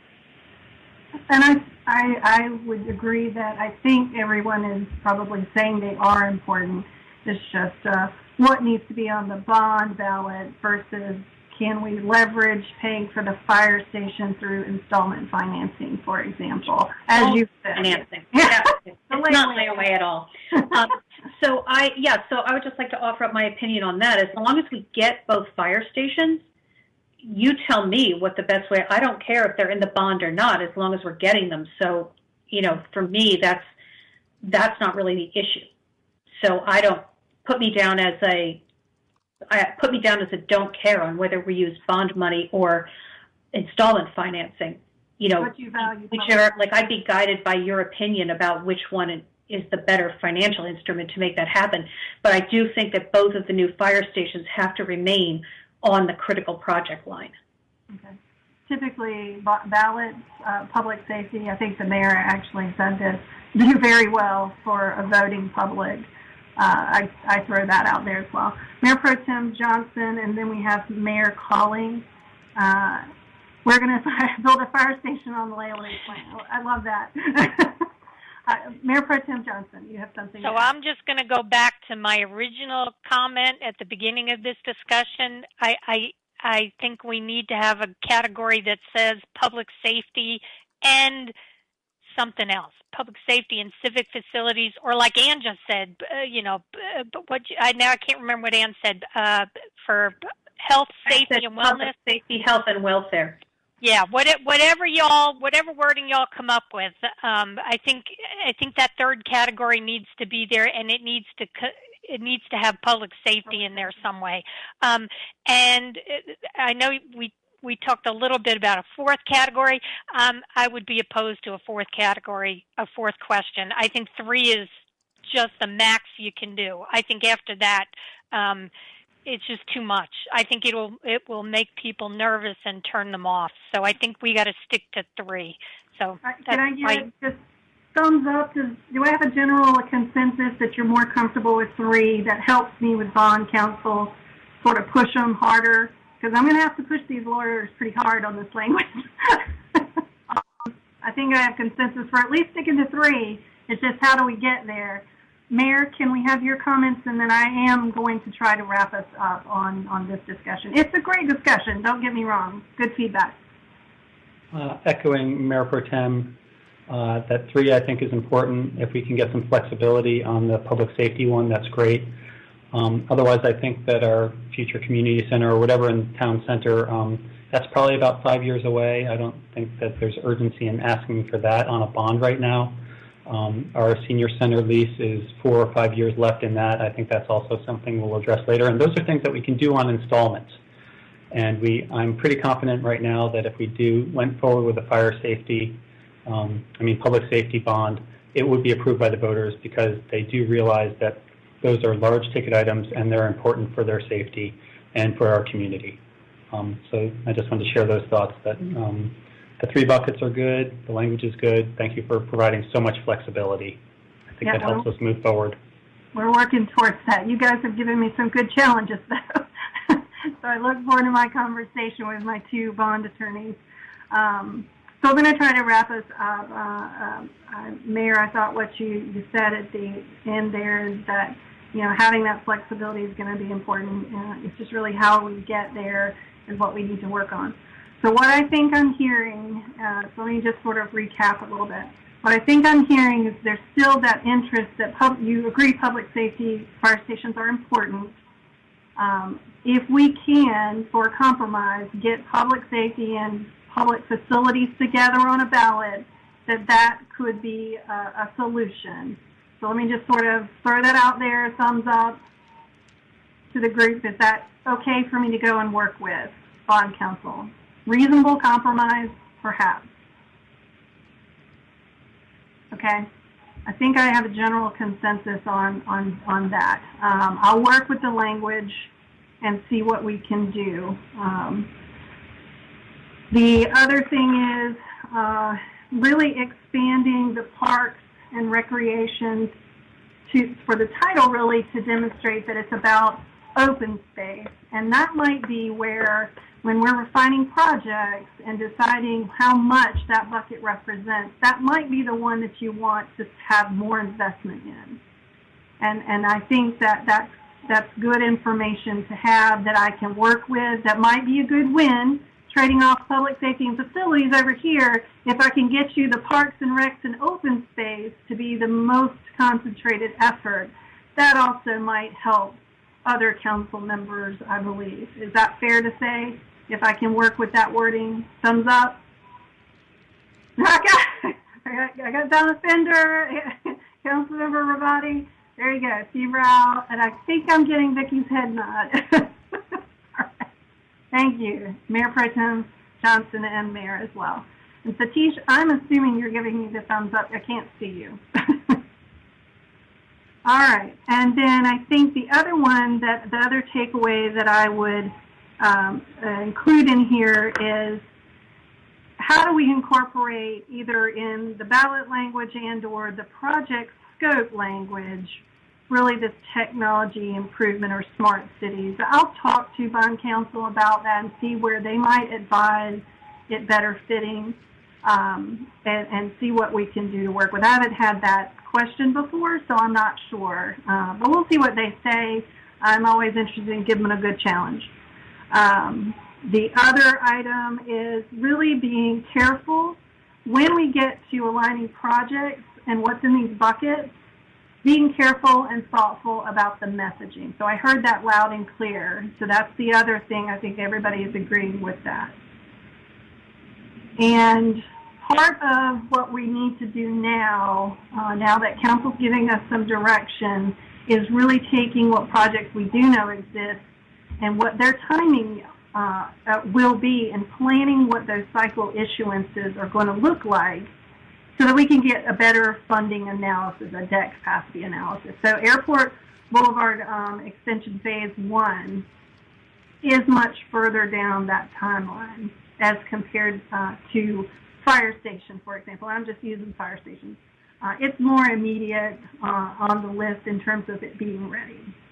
Public Works is sort of somewhere in the middle, because Public Works is a part of this whole picture in that it is installment financing. It's still a part of that bigger picture that I need to try to illustrate to council now so that you can see the big picture of all your tools at work. So that's sort of where I am at based on your input. You've given me a good challenge, so I appreciate it. Any other final thoughts?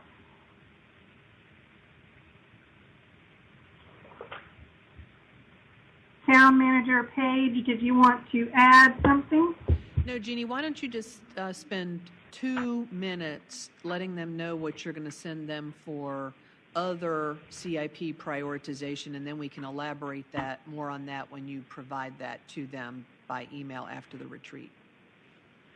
Absolutely. So in other words, you give me the hint, go quickly.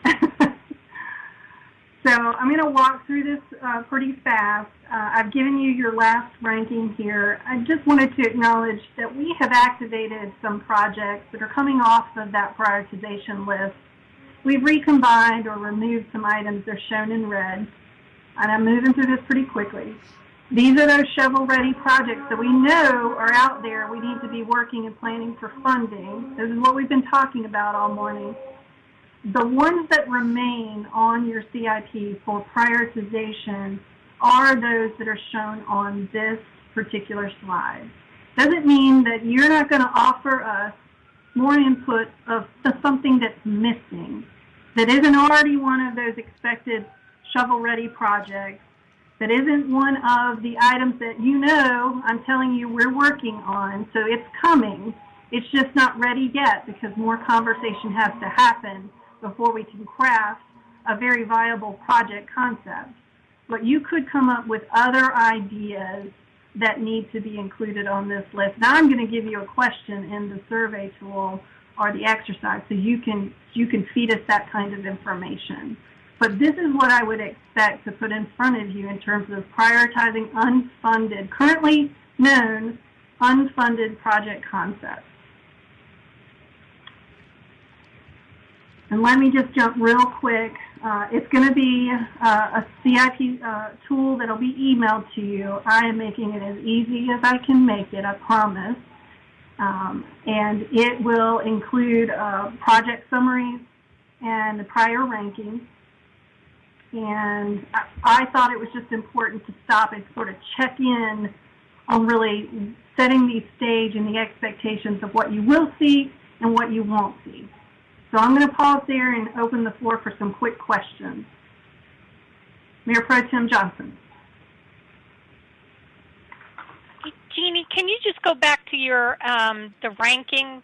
What is it? Page 10, I guess. Slide 10.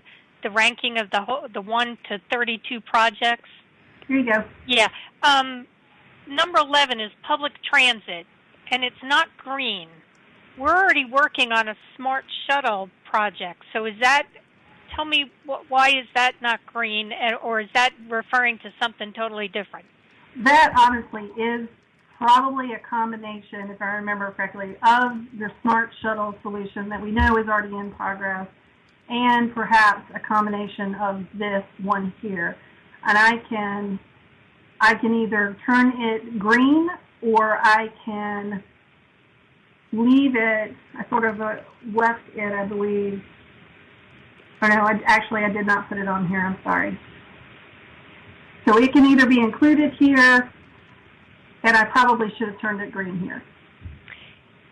Yeah, I don't want to give anybody the impression that we're not doing anything on public transit, because we are. We're investing right now on that smart shuttle project. So if I'm confused looking at that, I don't want others to be confused. So however y'all figure that out, I'm fine with.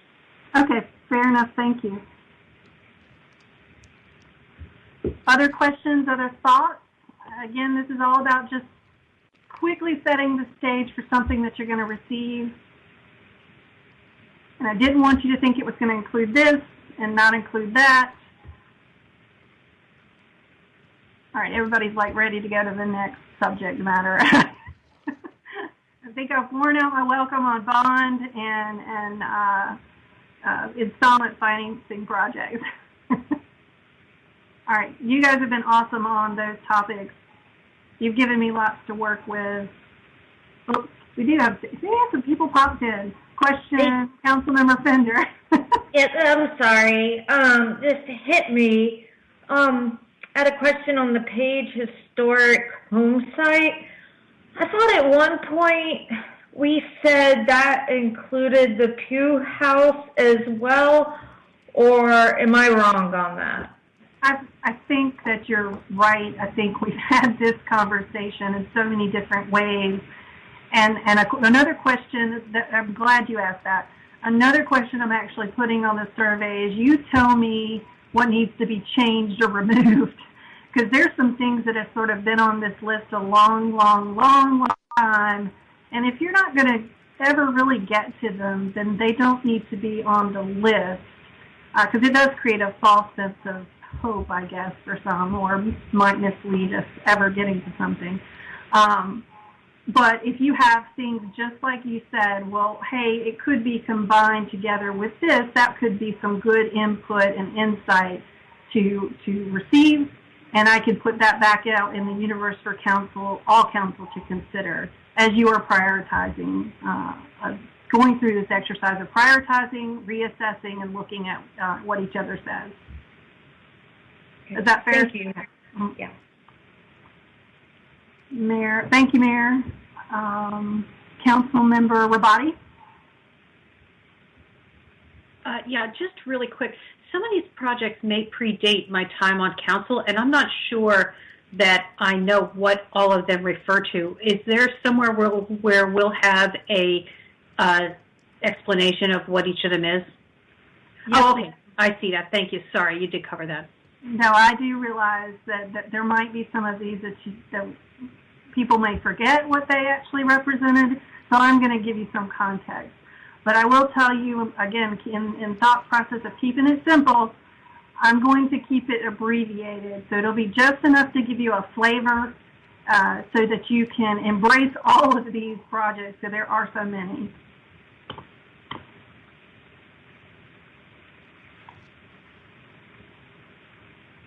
Oh, thank you, Mayor.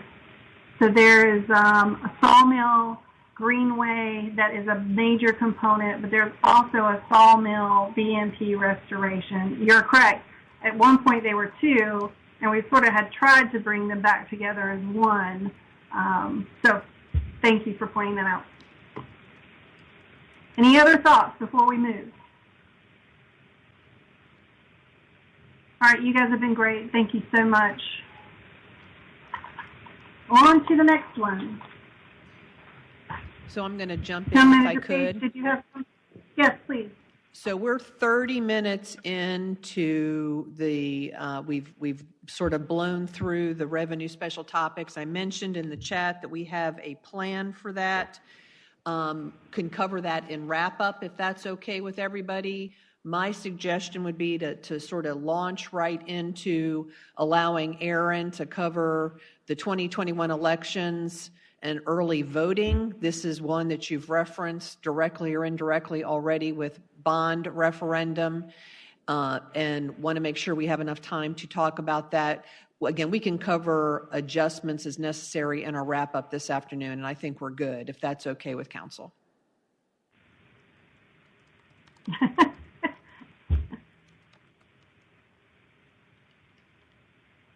Am I seeing okays from everybody on that? Thank you. I'm going to turn it over to Aaron, please. All right, thank you. I'm going to request control. And good to be with you all again this afternoon. Martha's correct. This is a topic that you all have discussed and may have heard a little bit about over the last week or two. So staff has definitely seen this as an important topic and topics of discussion, and definitely wanted to bring you the information at least that we know about this topic. So our session objectives for today, we really want to talk about what voting looks like in Morrisville with a specific lens to municipal elections and early voting. We want to cover some details for this year's municipal elections, aim to focus the majority of our time on the council discussion and decision points that are needed, which are shared on slide 8. If you'll give me about 8 or 10 minutes to get through my material, I'll ask that you hold your questions until the council discussion, and then both I and other staff will monitor the chat log throughout so that we can productively manage your discussion. So you might recall during a roundtable discussion a few years ago, staff was asked to explore the potential for early voting, and in fall of 2019, we provided some sites to the Wake County Board of Elections. If I intertwine that as Wake County Board of Elections or BOE, that's what I mean there. And they began to explore for 2020 primary and general elections. They looked at schools, recreation centers, a historic Christian church, and some private facilities as well. It is difficult to find facilities that meet all Board of Elections criteria for early voting, and I'm going to cover that criteria here in just a moment. And election day voting criteria, which is at precinct locations, is a little bit different. Sites are continually vetted as submitted and then determined and voted on by the Board of Elections about 3 to 4 months before the primary. So I'm going to deviate from my slide slightly and go ahead and cover some of that site selection information. So when looking for sites, it's pretty specific for early voting, and there's a number of reasons as to why. Voting room size has to be no less than 1,500 square feet, and that's not a building, that's a room. The room access, parking, all has to be ADA compliant. They really want a voting room located on the ground floor of a building. Parking for curbside voting is required by state law. Free parking for voters plus 30 or so spaces for voting staff is required. They need room capabilities for equipment, so think AV, internet, etc. Secured and locked storage for Board of Elections equipment is required by law so that they can securely store their information and materials overnight. The room use is for 24 hours per day for 17 days. It's the full early voting cycle. They also have a few days on the front and back end of that cycle that they need access.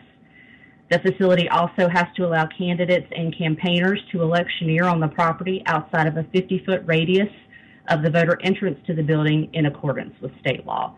So lots of really unique criteria for an early voting site. So back to cost. Costs for municipal elections are absorbed by the County Board of Elections, then billed to and shared by each municipality. They're estimates at best, provided early in the calendar year by a Board of Elections, and then true costs actually remain unknown until after October primaries. Morrisville is what's known as a simple plurality. That means the top vote getter in November is the winner of the elections, And then Raleigh and Cary both hold October primaries with November runoffs. If runoffs for Raleigh and Cary are not needed, then the cost share for remaining municipalities in Wake County that November ends up being a little bit higher. So we have provided a little bit of voting information, but I'll share also just a tidbit with you. The most recent early voting sites in Morrisville were held 3 times in about the last 13 years. None of those were municipal elections. And since those elections, the legislation has changed, the rules have changed, and frankly, our town has changed a little bit since those occurrences. So First Baptist Church was an early voting location for the 2016 general election, and Cedar Fork Community Center was an early voting location for the 2010 primary and the 2008 general election. Relating to voter turnout, the image that you see there on the bottom shows the last 4 municipal cycles, which again is really the focus of our discussion here. And the data that we have assessed shows that early voting in Morrisville hovers around 10% or less of the total votes cast. As staff reviewed data and information, we were a little bit surprised by the large number of absentee and mail-in votes that were shown in the data, but we also know that the future of mail-in voting is a little bit unknown at this point. So I will ask if Town Manager Page has any comments or thoughts that she might want to share at this time. Nope, Erin, you did great. Thank you. So I'm going to provide a little bit of context for this slide before I get into the numbers. I do want to point out that we do owe a final decision to the Board of Elections on whether we wish to move forward with an early voting site at this time. We'll cover that in the decision points, but just want to sort of frame that. And staff has really worked and developed a very strong working relationship with the Wake County Board of Elections. I know that they've certainly helped to educate me over the last couple of years. They have helped to explore and vet sites for months for us, and the fact is that there are limited options in Morrisville due to the criteria that were shared previously.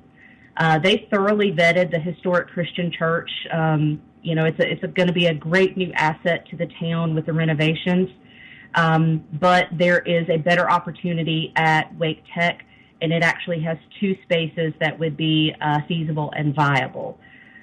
There would be some additional fees that would be incurred, nominal fees, but incurred because it would be use of a public or private facility that Morrisville does not own. We would be required to enter into an agreement with Wake Tech for use of that facility for the 17-day period if we chose to move forward with that option. So quick reminder, the figures shown on the screen are estimates at best, provided by both Wake and Durham counties. True costs, again, remain unknown until either after those October primaries or the November elections. You'll see there in the bottom right just a couple of little caveats. One of those really is related to a legislative change in 2018.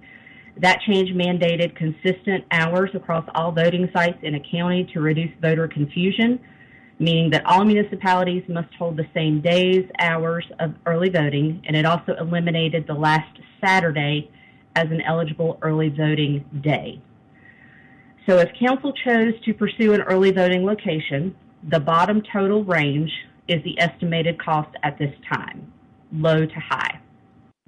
If council chose to move forward with only election day voting, which has been the case that we have followed for the last few years, the top line range are estimated cost at this time, low to high. And I'm happy to come back to this screen at any time as we go through the council discussion as well.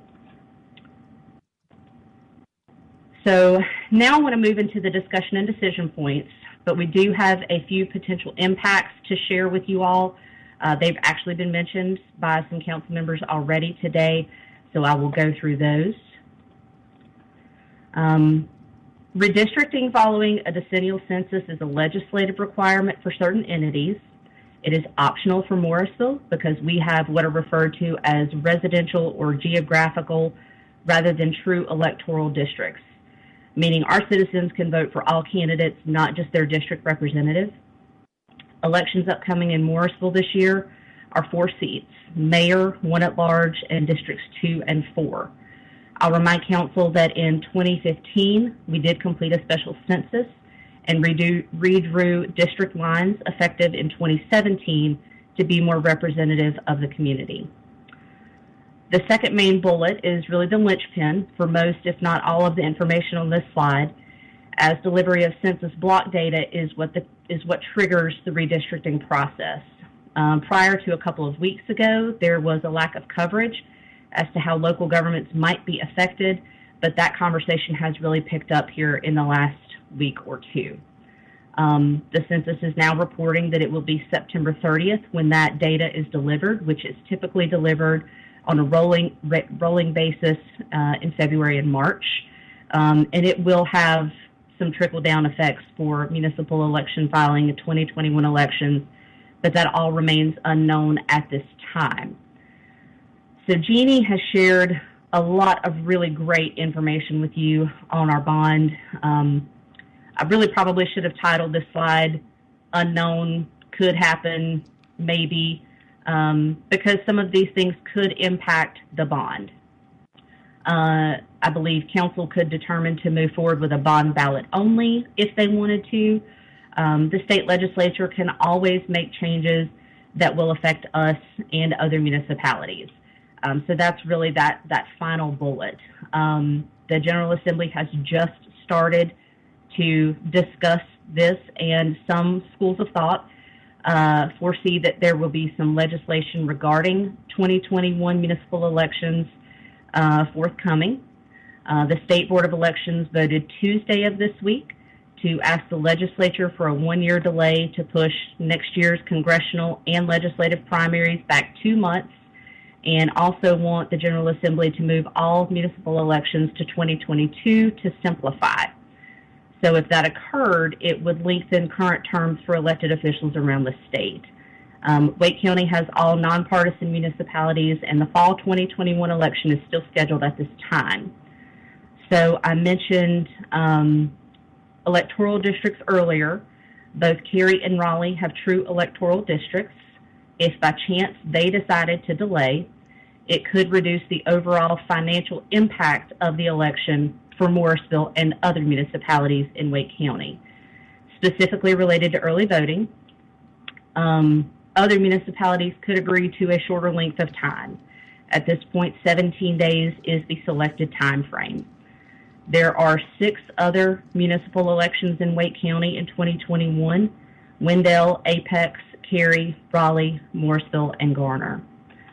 So additionally, let me wrap up this one point. Councilmember Fender, I do see your question. Let me wrap this final point and then we'll get to that.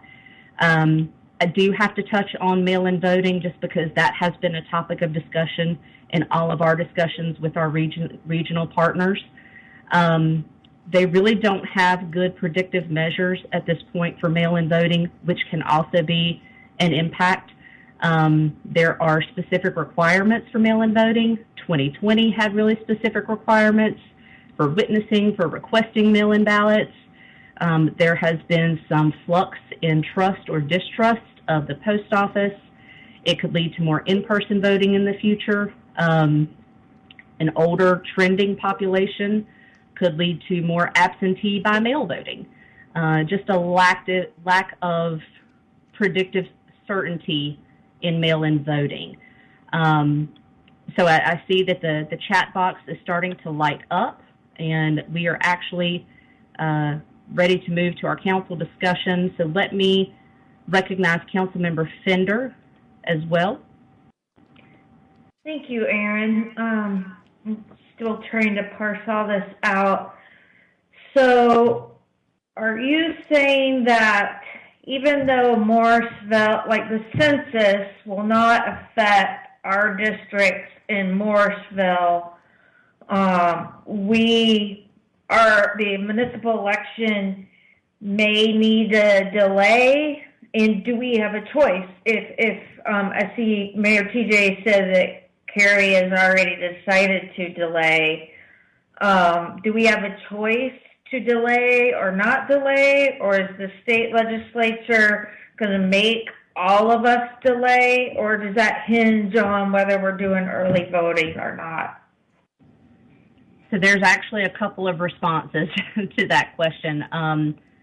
Morrisville is not a true electoral district, so we don't have that ability to say we're just going to postpone. Cary is a true electoral district, and under North Carolina general statute, they can choose to postpone. I do believe Town Manager Page has some information on that as well. It is still very much unknown when, if, what decision the legislature will make about moving or postponing municipal elections. There is some discussion and some thought that they will make a blanket decision to postpone all municipal elections across the state. We just do not have that answer at this time, unfortunately. Okay, I understand. And is there? Well, now I see you're coming up to it. I'm done with my questions. All right, so let me scroll back up. Mayor Colley, did you have a comment there? No, ma'am. Thank you. Councilmember Rabati. Well, actually, I'd like to hear Martha's information before I make my comment. Just a clarification on the mayor's comment. I'm sure that the council members are talking about it and may, in their own individual minds, have come to that conclusion. They have not officially discussed this item. It is on their retreat in a couple weeks in March, is the information that the town manager and Cary gave me. And that March 2022 may also be preempted by any state decision. Okay, thank you. So I just want to understand what I'm hearing here. So there would be, if we delayed, let's say that we delayed it until March 22, there would be a March 2022 election, and then there would be a November 2022 election for everything that was supposed to happen in November of 2022. So that would be a double election year. Is that what would happen? So March 2022 would be the primary, and then the general election would be in May. Town Manager Page, please correct me if I have that incorrect. Yes. Okay, but we don't have a primary. I'm sorry? We don't have a primary. Correct. So our elections are, again, not infected by the census. So and I'll just reaffirm what I think Councilmember Fender has also clarified. We cannot arbitrarily just choose to delay our elections. We are not allowed to do that. However, we could choose to proceed, and the state could preempt any decision that we make by mandating all municipal elections be moved. They could choose to only address those with electoral. And I was able to participate in a seminar that the League of Municipalities held on Thursday. And the issue of timing related to this March versus May versus everything else cascading after that relates to the amount of time it takes to redraw districts, go through public comment and hearing processes, then do all the processing and balloting through Board of Elections. So also, as we spoke on that conference, the state of Ohio has actually filed a lawsuit to force the Census Bureau to issue information by March 31st. So as Aaron has talked about, it is incredibly fluid, and even when it was presented to the state legislature here, there are already opposing views as to what should be done. So it is in a very large state of flux. Okay. So I would just like to address the decision points. I don't think that we need early voting in Morrisville for the off-year elections. Attendance at those elections, participation, is so low as to be non-existent, but I do want to explore the question of early voting in Morrisville, particularly for presidential elections, but also for even year elections, because I feel that past voting records for elections that include Senate races and presidential races, past voting data is not going to be indicative of future voting data. I think that more and more people will be voting, and I think that in those years we should be offering them an early voting site in Morrisville. On the bond referendum, I think we could go forward with a bond ballot only. I think that would be a good idea, and I think that's something that we should strongly consider. I don't think that we should wait. If we can, I don't think we should have to wait until next year to put forth a bond question. That's all I had. I believe I see Councilmember Scroggins-Johnson next.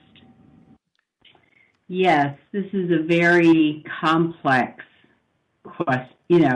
area. And thank you, Erin, for being so helpful with the details, even though we don't have a final way forward to really talk about. So I'm going to actually go and talk about a couple of the scenarios. First of all, both Raleigh and Cary are subject to that requirement that they have to rebalance their districts because they have district-only voting. So the majority of Wake County would have to delay if the census information is indeed delayed until September 30th.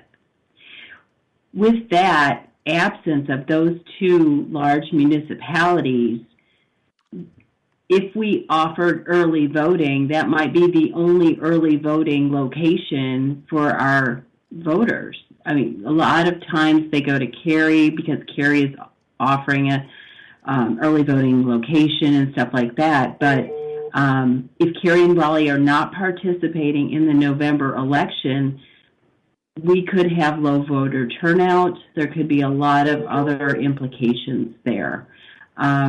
Something to think about.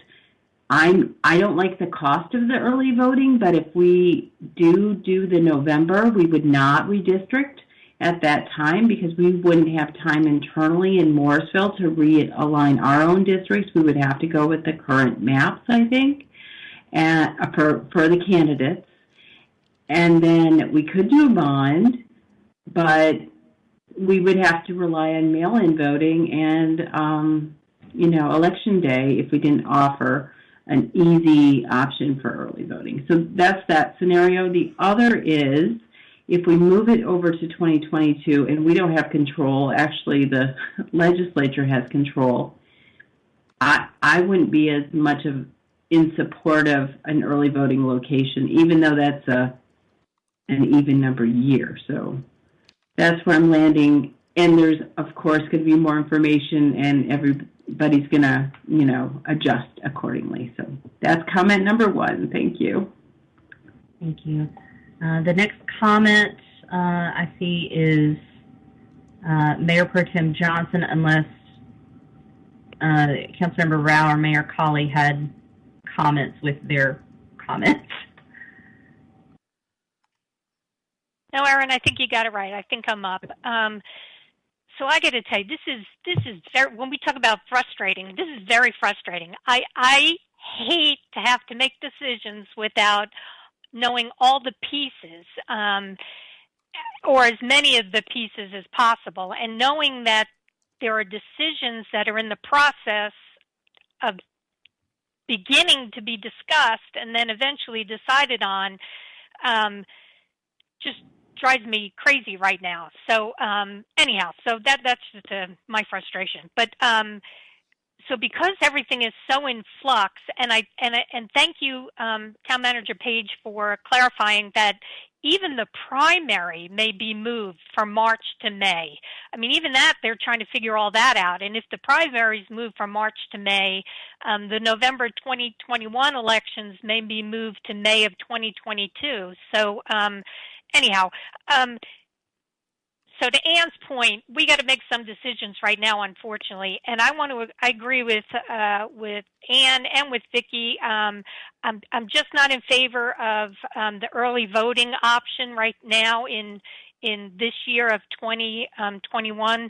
And I think that's a big expense for a low number, a low turnout. So. I love the idea that early voting is possible. I've used it myself in the past. There's too many things in flux right now, so I'm not in favor of moving forward with early voting this year. I'm really happy now, and if anyone was following the discussion 4+ years ago with the census and the redrawing of the district lines, I probably am doing a 180. But I'm really happy now that we at least adjusted our districts back in 2017, so they are not so out of whack,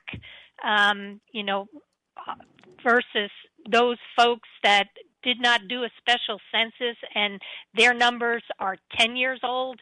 So, everything in hindsight, hindsight gives you great vision, and the decisions you make at any point in time are only as good as the data that you have at that point in time. So today I'm glad that we at least have our updated districts to 2017. And then this question of doing a bond-only ballot makes me nervous. I'm worried that I think the bond probably needs to stay with the municipal election, our municipal election. Then you'll get the best turnout. I'm afraid a bond only on a ballot without the municipal seats may not get that good a turnout. So that's where I'm going to have to land on this one right now. And I don't know if there's what else you need, Aaron. Hopefully I hit most of them. If not, I'll come back for comment too. And I'll come back for comment too anyhow, probably. Thank you. Thank you. Mayor Colley, I see you next. Thank you, Aaron.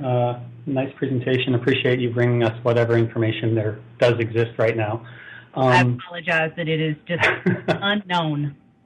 It's totally understandable. I think that it's going to be really important to provide even number early voting wherever possible. I think this year is a little bit too much in flux to go ahead and commit those kind of dollars to doing early voting this time. I'm hopeful that there will be a lot of absentee voting and in-person that we've done in the past. So that's where I come down on telling Board of Elections for this cycle right now for November. For the bond referendum, I think sooner rather than later. I'd be hopeful that we can do our elections in November in tandem with the bond. If our municipal elections are delayed, I think doing the bond now, I think it will still pass. I do understand that there would be concern about the turnout, but I think our marketing and messaging and the importance of getting this bond under our belts is really important. 2 years ago I wanted to do it. Last year I wanted to do it. I think delaying any more is problematic. The sooner we can get the bond and the assets we need to make things happen, that's how I come down on that. Thank you. Councilmember Rao. I'm sorry, I had something was going on the computer. It shut down on me. So I agree with that. I think that the cost is too prohibitive at this point to go forward with early voting now. I think there's so much uncertainty as well with these elections. I think that, I don't know whether it's always better to have local elections in the off cycle, because I think for things like bonds, it's better when there's not as much stuff on the ballot. And these elections are labeled nonpartisan, and so I would hate to see our elections get caught up in a lot of the national issues. And so I'm hoping that we don't delay our elections. But from what I've been hearing out there, we just simply don't know, and it's very frustrating. because one school of thought is that it just would be easier to delay it for everybody. So I guess we're just not going to know. And the other school of thought is the pandemic, people are just so tired and COVID fatigue that when March, if we have herd immunity and people are getting out more and we're getting back to a lifestyle where we feel more comfortable meeting in communities and knocking on doors. But right now, even with everything going on, it's going to be a hard thing to do as early as, September, October. Maybe not, but, that's just my thought. So, I guess Aaron, did they say when they were going to announce the General Assembly, or is it just we don't know? The information I have read and have seen, they just have really started having that discussion at a very high level. So I think it will be a little while before we hear. Okay. All right. Well, that's all I have. Thank you for this update. Councilmember Fender.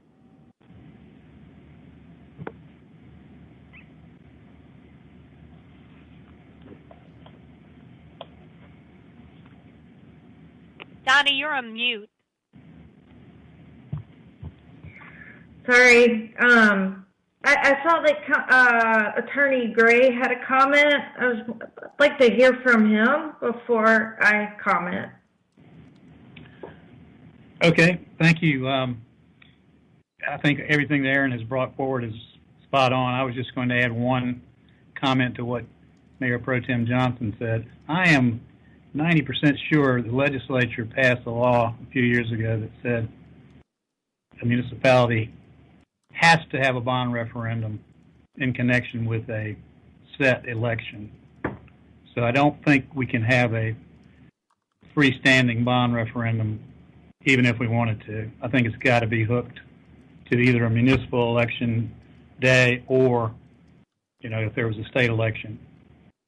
So just FYI, we can run that down for next time we bring it to you, be sure. Thank you, Frank. All right, that's good information.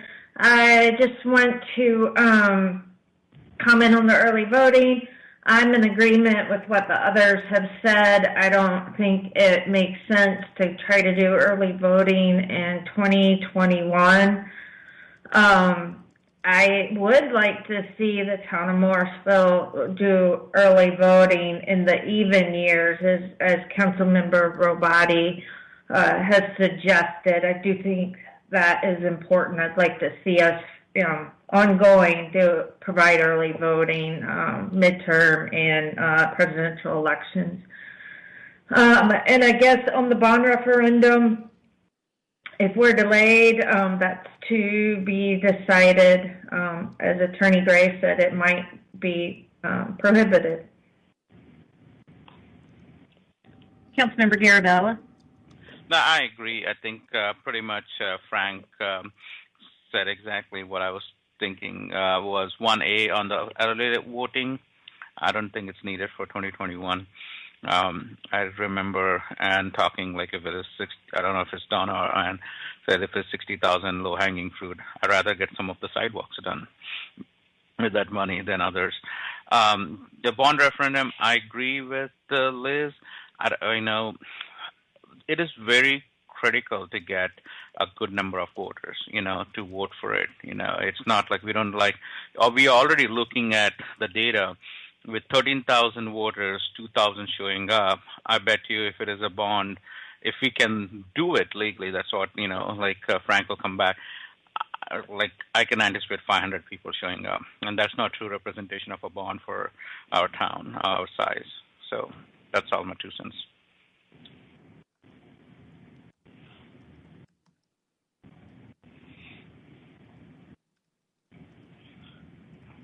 Any second round comments?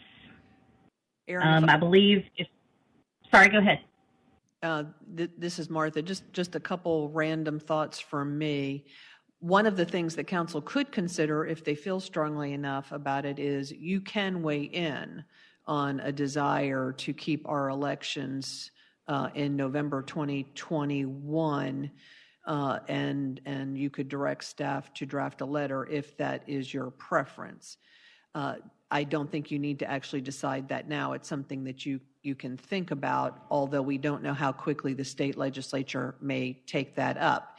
The other thought that I've had is if we get delayed, some of the very germane discussion you had about the ballot categories, et cetera, it does change our timing on some of those final decisions to take into account some of your feedback. We're not going to stop working forward, but that timing strategy could allow some flexibility in taking into account some of those things you said during Jeannie's presentations. Thank you, Martha. I will do a quick summary, at least on the early voting piece. I believe I've heard consensus that there is not support for municipal for an early voting site for municipal election if it is held this fall. And I believe I have heard from most that there would be some hesitation for a bond ballot only in November, but that's also to be confirmed if that's even a possibility for us, because it may be prohibited by legislation, and staff will confirm that.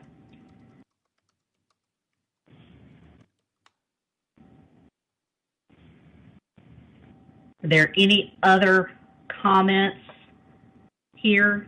Any other questions? Anything else that you all may have questions or thoughts about that staff can look into and bring back to you?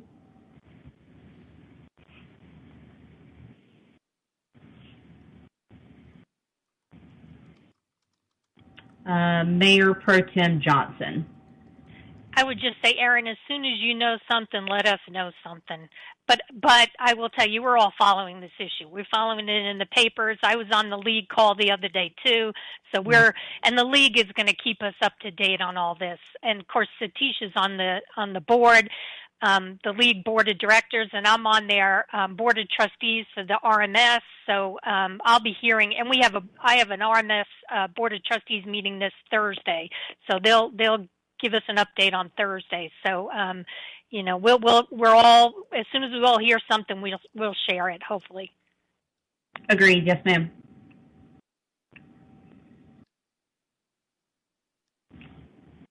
All right. Any other final thoughts, comments, questions, concerns?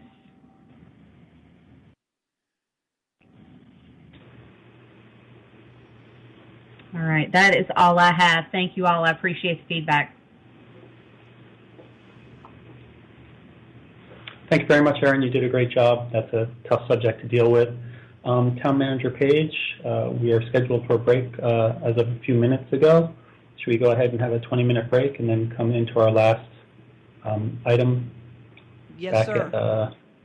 At 3:15? Yes, sir. Okay. We're about 10 minutes off. That's pretty darn good, if you ask me. So 20-minute break, I'd suggest. Okay. It is 2:55. Please reconvene at 3:15 and let us know in chat when you are back with your cameras on. Thank you all.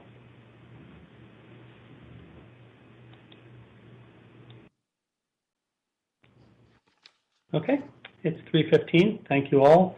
Hope that break was refreshing. We have another couple of hours of work ahead of us. I'm very much looking forward to this next item, Advisory Committee Charter and Work Plan Review. We are so lucky to have so many dedicated residents who have volunteered for our committees, and we really lean on them a lot as we move forward and try to do the good work of the town. So we're going to be looking at their charters and their work plans that they've presented to us and discuss those. So this should be a really great discussion. It's going to be facilitated by our town clerk, Eric Smith. Mr. Smith. I believe you may be muted, sir. I should have known. Good afternoon, Mayor Pro Tem, and members of council. As the mayor stated, our final topic of discussion for today is one of my favorite topics, Advisory Committee Charter and Work Plan Review. I'm happy to go last on this because we've spent the morning discussing these huge dollar amounts.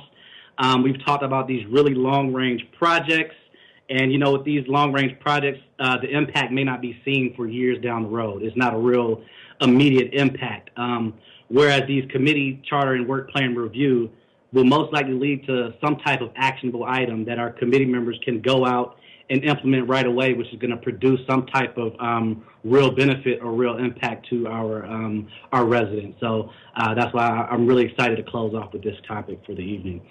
We do have 2 hours slated for discussion, minus the 10 or so minutes that I'm going to be taking to provide a high-level overview of the entire process. And so this is going to leave us with about 15 to 16 minutes to review each committee charter and work plan.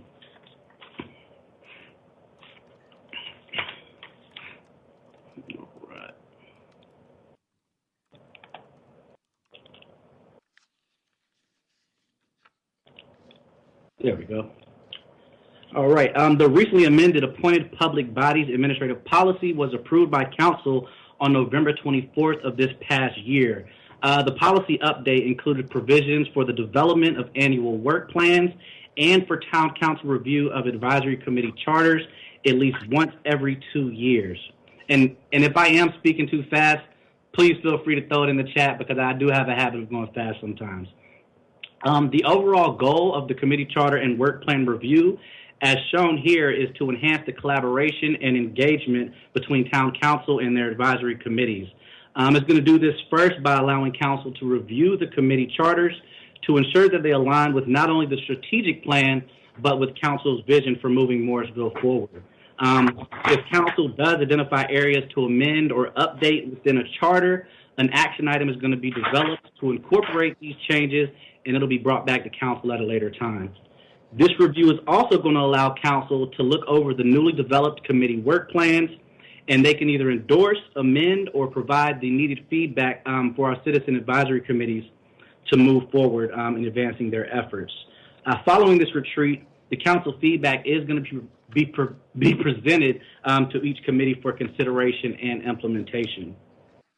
This engagement between Council and committees will be an ongoing effort throughout the year, with additional opportunities for engagement taking place during the mid-year work plan update, the year-end report, and their annual meeting with Town Council. It also should be noted that the PZB did not develop a work plan, as their goals, as their work really isn't committee driven.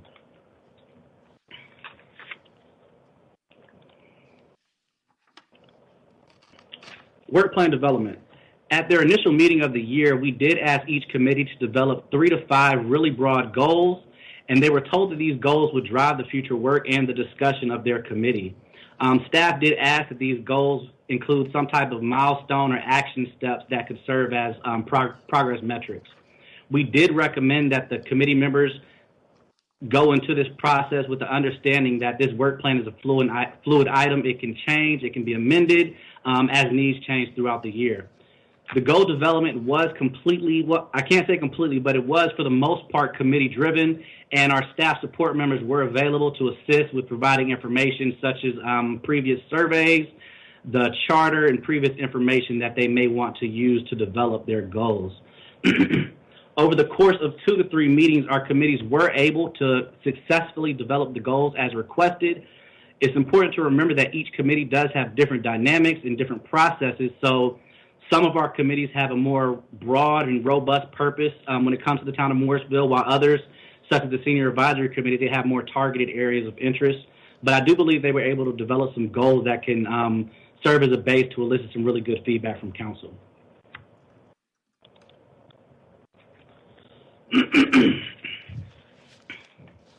As for the review process, I do plan on presenting each committee charter. Then I will read the purpose section within each charter and allow Council to discuss the charter and amend it at their discretion. If Council would like to continue to use the chat box function as they've done for the rest of the morning, and then reach consensus regarding any edits that they would like to see after everyone has made their comments. Following the charter review, we're going to move directly into the review of the work plan. I feel moving directly into review of the work plan is going to be good because it'll allow Council to see those areas of alignment between the work plan and the charter. And just like with the charter review, once I present the work plan, I'm going to open the floor for Council discussion and feedback. And just a quick FYI, in hindsight, I do realize that when you're looking at the screen, the charter is going to appear really small. And I wish I would have blown it up now that I get a chance to look at it myself. But if you want to look at your binder, there is the copy of the PowerPoint slide within the binder. And it also could be beneficial because you could use this, the binder charter as like a markup document to outline your edits or changes that you're going to want to see. Did we have any questions before we moved into the actual review? All right, I'll take that silence that we are good to go. The first committee for review is going to be the Public Safety Advisory Committee.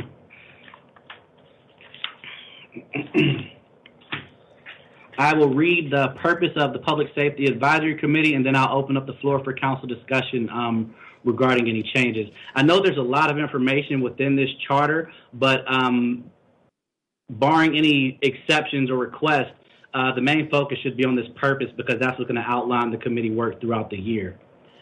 So the purpose of the Public Safety Advisory Committee is to examine ideas and report on methods and concepts to protect and improve citizens' health, safety, and welfare, and the peace and dignity of the town, to recommend policies in the form of draft resolutions and ordinances for consideration by town council, review and comment on budget items related to public safety, plan and staff exhibits and events to promote and encourage public safety awareness, and create educational opportunities to be published in local news media and towns' newsletters. And if you want to take a second to digest that or read over it for yourself, and then you can use the chat and we can facilitate the conversation from there if the mayor wants to move forward like that. The way you stated it earlier is perfect, Mr. Smith, so I'll let you facilitate and deal with questions as we go. And is it showing the charter full screen? I just want to make sure everybody can see it full screen. Okay. So were there any comments or edits or amendments to the charter? Eric, if you want me to help facilitate Councilmember Scroggins-Johnson. Councilmember Scroggins-Johnson, I believe your comment is related to the work plan, or is it related to the charter? Exactly. So I thought I'd just enhance that so I don't have any charter comments. Okay, gotcha. And I will get to you right after I ensure that there's no charter comments. I didn't want to think. Thank you. Mayor Cawley, did you have a comment in reference to the charter? Yes, please. For consideration, add to the front of 3A, seek out and research and examine ideas and report on methods. I would love for our committees to be a little bit more proactive in going outside to try to bring in more new ideas and be more innovative. Later in that sentence, to change wherever it appears in any of these charters from citizens to residents, because I believe that residents is a broader and more inclusive term.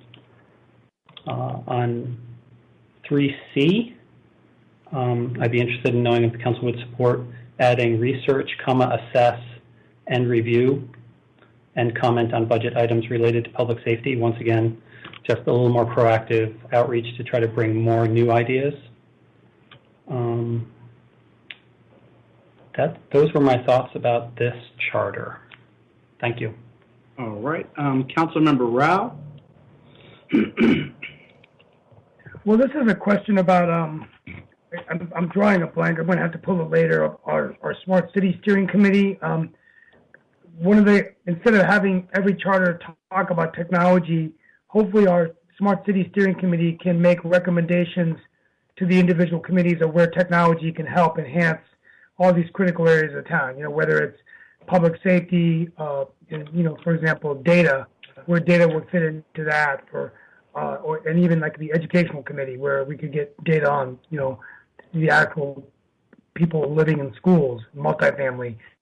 So Eric, would that be a safe assumption to make that we could give whoever ends up chairing that committee that their recommendations for technology and smart technology would focus in, because the assessment where we developed our smart city plan was based on the strategic plan. So if you want to cover that later, And that the smart city discussion will most likely come back before council at a later time, only because they haven't had that opportunity to develop those work plan goals yet. But that's certainly something that I could take to them at their first meeting to kind of get the ball rolling as they develop those work plan goals. Well, because then the reason I say that is, it'd be tempting to add technology into each charter to say, but that's sort of implied, and that way maybe it's better it comes from them, and then they're making the recommendation, right? So, all right. That's all I have. Thank you. Okay, and Mayor Pro Tem Johnson. So I'm sorry, Eric. I should have asked this early on, so so that I understand. We're not gonna vote on any of these changes tonight. No. Whatever changes we offer to you, you're going to bring them back at a council meeting where we have a second pass at them and bless them. That's correct. Whatever change you have now, we're going to review it, implement it within the charter, and then we're going to come back with an action item in April or May for you to approve and finalize. Okay, because I am much more a visual person. So to hear these changes, I can catch a couple here and there, but I need to see them before I'm okay with any of them. So, and I apologize. I maybe we would have done this a little differently then. But anyhow, so I'm not sure how to comment on a lot of stuff right now. But I do want to make this comment because this one is really important to me. I am not in favor of changing any of the wording from citizen to resident. I think it's really important that we be inclusive by using a word like citizen, because what we do and what our committees do impacts not only our residents but our business community. And you all have heard me say this before. When I use the word citizen, I'm being very inclusive. So I think that resident is just not enough. The work that we do does not just impact residents. Clearly, they're very important, the most important group of people we represent. But and especially when it comes to public safety, this committee especially has a heck of a lot to do with citizens across this town. Yes, ma'am. And staff will work towards compiling all of these suggestions or edits into some form of a red line document. That way you can look at it, digest it a little bit further, and then reach some type of consensus on which ones you want to move forward with. So the plan isn't for you to make the decision now, and then we're just going to present it to you. We do want to give you that time to kind of digest it in the future. The next comment, Councilmember Robati. So I think that citizen is kind of a loaded word. Many of our residents are not citizens in the sense of citizens, U.S. citizens. And so I hear what Councilmember Johnson or Mayor Pro Tem Johnson is saying, but in fact, citizens does not mean residents and business owners. I would be okay with changing the language to residents and business owners. I think that would be more inclusive and would also be a lot closer to what we mean. Also, I would not support the described change to Section 3C to research, assess, and review and comment on budget items, because I think that assessing and researching budget items is staff's job. I think that what I would expect the committee to do is review and comment on budget items related to public safety, just as it says here. But I would have no expectation that they would research or make assessments about budget items. I think review and comment is as much as I want to see an advisory committee do. Thank you. Councilmember Scroggins Johnson. Thank you, Eric. So I want to tighten this up a little bit so we're really clear. This has been a charter that's gone for many years without any revision, so I'm a little bit cautious.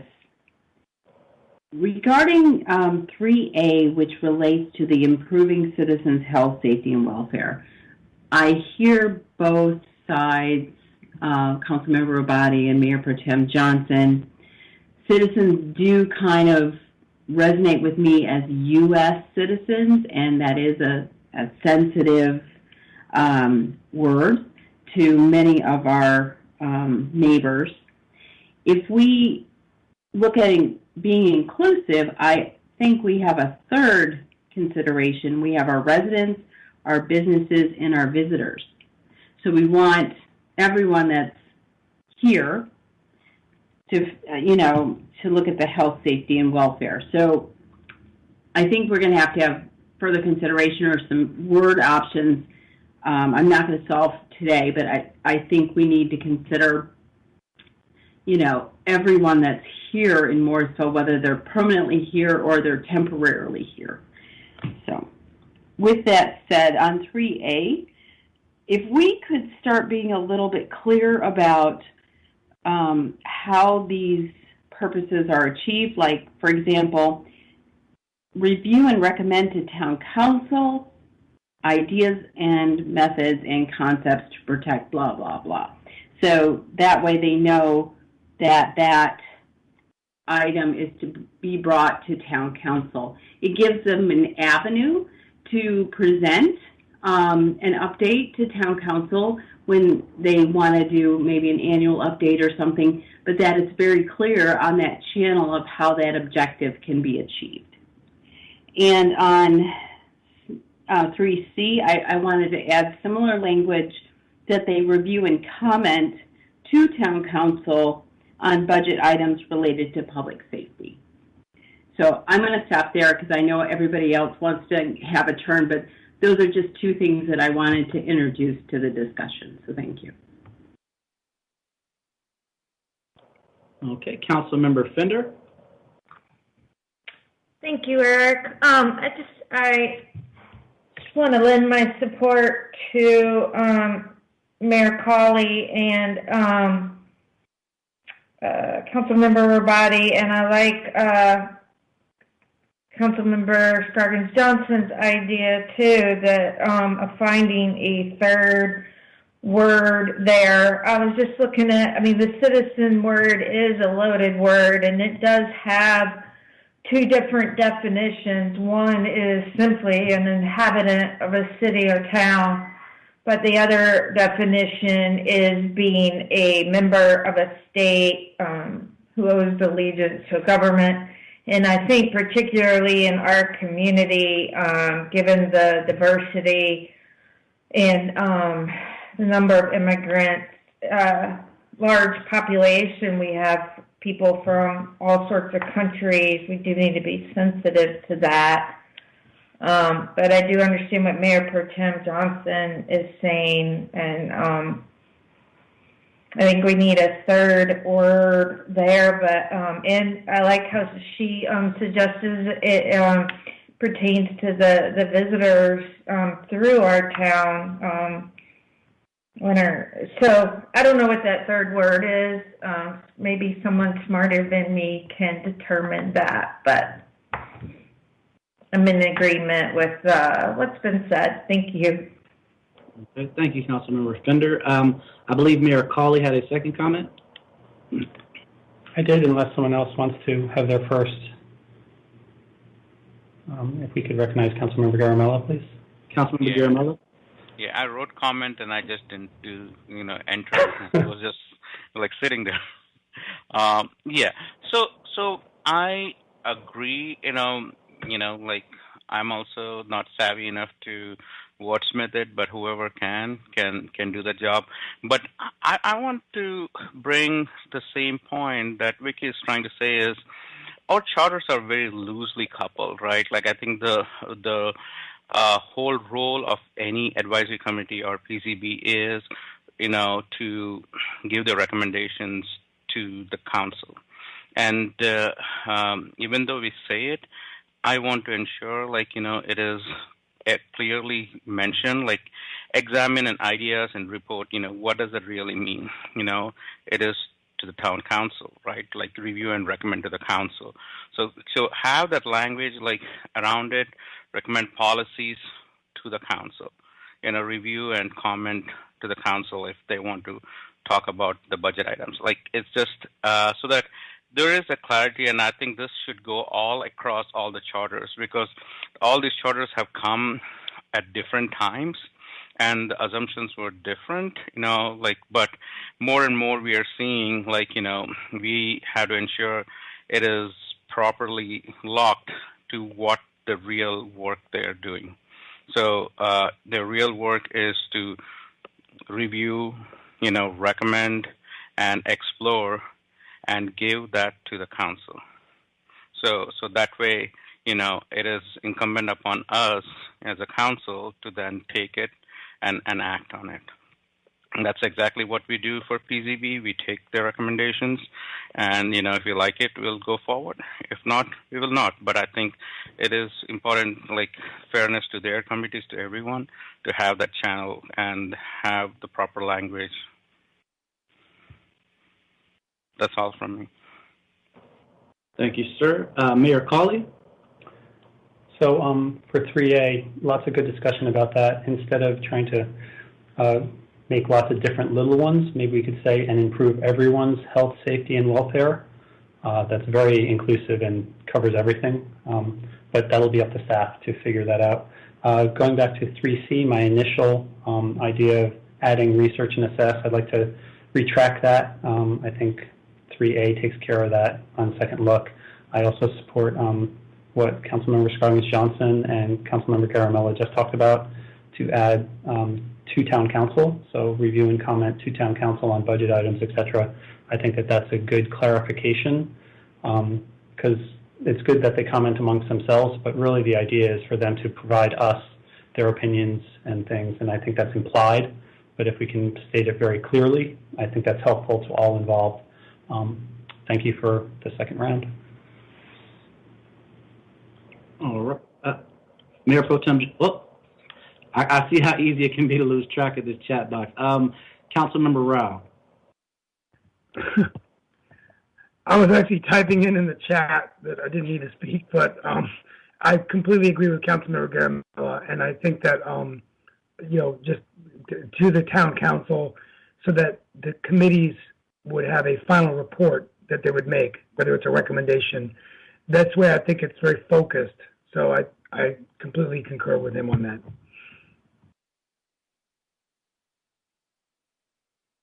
Mayor Pro Tem Johnson. Thank you, Eric. I was just going to say the same thing. I echo Councilmember Garamella. I think add that type of wording anywhere it's appropriate. I would say, if you look at 3D, plan and staff exhibits and events to promote and encourage public safety awareness.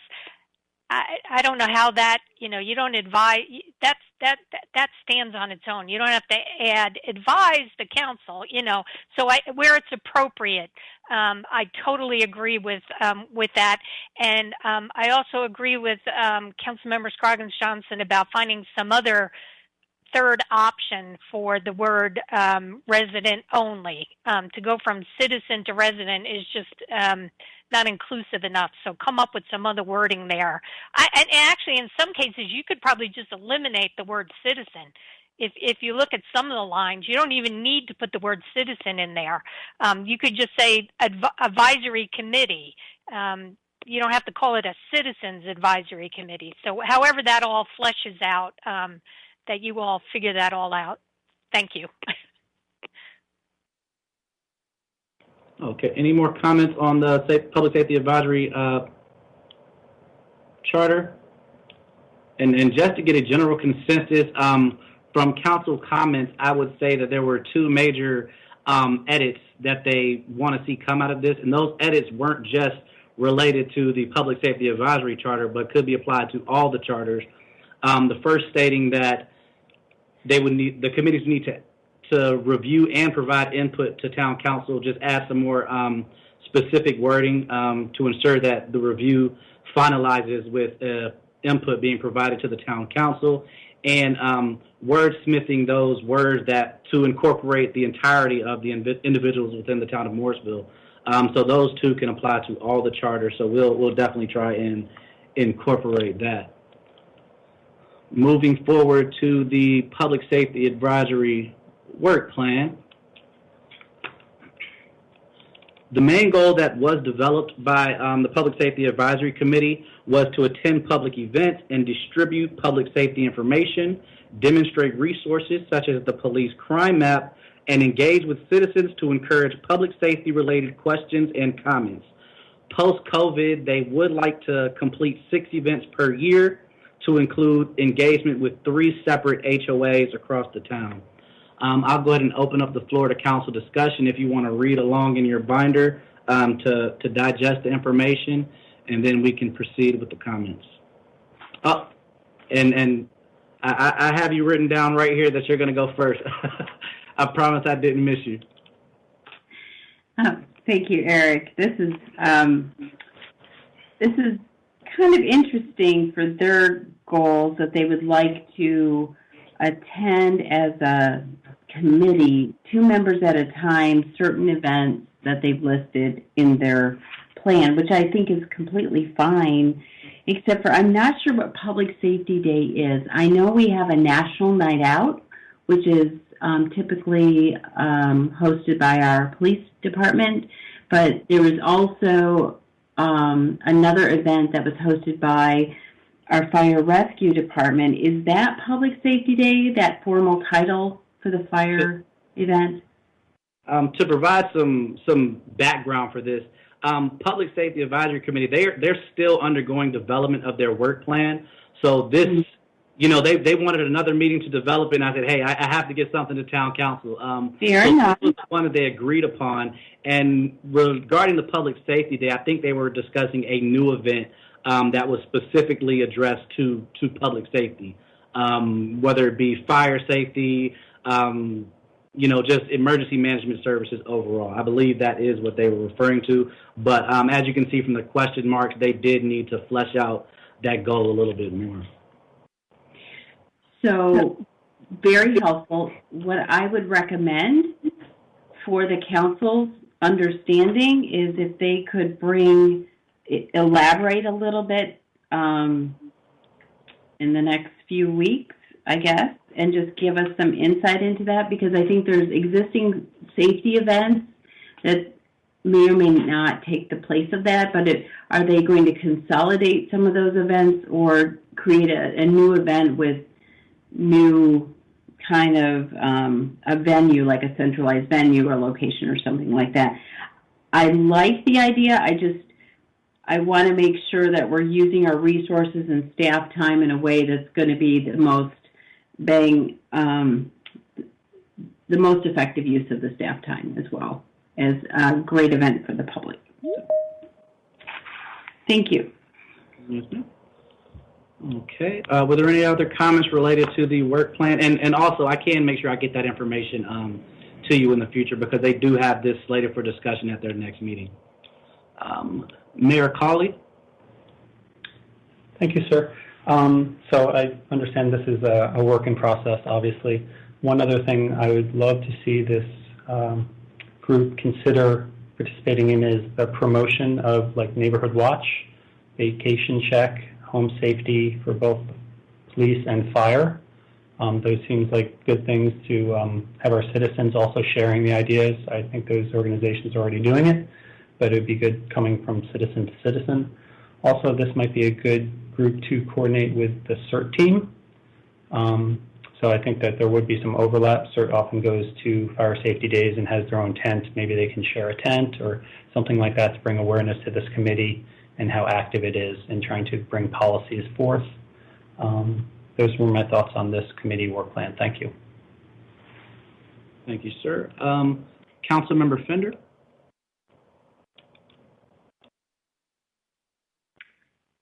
Thank you, Eric. I had a comment and a question regarding the Public Safety Day. I did see that Cary has a Public Safety Day, and it replaced their night out. So perhaps that is what the committee is maybe basing their suggestion on. So my question is, this 3 separate HOA meetings, what does that mean? When they listed 3 separate HOA meetings, they were referring to 3 separate entities, 3 separate subdivisions, not just Kitts Creek going to that meeting 3 times, but 3 separate areas within the town of Morrisville. To do what? Is this separate from a night out? Yeah, this would be separate to kind of, like what was stated previously, to engage with the committee to let them know about those services, such as the home safety services, the neighborhood watch services, and things of that nature, just to provide more engagement with the community one-on-one. Okay, thank you.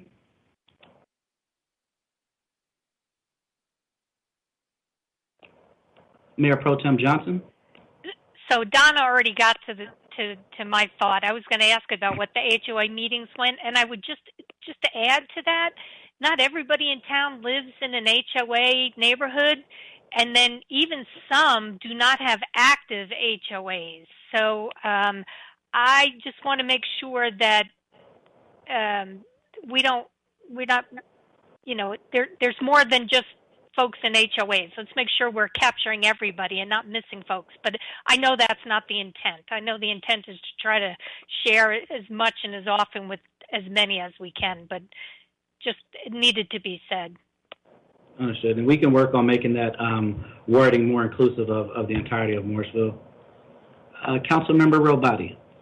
Yeah, actually, my comment is along those same lines. I was thinking that it might be a good idea, another good way to reach citizens might be for advisory committees to have the option to have a booth at the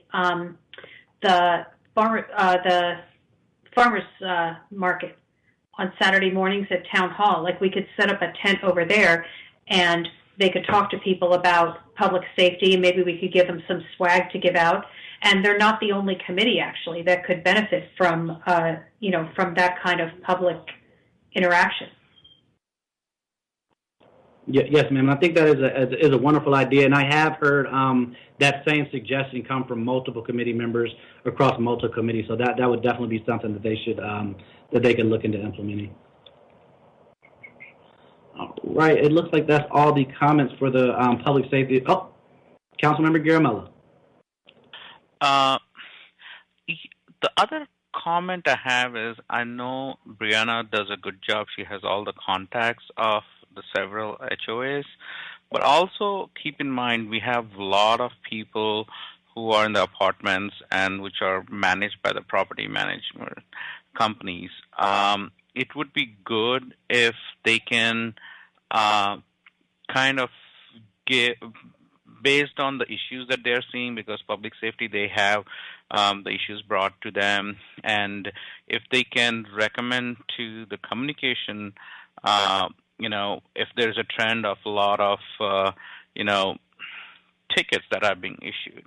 So I said, that could be trickled down. Okay, this is a common mistake that is getting done. How can we ensure and educate the people, and then that would help. If there is a certain public announcement, I know having plugged these guys also into that would give them, it's not just the committee meeting. These are our eyes and ears throughout, that they listen to different issues, that they can trickle down to our communication team, that if it is valuable, they can take it and, include in like email distributions that come to HOAs or other means. Because because this committee is really important, especially with public safety, to give that feedback. All right. Any further comments related to the work plan? Okay, so we can move on to the Parks, Recreation, and Cultural Resources Advisory Committee. And once again, I'm going to quickly read over their purpose. The purpose of this committee is to suggest improvements of recreational and cultural facilities and programs, lead and or facilitate the development of long-range recreational plans to be considered by the Town Council, advise in the acquisition of recreational or cultural lands and structures through gifts, purchases, or leases, and advise in the acceptance of grants, gifts, bequests, or donations of personal or real property, offered or made available for recreation or cultural purposes, and which is judged to be of present and or future use. I'll let you digest those duties, and then if you want to go ahead and put any comments in, if you have any edits or changes. Councilmember Rao. Excuse me. As I had said earlier today, I think the language is already in there of suggest improvements of recreational and cultural facilities and programs. So I don't really know what language, but I would like to see this committee somehow being more involved, and maybe they are, but just in terms of cultural programming throughout the course of the year. So, and not only just like events. So as we look at diverse and inclusive cultures, how we could have this committee, I know that we already have East Meets West, it was canceled this year, it was a virtual thing, but having kind of something that would enable us to have more events where different cultures can learn from each other. I just don't know how we add that in as language, because it already says cultural facilities and programs, so maybe that's implied in it. But I just don't, I just want to throw that out there for council's observations on that point. Thank you, sir. Councilmember Scroggins-Johnson. I just have a quick comment on the charter itself, and I'll get in line for the work plan too.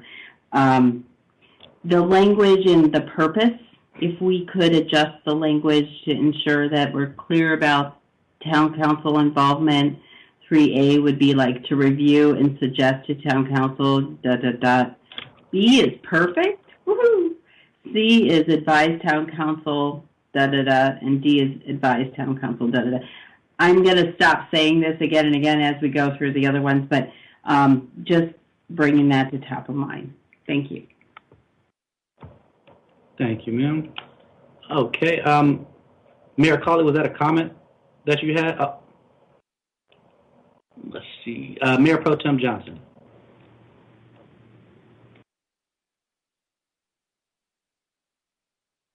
Sorry, I couldn't get up to unmute quick enough. I want to go back to Steve's comment. Steve, you're not sure that the cultural programming stands out enough in this wording? Is that what you want it enhanced? Because I'd be okay with that. I don't know what the solution is, but yeah, it was hard for me to get my arms. Yeah, I'm having a hard time finding a solution because it already says it in there. But well, that's okay. We can just ask staff to take a look at it and see if you can just beef up the wording around cultural events. If that maybe having a separate sentence, because I know you're not going to support me in having a separate department called the Morrisville Cultural Research, but I still stand by that because I think it's game changing and it would be sort of disruptive and unique. But maybe separating the culture from the recreational line, maybe, so a staff could look at that. I agree with you. I think it needs its own separate line for sure, at a minimum.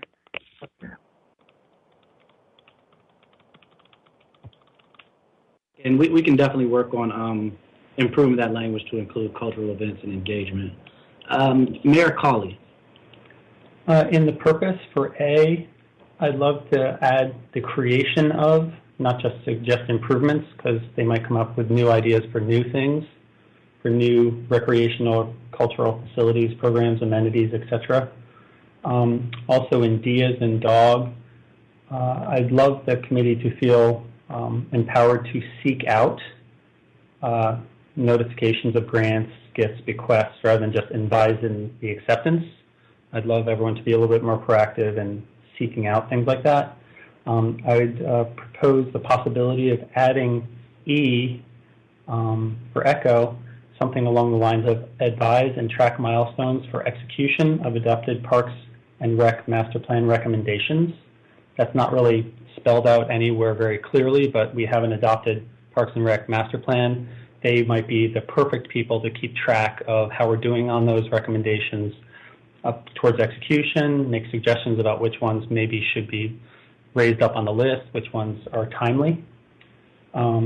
And another thing, as our communications department is doing great, it's also nice to have the residents promoting things, so possibly adding F, which would be actively promote MAFC and all programming and promote our stewardship program as well. And this might be a good committee to help Kyle Cooper track our stewardship program, promote it, have more ideas and engagement around it. Thank you. Thank you, sir. Councilmember Fender. I agree with Steve regarding adding more emphasis on cultural activities. You know, I see in their work plan they have it captured, education under their goals, education, celebration of diversity, and expanded cultural awareness. So they have it in their work plan goals. I'm just wondering if could integrate more of the goals. Maybe that's not the only one, but integrate more of that language into their charter. And then some Mayor colleagues said, had me thinking about would it make sense to add the language somewhere? I mean, really, a lot of their activities should be to support the parks master plan. So I'm wondering if that verbiage should be somewhere in there, that their activities support our master plan. I don't know where you put that, but I think it makes sense to include it somewhere.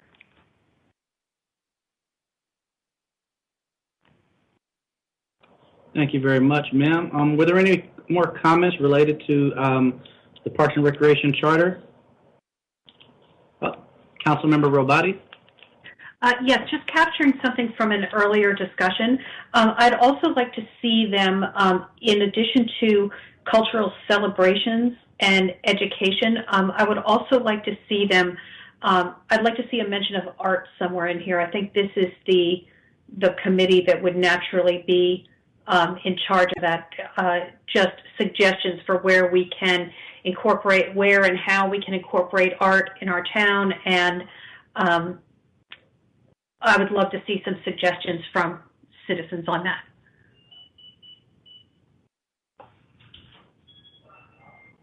Okay, perfect. Okay, were there any more comments before we move forward to the work plan? Okay. And Councilmember Rao said he would like to see 3B edited to say promoting the awareness and communication between different cultures and of town of Morrisville history through innovative programming. So we can add that.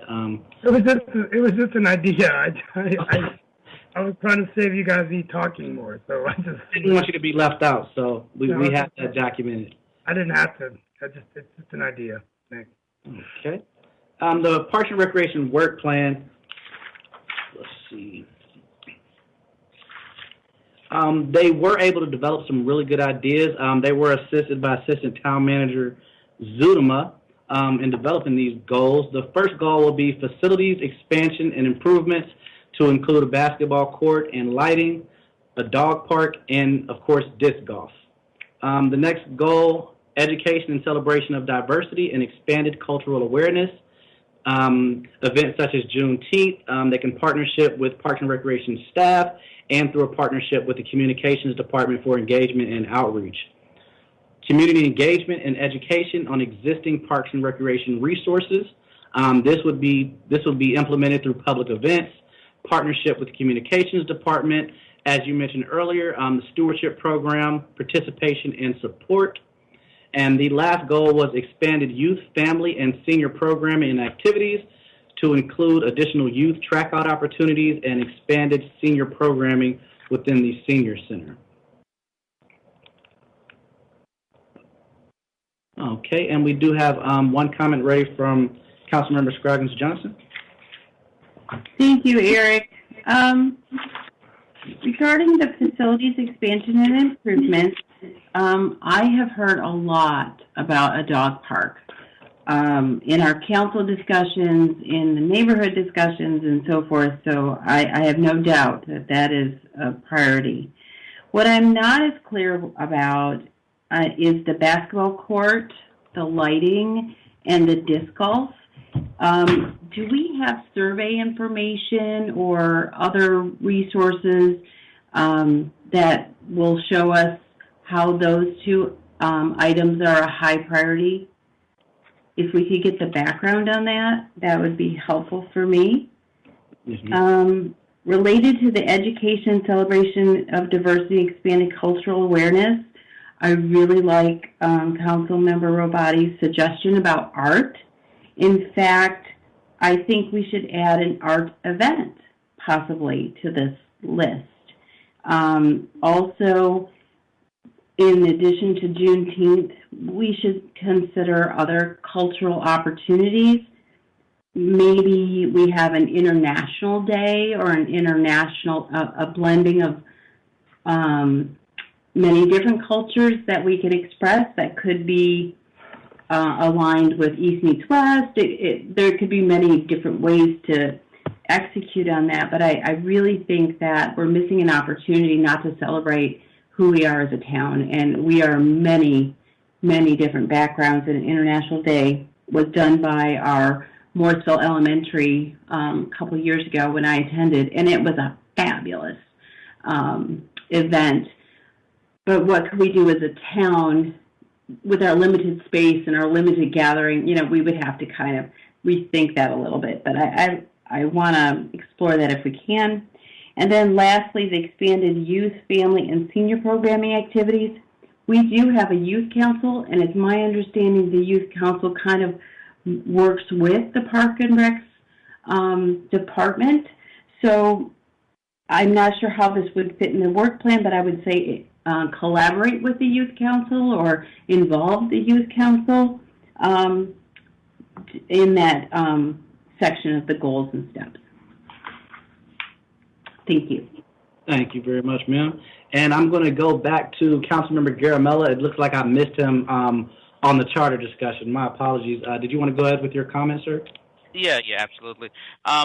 For me, on that second one, like education and celebration diversity, I need to say, like, you know, it has been almost 3-4 years. I think the diversity we have in town is not truly reflecting what we are doing here. You know, we do East meets West as one that the chamber runs it, but I think we have close to 35 to 40% of the population from South Asia. So what are we doing for that? I don't see that, you know. I'm okay with Juneteenth, I'm okay with Black History or the Spanish, but I need that, and that's exactly what Steve Rao was again and again emphasizing, the importance of if this committee doesn't have the workload, then I think let's have a different advisory committee which can pick that and work with it. But I want to see more of those things in this plan. Thank you very much, sir. That was definitely a needed comment. Okay, and Mayor Pro Tem Johnson, back to the work plan. Okay, Mayor Coley was before me, Eric.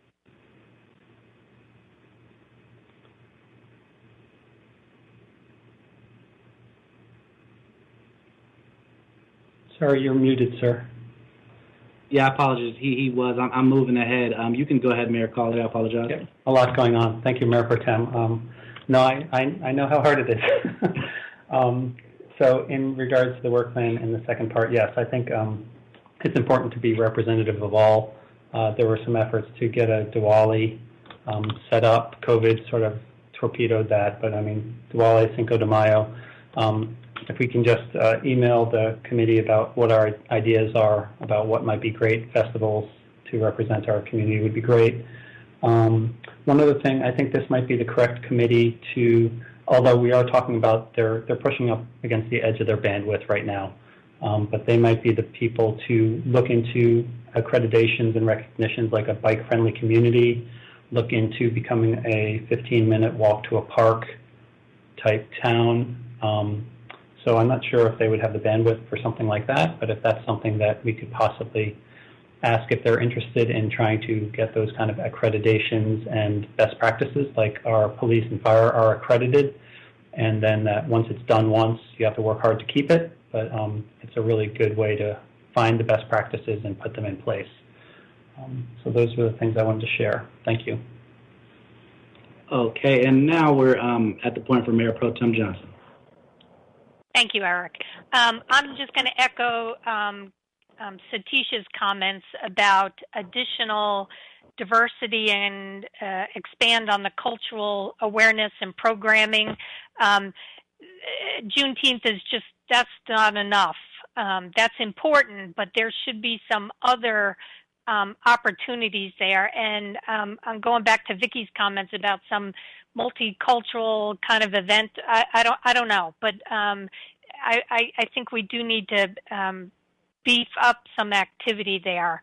I think that is really important to our citizens. So I just want to make sure that was, I echoed that. And then going back, I'm going to go back to Vicky's comments about the expansion and improvements to facilities. You know, I listened to the last Parks and Recs Advisory Committee meeting, and while the group was supportive of a temporary disc golf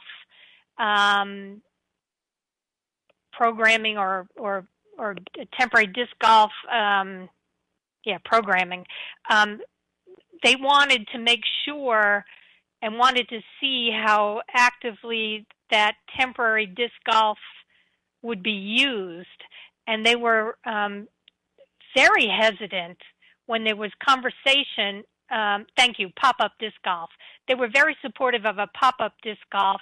They wanted very much to know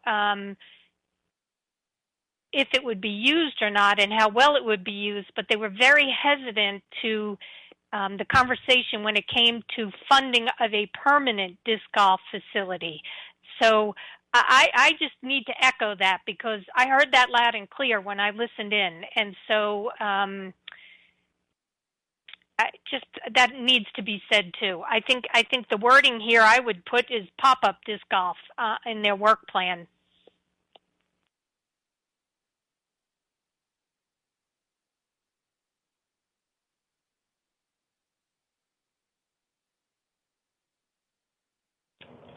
Councilmember Fender. Thank you, and forgive me if I say something someone's already said. I had a gentleman here that's fixing a piece of carpet for me, so I had to get him sorted. I agree with what Councilmember Garamella is saying.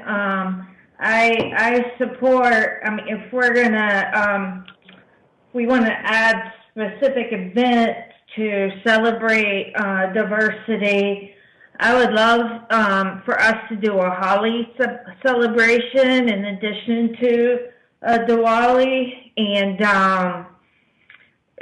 I'm sure there's definitely other celebrations out there for other cultures as well, but I would support highlighting specifically Holi and Diwali in this in their work plan. And I guess this is the part that I don't know whether something's already been said, but going back to what Councilmember Robati said about adding support of art in our town, in the charter, I'm thinking they need to have something, integrate support of art and artists and art festival in their work plan as well.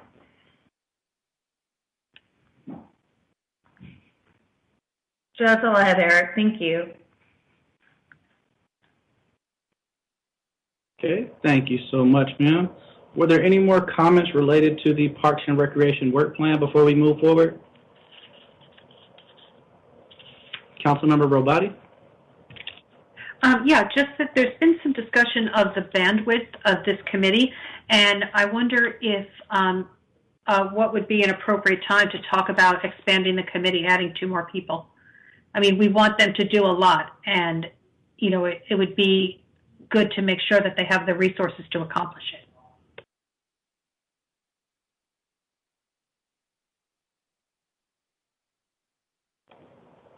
As I stated before, you know, the charter review, we're specifically looking at the purpose, but initially I said if you wanted to get into the specifics of the other items within the charter, you can also review that also. And one of the charter items, it does outline the type of the committee and the way that the committee is built. So that could be a discussion that you could have now, or you could have at a future time if you wanted to increase the membership number. I'm fine having that discussion at a future time.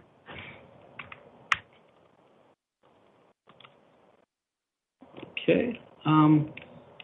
Mayor Pro Tem Johnson. Yeah, I just thank you, Ann, for saying at a future time. I agree. I think in order to have that conversation, I need some information. Just, you know, and I don't mean this, and I don't know how else to say it. Just throwing bodies at something doesn't necessarily mean that'll make more progress or more things happen. So I want to understand, and quite frankly, it could be that we need a new Parks and Recs director to help kind of lead the group. So I'd want to have a little more information. So thank you, Ann, for saying let's talk about it later, I guess. Thank you. Mayor Cawley? I concur. Essentially, if there's maybe too much on their plate, they can ask for more resources or let us know how they think it could be best addressed. Thank you.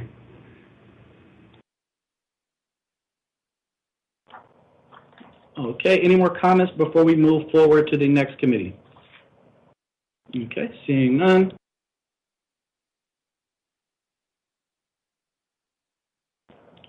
Our next committee for review is the Senior Advisory Committee. The purpose of the Senior Advisory Committee is to investigate, implement, or assist with methods and concepts to improve quality of life for seniors population of the town. Coordinate seniors events and activities. 3C, to plan and staff exhibits at appropriate events to promote seniors activities. 3D, create public information articles to be published in local news media and the town's newsletter. 3E, recommend policies in the form of draft resolutions and ordinances for consideration by town council. And 3F, review and comment on budget items related to seniors programs and activities.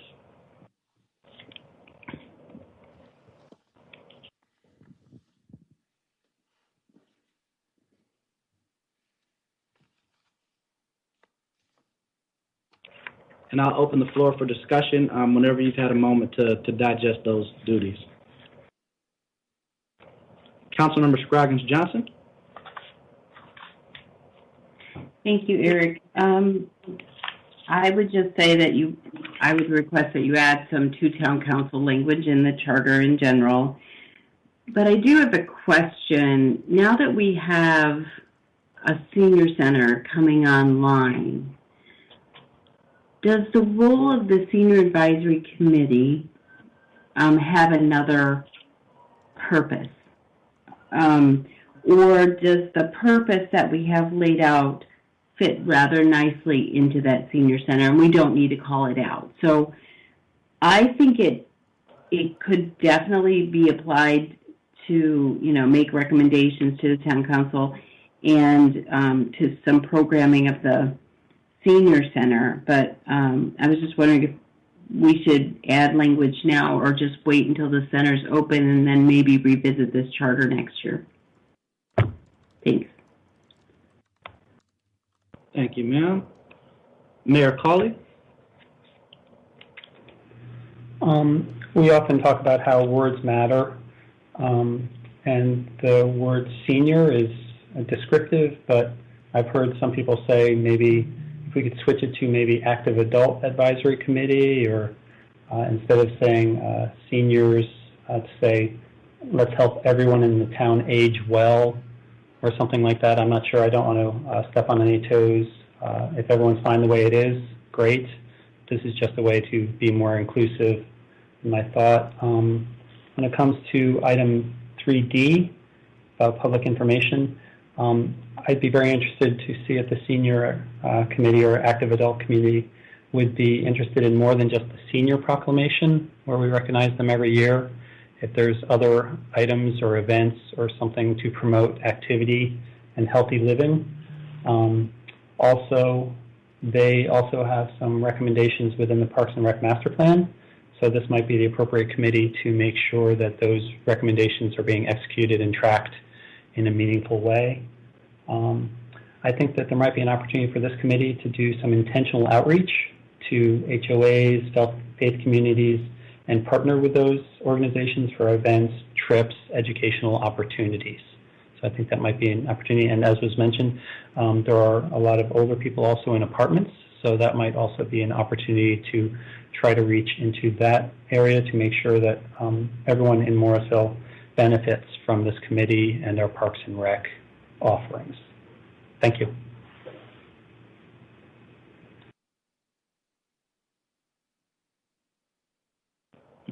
Okay. Mayor Pro Tem Johnson. So I too had a question about D, but that creating articles to be published. Are they even doing that? I think that whole sentence needs to be reworked, or maybe it doesn't. Maybe I don't know. That I just have a big question about that whole D. So I'm with TJ about what that really means and if it's really being done.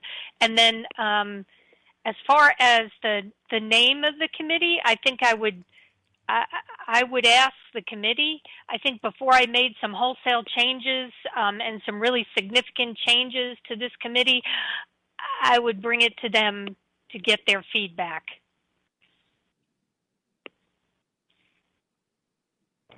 Okay, thank you very much, ma'am. And I can get information regarding 3D. I have not heard of any articles being going out in the local news media, but I can definitely look into that for you and see if it's happened.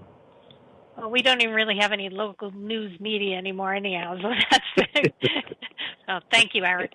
Were there any more comments related to the Senior Advisory Committee charter before we move into the work plan? Okay. Okay, and our communications director, he did acknowledge that he's not aware of anything going out in the newsletter or local media. Okay, moving into the work plan, the Senior Advisory Committee was able to develop 3 goals. One of their main concerns just overall was how they could engage in a safe manner, with everything going on now, but they were able to successfully develop these goals with the expectation that implementation will take place post-COVID. First, they want to focus on outreach related to the Senior Center opening. They also want to expand the variety of programming offered and increase their community outreach and engagement with all community residents, such as new residents, with the youth, and the seniors also.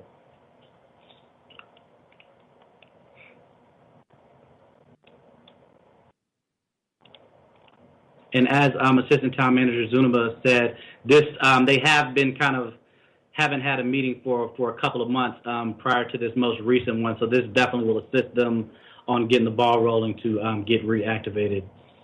Councilmember Robati. Thank you. I didn't know I was next. I wasn't ready. Just wondering if this committee would be interested in doing any outreach to other seniors in the community about vaccine opportunities and availability. I can bring that question back to them. They have had discussions regarding, seniors getting the vaccine, should they get the vaccine, the availability for it. So I can kind of put that thought in their mind to see if they would like to engage regarding that. And Mayor Cawley? Yeah, I just want to say there might be an engagement opportunity with the Western Regional Community Advisory Committee, which does some work with seniors and Meals on Wheels. and those types of items. I think that might be helpful. And that's what I had. Thank you.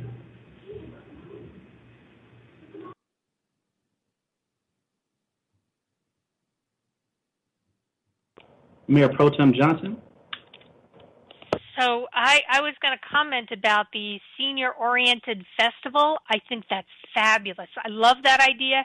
And quite frankly, you could combine the whole COVID health-related aspect into a festival. I know lots of communities hold like a senior health fair that's well attended. I know a lot of you know I volunteer with the Pancreatic Cancer Action Network, and we go to a lot of senior health fairs. Some of them are not just town related; they're like county-wide. But maybe to have something to that vein. It doesn't have to be health related, but whatever senior related. I love that idea. I just want to make that comment. Okay. Councilmember Garamella. Question. I don't know much about this committee other than they do a wonderful job. My question is, when we have our council and manager comments, and then also I think TJ talks about the other events that go on right in the town. Is there a place the liaison who's running this or collect information? Because I'll be let's put it this way, both my parents are senior citizens, okay, but they do not go and attend any of those things, but there are certain things that they would be interested, like a festival or something that is more catered to the seniors. How can they get that information, so that there are two things. One is a committee, and one is engaging the other, population in the town. So how can that outreach be done? I'm sure it could be completed through a variety of outreach mechanisms, but we can certainly look into developing some type of plan to ensure that we get that information out to all the seniors, including those outside of the committee. Yeah, because there's a lot of senior activities that get done. I see those, bingos are going to some place, and this is the fees, so would be good if that kind of gets trickled. It's always a plan and it's fixed, but if the communication team can capture some of it and then transpose it specifically, okay, this week, we have this. If you need to, sign up, you can do that. I think that way it will be more robust. Just a thought. Thank you. That is definitely a great idea. Were there any other comments? Oh, there we go. Councilmember Robati. Yeah, I just had an idea. We could put a senior page on the website and let people self-report about activities that they're running, that their organization is running for seniors. Let them post them up there. I mean, we could have some criteria such as, not political events and, whatever other criteria we set up. But social events for seniors could be posted on that website, and we could generate a calendar page pretty easily. I mean, I can do that. It's not hard. So, yeah, that's just a thought I had about getting the word out about senior events. And Councilmember Fenner, to answer that question, I am not sure if they have a Facebook page, but I can certainly look into that for you and find out pretty quickly. Okay, I was just curious, based on Ann's suggestion. Okay, it looks like that is. Oh, there we go, Councilmember Garamella. No, Donna triggered me a question, in my mind. Facebook, I can, yes, it's good to have, but I think one that has been pretty good with the seniors is HSNC Senior Club, has a program where interaction between the teens and the seniors, where most of the seniors are not iPhone savvy. say suppose they're not like, different, technology savvy. So they sit down with them and explain to them how to communicate, use, and that makes their life really, happy. So if that bonding between, the the teens and the seniors, because they obviously need some volunteer hours, so obviously they can use that and wind it towards this. It would be very, very helpful. Just a thought. Okay, thank you very much, Councilmember Garamella. And just a reminder, it is now 4:30, and the discussion is definitely great and giving me a lot of input to provide back to the committees. But we do have 1, 2, 3, I believe 4 more committees to get through. If I may be off count, but we're about halfway through now. So I'm going to move into the Performance Measures Advisory Committee.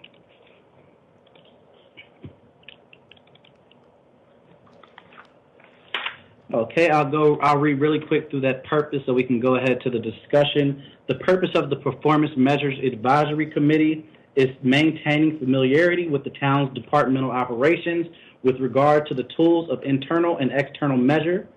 3B, making suggestions and recommendations to staff on town performance measures, process improvement projects, and benchmarks.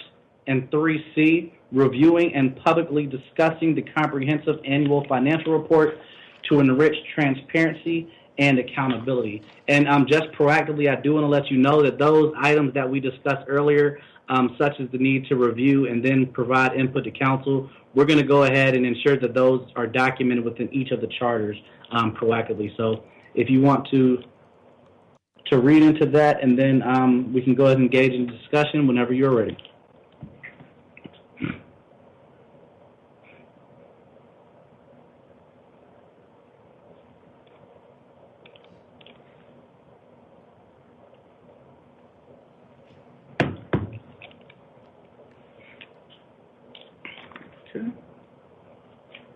And were there any comments related to the Performance Measures Advisory Committee?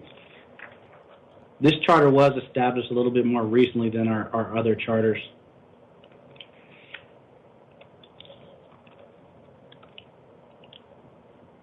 Okay. I will move directly into the work plan. The Performance Measures Work Plan, they did develop 2 goals. The first, actually, let me read it from here. These goals were developed with the assistance of Aaron Hudson, our Strategic Performance Manager. They want to undergo a comprehensive charter review themselves, and they would also like to increase committee engagement during meetings and presentations. I believe we have a comment from Mayor Colley.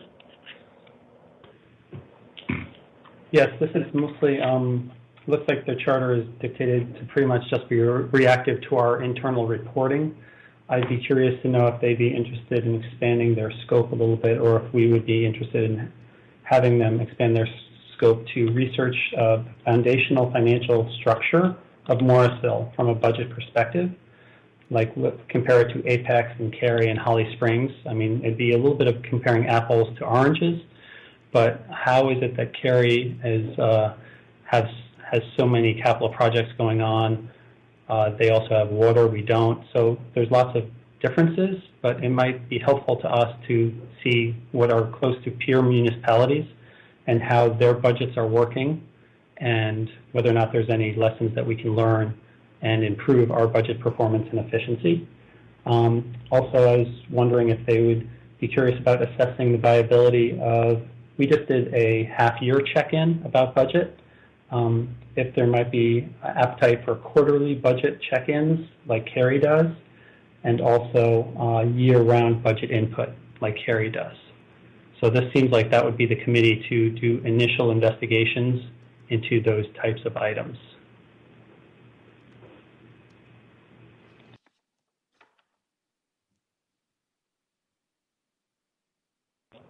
Forgot to unmute. We have a comment from Ms. Erin Hudson. Thanks, Eric. Thank you, Mayor. Just also wanted to share a little bit of context, too, from some of the discussion that we had when the committee was reviewing and engaging to develop this work plan.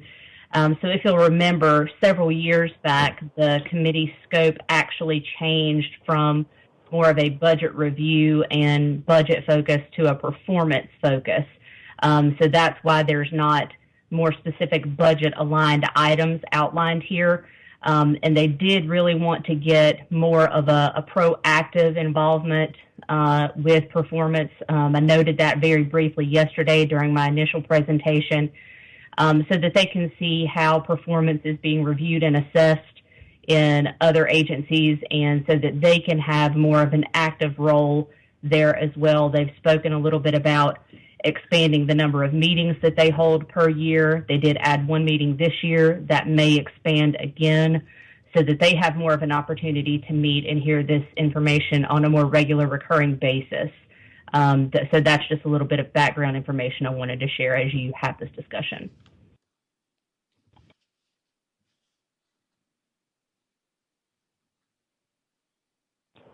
Mayor Pro Tem Johnson.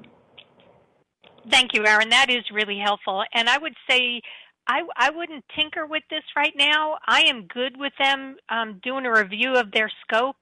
I think this committee has been established for a while, and they've gone through some growth themselves. So I would love to hear what they come up with, and then we can, like we've been saying all along, let them advise us, and then we can either bless it or not. But I think what they've come up with is pretty good for this committee, quite frankly. Good work plan.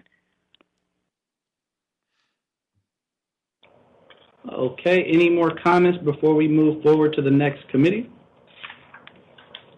Okay, seeing none, we're going to move forward to the Morrisville Environment and Stormwater Committee.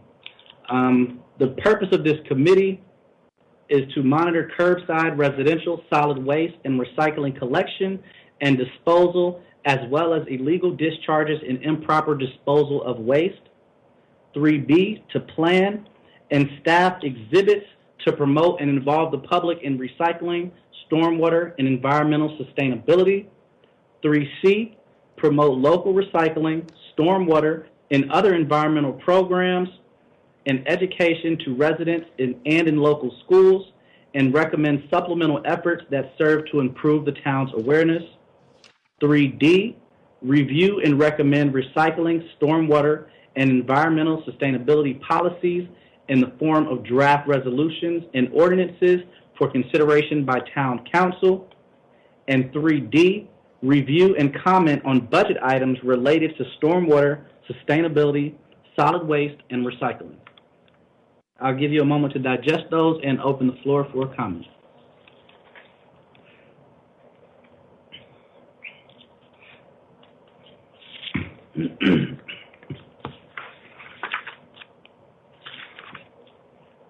Mayor Cawley. Thank you, Mr. Smith. The top of the page, the whereas, has citizen there. If we could have maybe those three words replacing that. I'd love to also see sustainability and renewable energy in that first whereas. I think those two things are very important moving forward. Also for 3A, we talk about solid waste, recycling collection. If we could do a comma there and yard waste, I think that would be this committee's purview also to be looking at that. In 3E as an echo, I'd love to see the words renewable energy in that list with stormwater, sustainability, solid waste, recycling. And then I have some comments about the work plan when we get there. Thank you. Thank you, sir. Councilmember Rao. As I said yesterday, I don't know. I'm just going to give you some high-level feedback, and then maybe you can come back here because I don't think we're going to have time to do it today. I'd like to see some mention in the purpose around innovation as it relates to sustainability, and maybe that's already sort of implied, just in terms of just how much, compared to when this committee was even created, the world has been changing with, climate change, the amount of investments that are going into different technologies to reduce our carbon footprint. And this could be ranging from, this committee, looking at options of, electric vehicle charging stations, making recommendations, maybe even tying it to our startup community, encouraging ideas for people in our innovation space to invest in or to share their ideas. Bill Gates he's invested over $2 billion, the founder of Microsoft, all on climate change companies, like reducing carbon from cement, air capture, reducing carbon from the air, plant-based meats. I mean, all of these things I think are going to have a profound impact 10, 15 years out.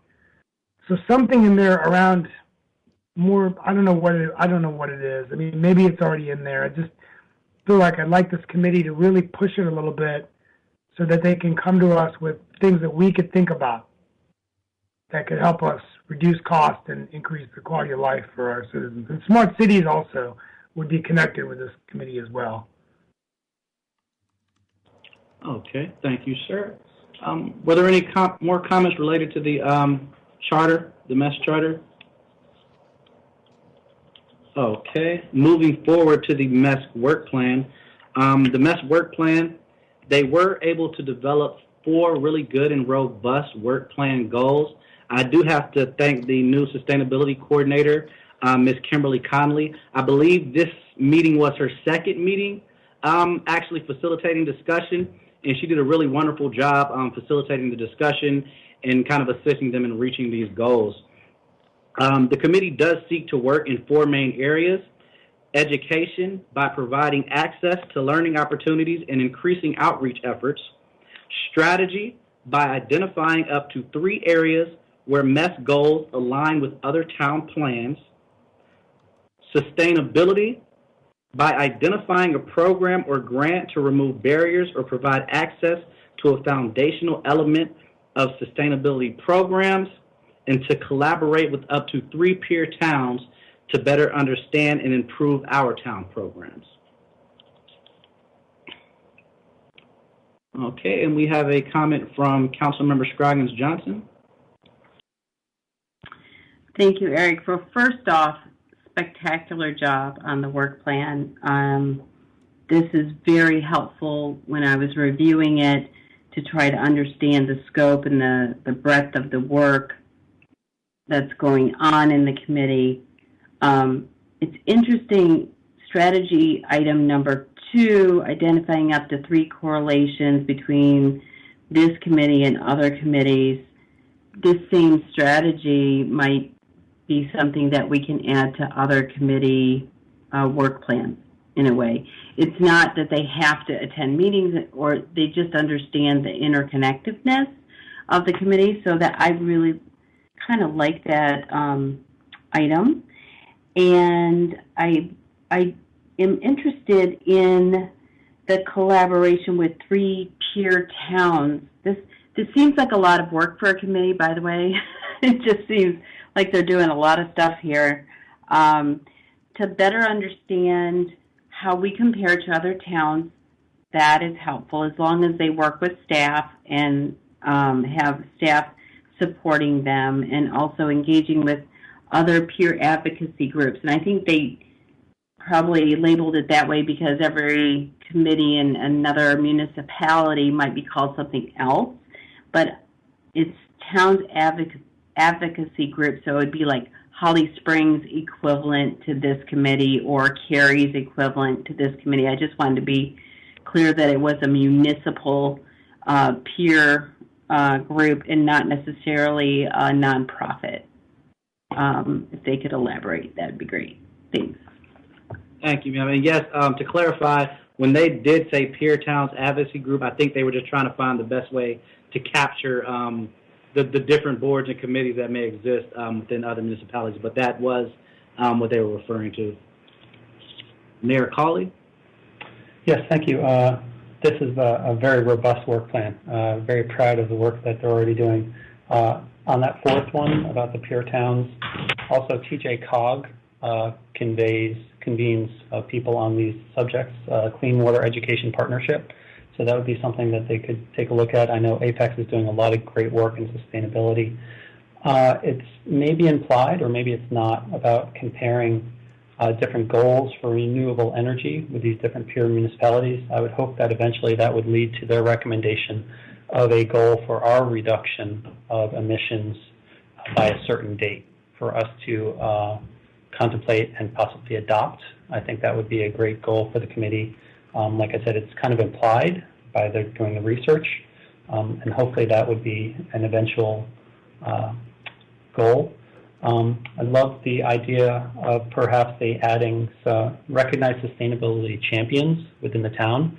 They do the poster contest for children, but it might be great to see if there's other people in the town who are taking the lead on different sustainability initiatives, if they choose to highlight them and try to bring more attention and awareness to the goals.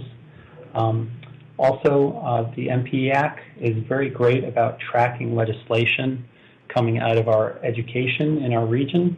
It'd be interested to know if this committee would be interested in keeping an eye on Duke Energy and their efforts to reduce their carbon and move towards renewable energy, and if this committee were to bring recommendations about things that we can do to help advocate on our citizens' behalf, on our residents' behalf, to Duke Energy and other organizations. So those were some thoughts that I'd love to just have in their ear, and then if those are things that they're interested in. And fellow council members, if anyone supports any of those, would love to hear. Thank you. Thank you, sir. Councilmember Fender. Yeah, this is a great work plan.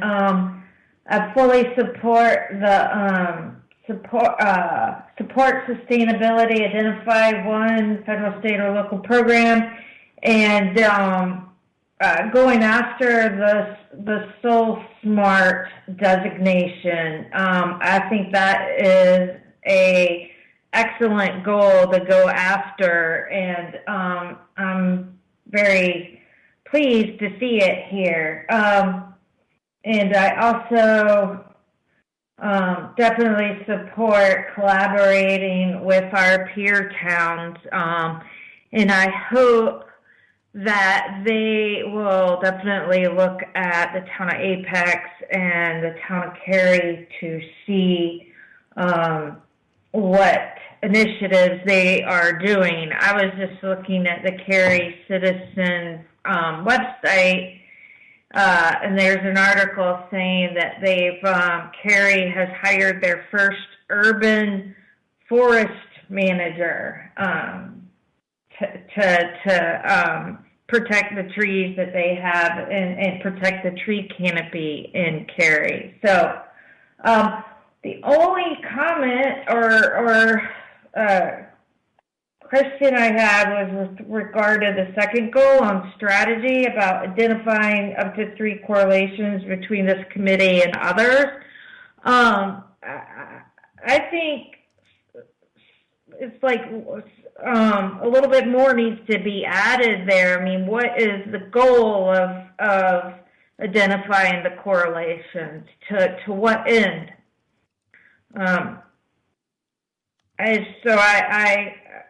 I'd like a little bit more information on that, what the purpose is, and then I would think that would need to be stated in the goal. So that's all I had, Eric. Thank you. Thank you, ma'am. And I can get information regarding that correlation from them during their next meeting. Okay, Councilmember Rao, I have documented your comment. Mayor Pro Tem Johnson. I just a couple of quick comments. They've done a fabulous job with their work plan. This is a committee that's been established for a while, so they and it's clear in the work plan they put together. And so I would be I would be remiss if I didn't say I don't want to load onto them some more. They've come up with a really good plan, so I want to be really respectful of them, their time, and what they have set out to accomplish. Not that, the other things we've talked about aren't of great value, but I want to be really respectful of their plan and what they came up with. And the one thing that I'm surprised. This group, along with others too, but this group especially has done some really important community-facing events over the years. And I realize we're in a pandemic and we're not having events anymore. But I would hope that when times are better, they will continue with those community-facing events. Like we talked about a little earlier, this group has been out to the farmers market and has set up displays there to educate the public. And they've been involved in our, when we do our litter sweeps and when we do our, now I just forgot the name of the event that we usually have, Earth Day event. And they're very active during that day. So I know maybe they're not on this list because of the situation we're in now, but they have done a great deal of really important community-facing events over the years, and I thank them for that. I think we're all really proud of the work that they're doing.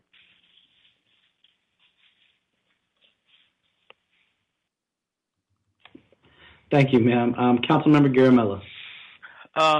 Yeah, I think I totally agree with what Liz is saying, and this was one committee that I worked before coming into the council, so it is near and dear to me. And certain things I see, which I think there's an opportunity to use back when we were there. I think Robert Patterson was doing an excellent job when he was in charge of the stormwater department. Was he involved the HOAs and the kids, because the stormwater marking is something is critical.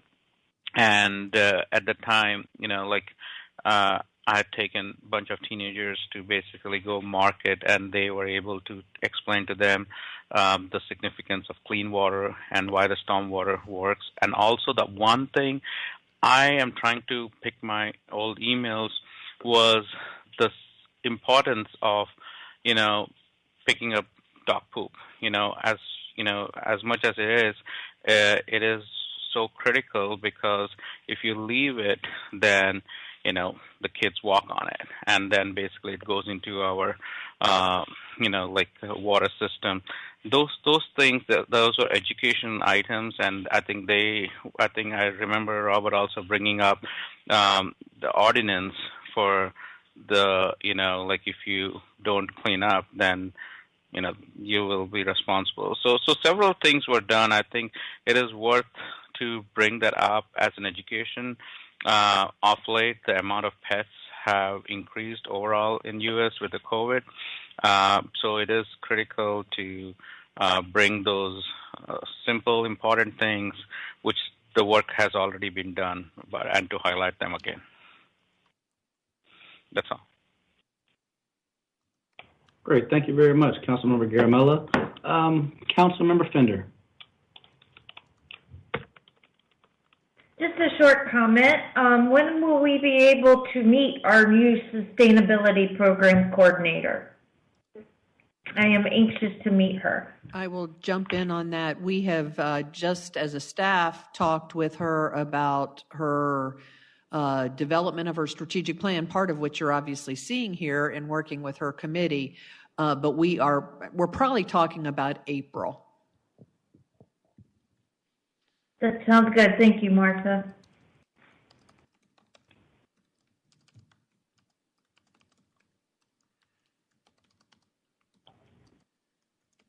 Councilmember Robati? Yeah, why would it be April before we can even meet her? I mean, couldn't she just come to a meeting and say hi? She sure can. That seems so weird. in a virtual environment, she has just been working on getting our solar energy project up, our electric vehicles, meeting the committee, and developing her plans. So we're trying to package it all together. Okay.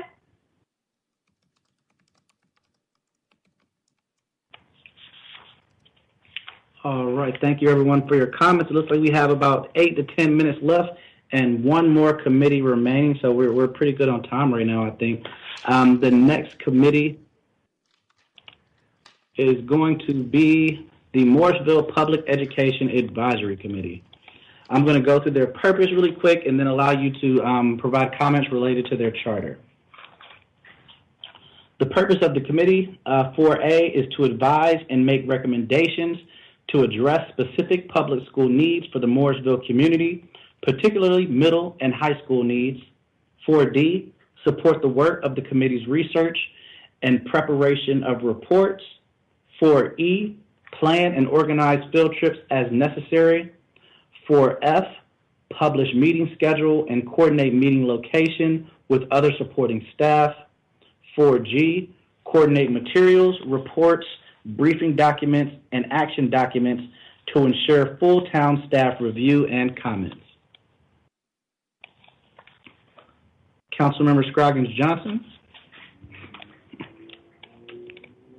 Was Mayor Colley first? Or I believe he was just notifying that we were talking about the public education. I'm sorry. Thank you. So I have a few comments that will not come as any surprise to my fellow council members. It's about Durham County. As I stated before in our council meeting on Tuesday, Morrisville sits in both Wake and Durham County, and we've been getting a lot more residents from the Durham parcels. It's not going to grow infinitely. It's going to be capped out at a certain point. But I felt like if we could use some more inclusive language in this charter, it would probably be helpful. So I've taken some notes. The first one is in the charter's whereas. I think it's important that we state the strategies in a different order. And specifically, I think we should put high quality education as the first strategy in the beginning of the charter, because it's a big umbrella. And the second strategy would be the reasonable proximity to public schools.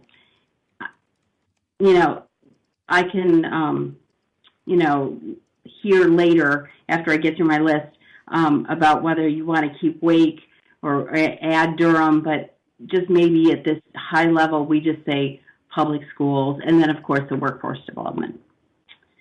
Related to the item number 3, specific committee membership, 3A is members are limited to Morrisville residents, and then I would add living in Wake or Durham County, including extraterritorial jurisdiction, blah, blah, blah.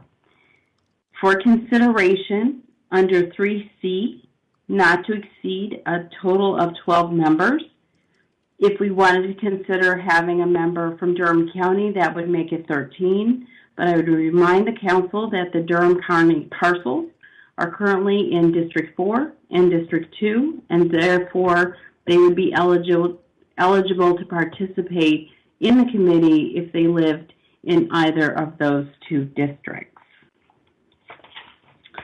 And this is stapled a little weird, so I just wanted to make sure that I have everything. And the numbers in my copy, written copy, are not visible, so I have an electronic copy that I'm looking at right now, and I apologize. I'm not looking at you. For the purpose, item number 4, I had added language, and Eric, I know you're already going to be adding it, like review and recommend to council, blah, blah, blah. For item number 4C, we have provide input to council. I'm adding that. Regarding meetings with Wake County Public School System, I added Durham County Public School System and school board meetings, and I was just generic there. That doesn't mean that this committee is expected to attend every Durham County school board meeting. There probably is not a lot of activity that's impacting those families today, but if that school system ever redistricts or does reassignments like Wake County does, then there might be a relevant stream of work for them to consider. Let me scroll down a little bit here. The item number 5, committee and advisory support partners. Somewhere in the list, I would just request that we add Durham County Public School System. And that is it. That's all I have. Thank you.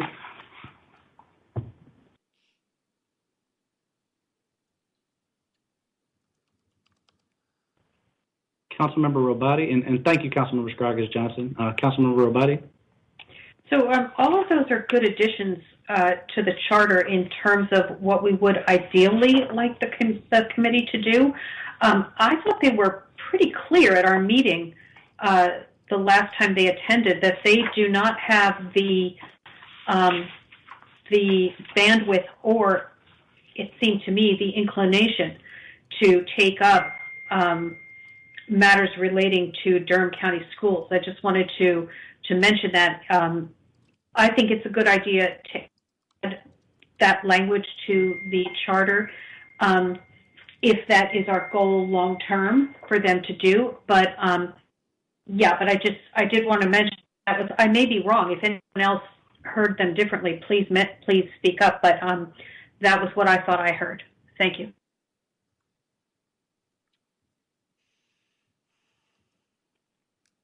Thank you very much, Councilmember Robati. Councilmember Garamella.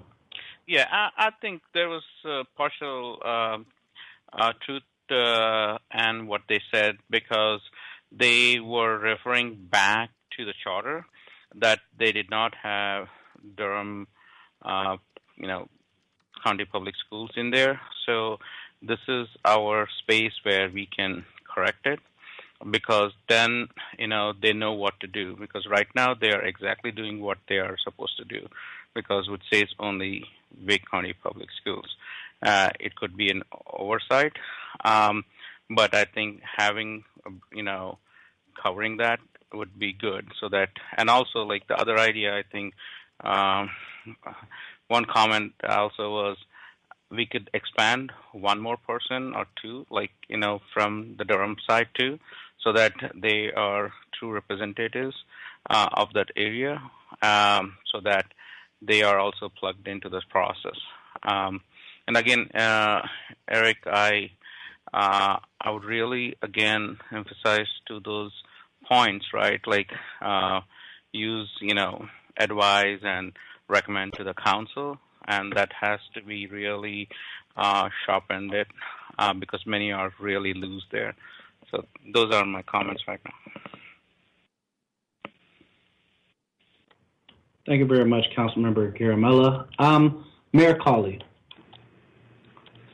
So it was great to meet with this committee recently, and I echoed the idea that there wasn't a whole lot of appetite, I thought. So I'd love, as part of their work plan, to just sort of do an assessment, reach out to a couple of the people who actually live in Durham County and invite them to meetings. Those people can already apply and be part of the 12. That's not prohibited. So that would be my thought for that, to just have that be part of their work plan rather than do some wholesale changing of the charter. So that would be my thought on that. Also, the charter in the first whereas, and then in 3 it has citizens. Once again, if we could consider changing that to resident or something else that I think of as a little less loaded, as was mentioned. Those are things I'd be interested in, and I have comments about the work plan later. Thank you. Thank you, Mayor Cawley. Councilmember Rao. I think, I like the work plan. As we talked about this a few weeks ago, this is a very important committee. I thank everyone who's serving on it. We know that schools have been such a big issue for Morrisville. But when we started this committee, I think we had ideas about the workforce training, looking at the quality of education, and in addition to, some of the issues we've been talking about, overcrowded schools. So I think it would be helpful for me, as the town manager Page said, to get the minutes actually in the agenda, which would be very helpful. And I would really like to see some kind of a dashboard from the committee in terms of that's one thing I like about task forces is that there's a finite kind of report delivered, but we don't want to do that. We want to have an ongoing committee, but maybe, specific recommendations they can make. So I like words like recommend to the council, and just making sure that when they're working with the staff, that our staff is communicating with them, and then that's coming back to us, which I'm not saying that's not happening, but, I'll give you an example. So one of the things we hear a lot out there on social media platforms, and also the reality is, don't improve at development because you're going to overcrowd the schools. But I'd like to see whether, we've got an open data portal, a smart cities committee, whether we could find the data set out there somewhere that actually could show how many kids are in the we have 23 multifamily communities in Morrisville. So how many kids go in those schools? So we can do a projection. So I think that kind of numbers and data would help the committee, would help the citizens, and would help the council. And maybe it's hard to find that data, but I think that data is out there and can be used as a very valuable tool for our planning, for schools, for the developments that we approve or don't approve. So just some high-level thinking. Maybe we can have another work session where we can identify these issues. That's all I have on that. Thank you, Councilmember Rowe. Councilmember Fender. Yeah, a couple things. First off was, and I think this is what Mayor Cawley was saying, is my question is, do we even know if the residents that are in the Durham County portion of Morrisville care whether they are on this committee or not? So what TJ suggested, I think, is good, of somehow reaching out to them to see if there is any interest. And then my second item, I wanted to ask the staff if there is a map somewhere that shows exactly this portion. I know the portion, it's really easy to find. I know the portion of Morrisville that's in Kitts Creek that is over the county line into Durham. But all these maps I'm looking at online, there's this corner that's, and maybe Vicki knows it, there's this corner in Vicki's district that's the other part that's Morrisville in Durham County, but that's in the process of being developed, and the map, Google Maps, isn't up to date, so I can't really see exactly what is there. So I don't know if staff knows if there's a map out there that really shows exactly what's in that space. I'd be interested in seeing that. And then I did have my third point I wanted to bring up was what Steve was just mentioning about data. I mean, I think that data's already got to be out there, because just from the rezoning application we were looking at recently, they had determined, based on 200 and some apartments, they had determined by some basis that they must use that there would be 50 students coming into the system. And come to think of it, I mean, that data's already out there, because the mentioning of the planning department indicating to the public school system, that based on all of our current developments in the pipeline, we're forecasting that we're going to have this many students. So that data is already out there between the planning department and the school system. So I do agree with Steve that it'd be useful for that data to filter down into this committee. So I think that was all my points. Thank you, Eric. Thank you, Councilmember Fender. Mayor Pro Tem Johnson. So I think referencing and recognizing that we have residents that go to Durham County schools is important. We represent these people that are in the town of Morrisville, and yet are also in Durham County, and their children go to Durham County schools. So I think we have to acknowledge that and somehow represent that. And if we're going to have an education committee, it needs to be reflective of that. But, as we all know, we're talking about just a handful compared to a handful of children that go to Durham County schools then go to Wake County. That clearly, there's a big difference in numbers there, whatever those numbers are. But I think as elected officials, we have to acknowledge that we represent these folks and the issues that they may face. So I think that's really fine. However we document it, I think that not only fine, but it's important to do that. So I want to say that. As far as having a specific member who's in the that lives in this section where they potentially are in the Durham school system, I don't think we need a special seat to add a seat. They have the ability to apply if they want, for sure. So, that's my kind of thoughts on that. The idea of adding, review and recommend to council, I think is really important here. Review and advise, provide input to council.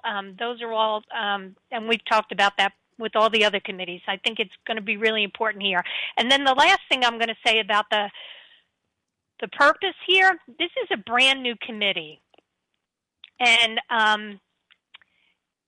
they're finding their way like a brand new group would have to.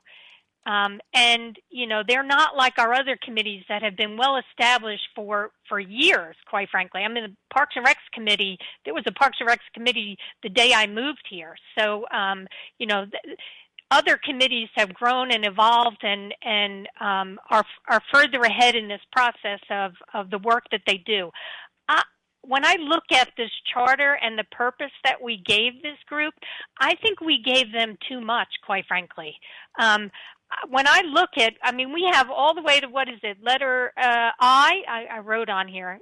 Yeah, I. I think maybe we have not done a good job of setting them up here for real success. I think maybe we streamlined some of this work for them. Because I think we've heard some frustration about bandwidth, and so I will tell you that, and I think I've heard several of us say over the course of meeting with them twice now, and even just this afternoon, we want them to focus on advocacy, and we want them to look into workforce needs. We want them to advocate for Morrisville's needs for additional schools. So maybe we streamline this a little bit as well as we go through this, and that's going to have to come later. I don't know if we have time to do that all right now this afternoon. Those are my comments, and I have comments for the work plan, but those are my comments so far. Thank you very much, Mayor Pro Tem. And I believe Councilmember Robati had a comment, but she said that Mayor Pro Tem covered that. So if there weren't any other comments regarding the charter, I'm going to move right into the work plan.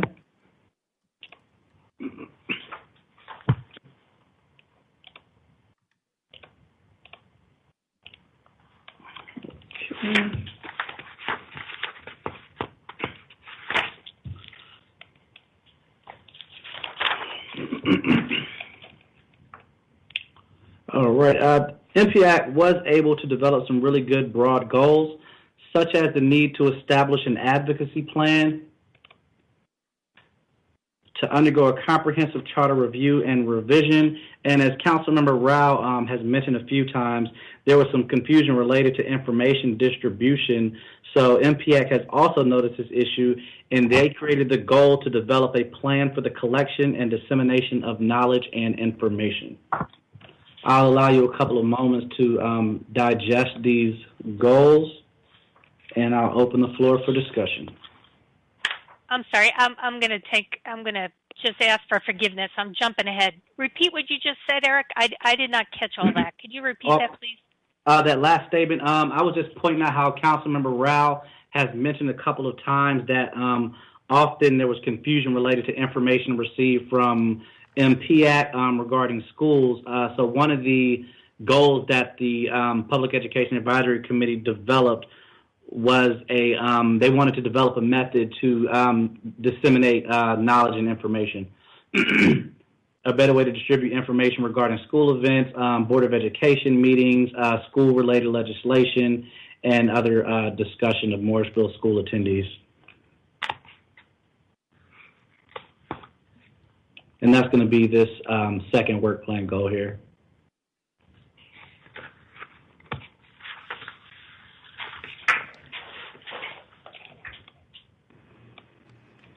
Mayor Colley? I just want to share a very nice, robust plan here under Established Advocacy Plan. They talk about mental health, community resilience. Youth Thrive is a nonprofit in the area. So love the opportunity to make sure that they're connected with that group, who also could help with issue education-oriented proclamations, because they're very much keyed in to all the different things that are serving the youth in the area. Thank you.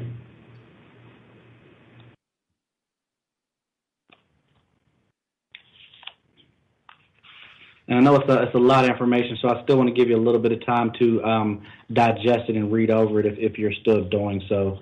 We're kind of limited on time, so I didn't want to read through all of the goals, action steps, and milestones. Were there any other comments related to the public education work plan?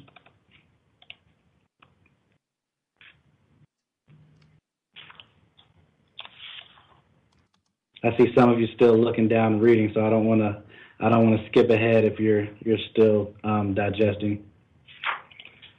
Eric, I think Mayor Pro Tem has a comment. Oh, there we go. Thank you very much. Mayor Pro Tem Johnson. Thank you, Brandon. Thank you, Eric. I mentioned this earlier, but the Morrisville Community Fund actually awarded a grant to a nonprofit that's going to help put on programming at Parkside Elementary. I don't have that information in front of me right now, and I honestly forget the name of the organization, right? It just escapes me. So I will make sure to get that information and share it with everyone, and certainly be able to share it with this committee so they're aware of that pilot program.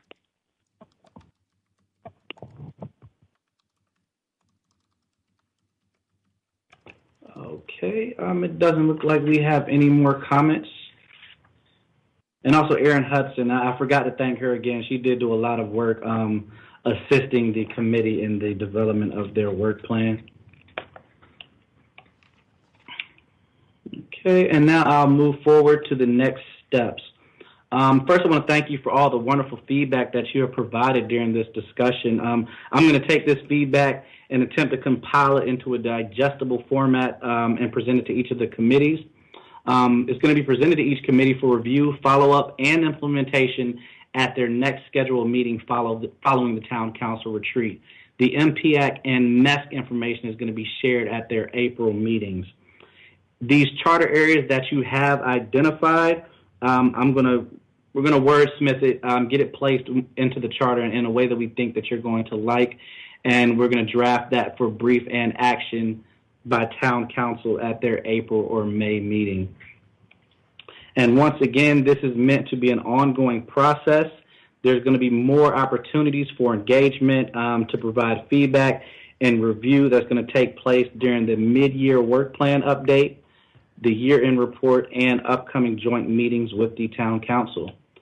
Were there any questions related to the work plan and charter review? All right, seeing none, we were a little bit over time, but I think it was beneficial and good conversation took place. So I will, Mayor Colley?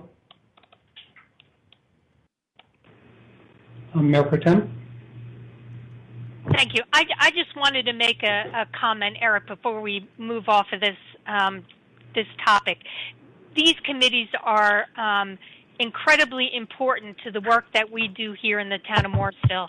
And I want to make sure, I talked a little specifically about the environmental committee before, but I want to make sure before we leave this topic that I say thank you to each and every one of the committee members that serve on our committees. They do valuable work. They are public servants, and I appreciate all that they do. I know we all do, and I value their time and commitment to the town of Morrisville and continuing to make Morrisville the best place it can be. So thank you. Mayor Colley? Yeah, that's what I said when we opened, and it's great that Mayor Pro Tem closes with that same message. We're very grateful to our many volunteers. I'd like to recognize Assistant Manager Zudova at this time. Thank you, Mayor. Members of Council, we'll just take a couple of minutes of your time. I apologize. I'm not sure why I look like I'm in witness protection. I can't get the light quite right here, but regardless, you all received an email over the past few days from one of our advisory committee members with a question in regards to the posting of a resume and some personal information. We have received some other inquiries in that regard. So I wanted to give you a brief overview of how that process occurs and then offer you some points for consideration. So essentially, within the last year or two, you'll recall that you have asked for a little bit more information from applicants for committees to make that process a bit more robust and to make sure that you have a good understanding of who you're considering and who you're appointing. So in doing that, we have added that information. When you apply through the website, you're given the opportunity to include items such as a resume or other documents. We ask for pretty basic information about who the applicant is, where they live, to verify, of course, that they're living in Morrisville when that's a requirement, getting an email and phone number for contact, and then some different information about their interest in serving on the committee. So once that information is received, it is placed into an agenda packet by Eric. And I will say Eric can certainly jump in here, and Frank, I believe, is still on the call if we need him as well. But both of them and Rick Ralph have helped me with sort of come up with this summary. So Eric gets that information together, places it into an agenda packet, and then it's placed into our software, which is called Granicus, Granicus. And that's the software that we use to post agendas publicly through the website. Granicus also happens to manage our website. So we post it there so it can be available publicly prior to the meeting occurring. So that is when it first becomes public information, or in this case, part of the public record that we're posting. So Granicus happens to use Amazon Web Services and CloudFront as the way that it posts that information for us. So in that email where you saw questions about those websites, that is not other websites grabbing information from us. That just happens to be where our software provider, our website provider, Granicus, uses. That's the portals they use, in essence, to get that information out through the website. So once that information is there, then, of course, you hold a meeting, and once that meeting is concluded, then Eric will post the information to our public records source, which is the Laserfiche site that's part of our website, and that is a repository that is our official public records documentation. So that's where if you see a Laserfiche or a public records townofmorrisville.org, that's why that document appears there. So in that essence, Once we have posted those as part of an agenda, they are part of the public record, and unfortunately, certainly taking into consideration the concern mentioned by this committee member, they are part of the public record. And so they are now out there and essentially cannot be taken back down. So we have no control to retrieve those and not let them be part of the public record, because that's been our process, because these committees are a public body, as many of you heard Eric talk about in his presentation Thursday evening, which went very well, by the way. So what we would suggest to you is that if you have questions or concerns about this process, what you could potentially do is ask for less information or not ask for information like a resume, and thus it would not become a part of the public record once you have it. So I'll stop there and just ask if there are any questions. That's the sort of short version of that. Councilmember Scroggins-Johnson. Thank you very much for that description. I was guessing that we have our cloud provider in that listing of URLs that was provided by our committee member. I think the concern is not only the collection of the information, but the readily availability of that information. So doing a Google search and finding your name, address, and other personally identifiable information is unsettling. And I know that when we put some of our records into the Morrisville controlled public records, it typically is only accessible by our own website, or it's a little harder to find information in it, and I've always been very frustrated not being able to search properly, but maybe that's a good thing in hindsight. But this hosted cloud repository is really easy to search, and it's really readily available. Is there any controls that we can place on searchability of some of the records? Although they're public, but is there a better place for them so they're not as searchable? So really, the only way around that would be to not use Granicus. And right now, that is our website provider. That is the method that we use to make those agendas publicly available prior to your council meetings. We leave them in there afterwards because that's also a resource to staff. If we are looking to go back and look at a prior meeting or pull up a what was an item on this certain date, it is a much more expeditious way to maintain that information available to staff going through the Granicus software than necessarily finding it through Laserfiche, just because of the way that Granicus is structured versus Laserfiche. So circling back to your question, we would have to stop using Granicus because we do not control how they maintain that information and how they make it publicly available for us. So maybe we could ask the question to that company about not publishing our information on Google search engines and other listing services. There are ways to kind of reduce the amount of visibility of information. You could still get to it probably, but it doesn't have to be amped up. Maybe. I don't know. I'm going to stop there, but I just think we don't want to limit staff's ability to do their work, but we also don't want to be over publicizing something. I understand. We will certainly follow up with Granicus on that point. Thank you. I think I have Mayor Pro Tem Johnson next.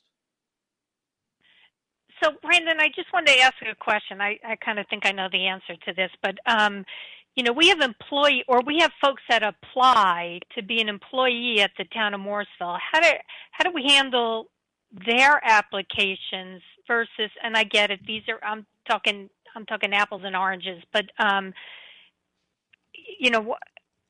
how do we handle them versus? And granted, we the council don't see the applications for employees that are applying for a position in the town of Morrisville. But is there some way we handle them differently, and some way we could handle the advisory committee applications in a similar manner? Or I will let correct me if I am wrong, but there is a difference because folks that are applying for employment, there are specific segments of public records law that deal with that and what becomes a public record and what does not. The other thing is that, we don't post that information as opposed to this being a public board where we do post it because you're considering them as applicants, if you will, to those committees. So it's all a public record to some extent. It's also a question of how, I think going back to what Councilmember Scroggins-Johnson was saying, is how is it put out there as a public record? So we never, share typically applications with you, with the exception of probably the town manager or the folks that you're directly responsible for hiring. So a lot of that is partially it's because it's protected by a different section of public records law, and then partially because we don't post it as part of a public agenda. Right, and you're right. We do, like with the town manager recruitment process, we would see those applications, but those are all done in closed session and confidential and not open to the public. So I don't know. I'm just trying to figure out how to because I get the concern that there's a lot of private information too that is out there, phone numbers, emails. Is there some way we can, at a minimum, redact that kind of information? We will certainly follow up on that as well. I'll talk to Frank a little bit more about that. Again, there are certain components that are just going to be defined as public record, and of course it's a challenge because we need to have that phone number and email because we need to be able to contact folks serving as committee members. But we will follow up on the possibility of redacting information outside of perhaps the name and the address, but we'll have to see what specifically is in public records, but we'll follow up on that as well. Okay, thank you. I appreciate that.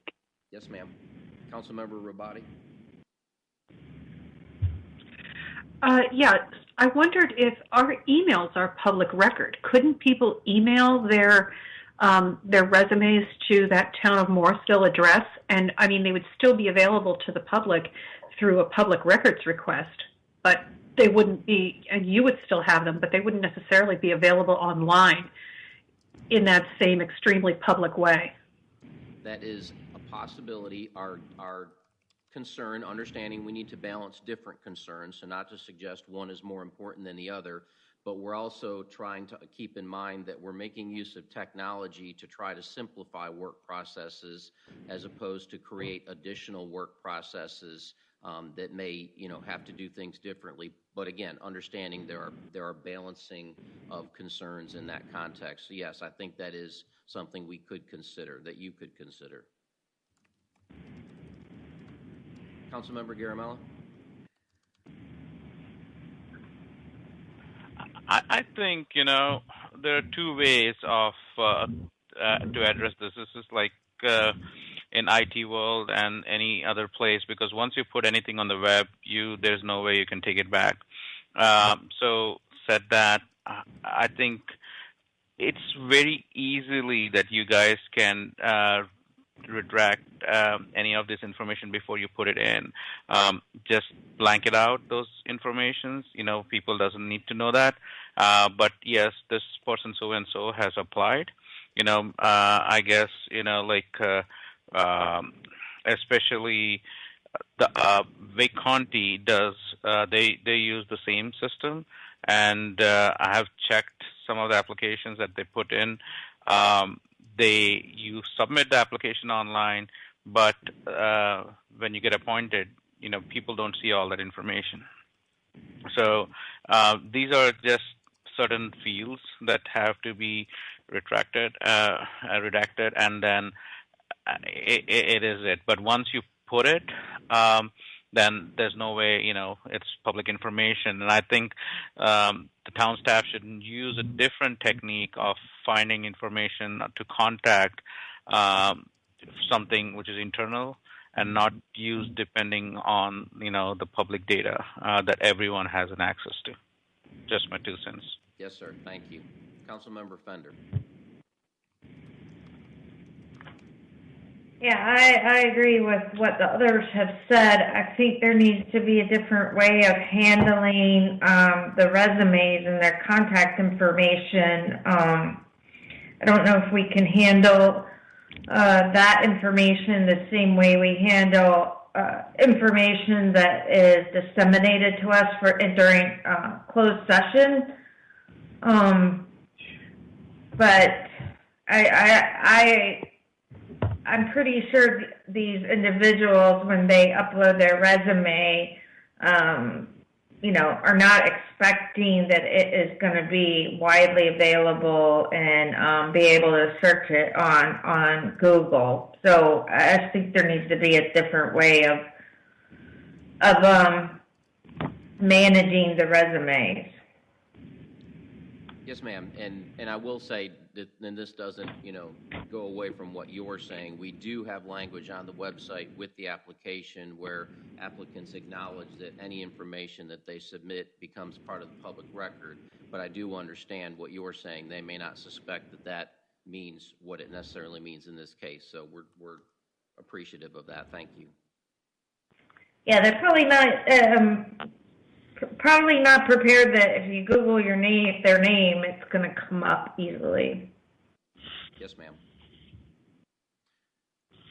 Anyone else with comments from council? So what I heard is that we will certainly talk to Granicus and see if there is any ability to change or modify how that is occurring. And we will also be talking with Frank offline in regards to what we can, under public records law, redact and not redact. And then in the context of both of those, we will attempt to develop a different method of getting you that information that you have asked for from applicants without it necessarily becoming part of an agenda packet that is on the web. Mayor, I think that's all I have unless you have any other questions or anyone else has any comments. No, thank you for doing a lot of research on that. Thank you to Frank for investigating. I look forward to hearing the update and any possible alternative processes to bring this forward. I'd like to pass it to Town Manager to see if there is anything else we need to do to wrap up the day. No, sir, I think we're good. We'll have a couple wrap-up comments for sure for tomorrow, but I don't have anything that's pressing this evening.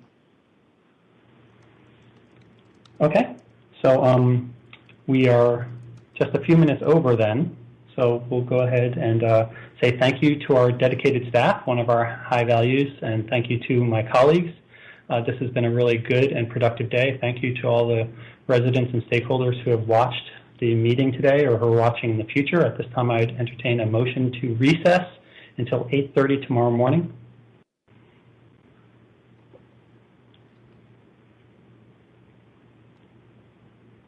I'd like to recognize Mayor Pro Tem Johnson, please. I will make that motion. We'll recess till 8:30 tomorrow morning. I'd like to recognize Councilmember Scroggins Johnson. I would second that motion. Thank you. Town Clerk Smith, if you could do a roll call on the motion.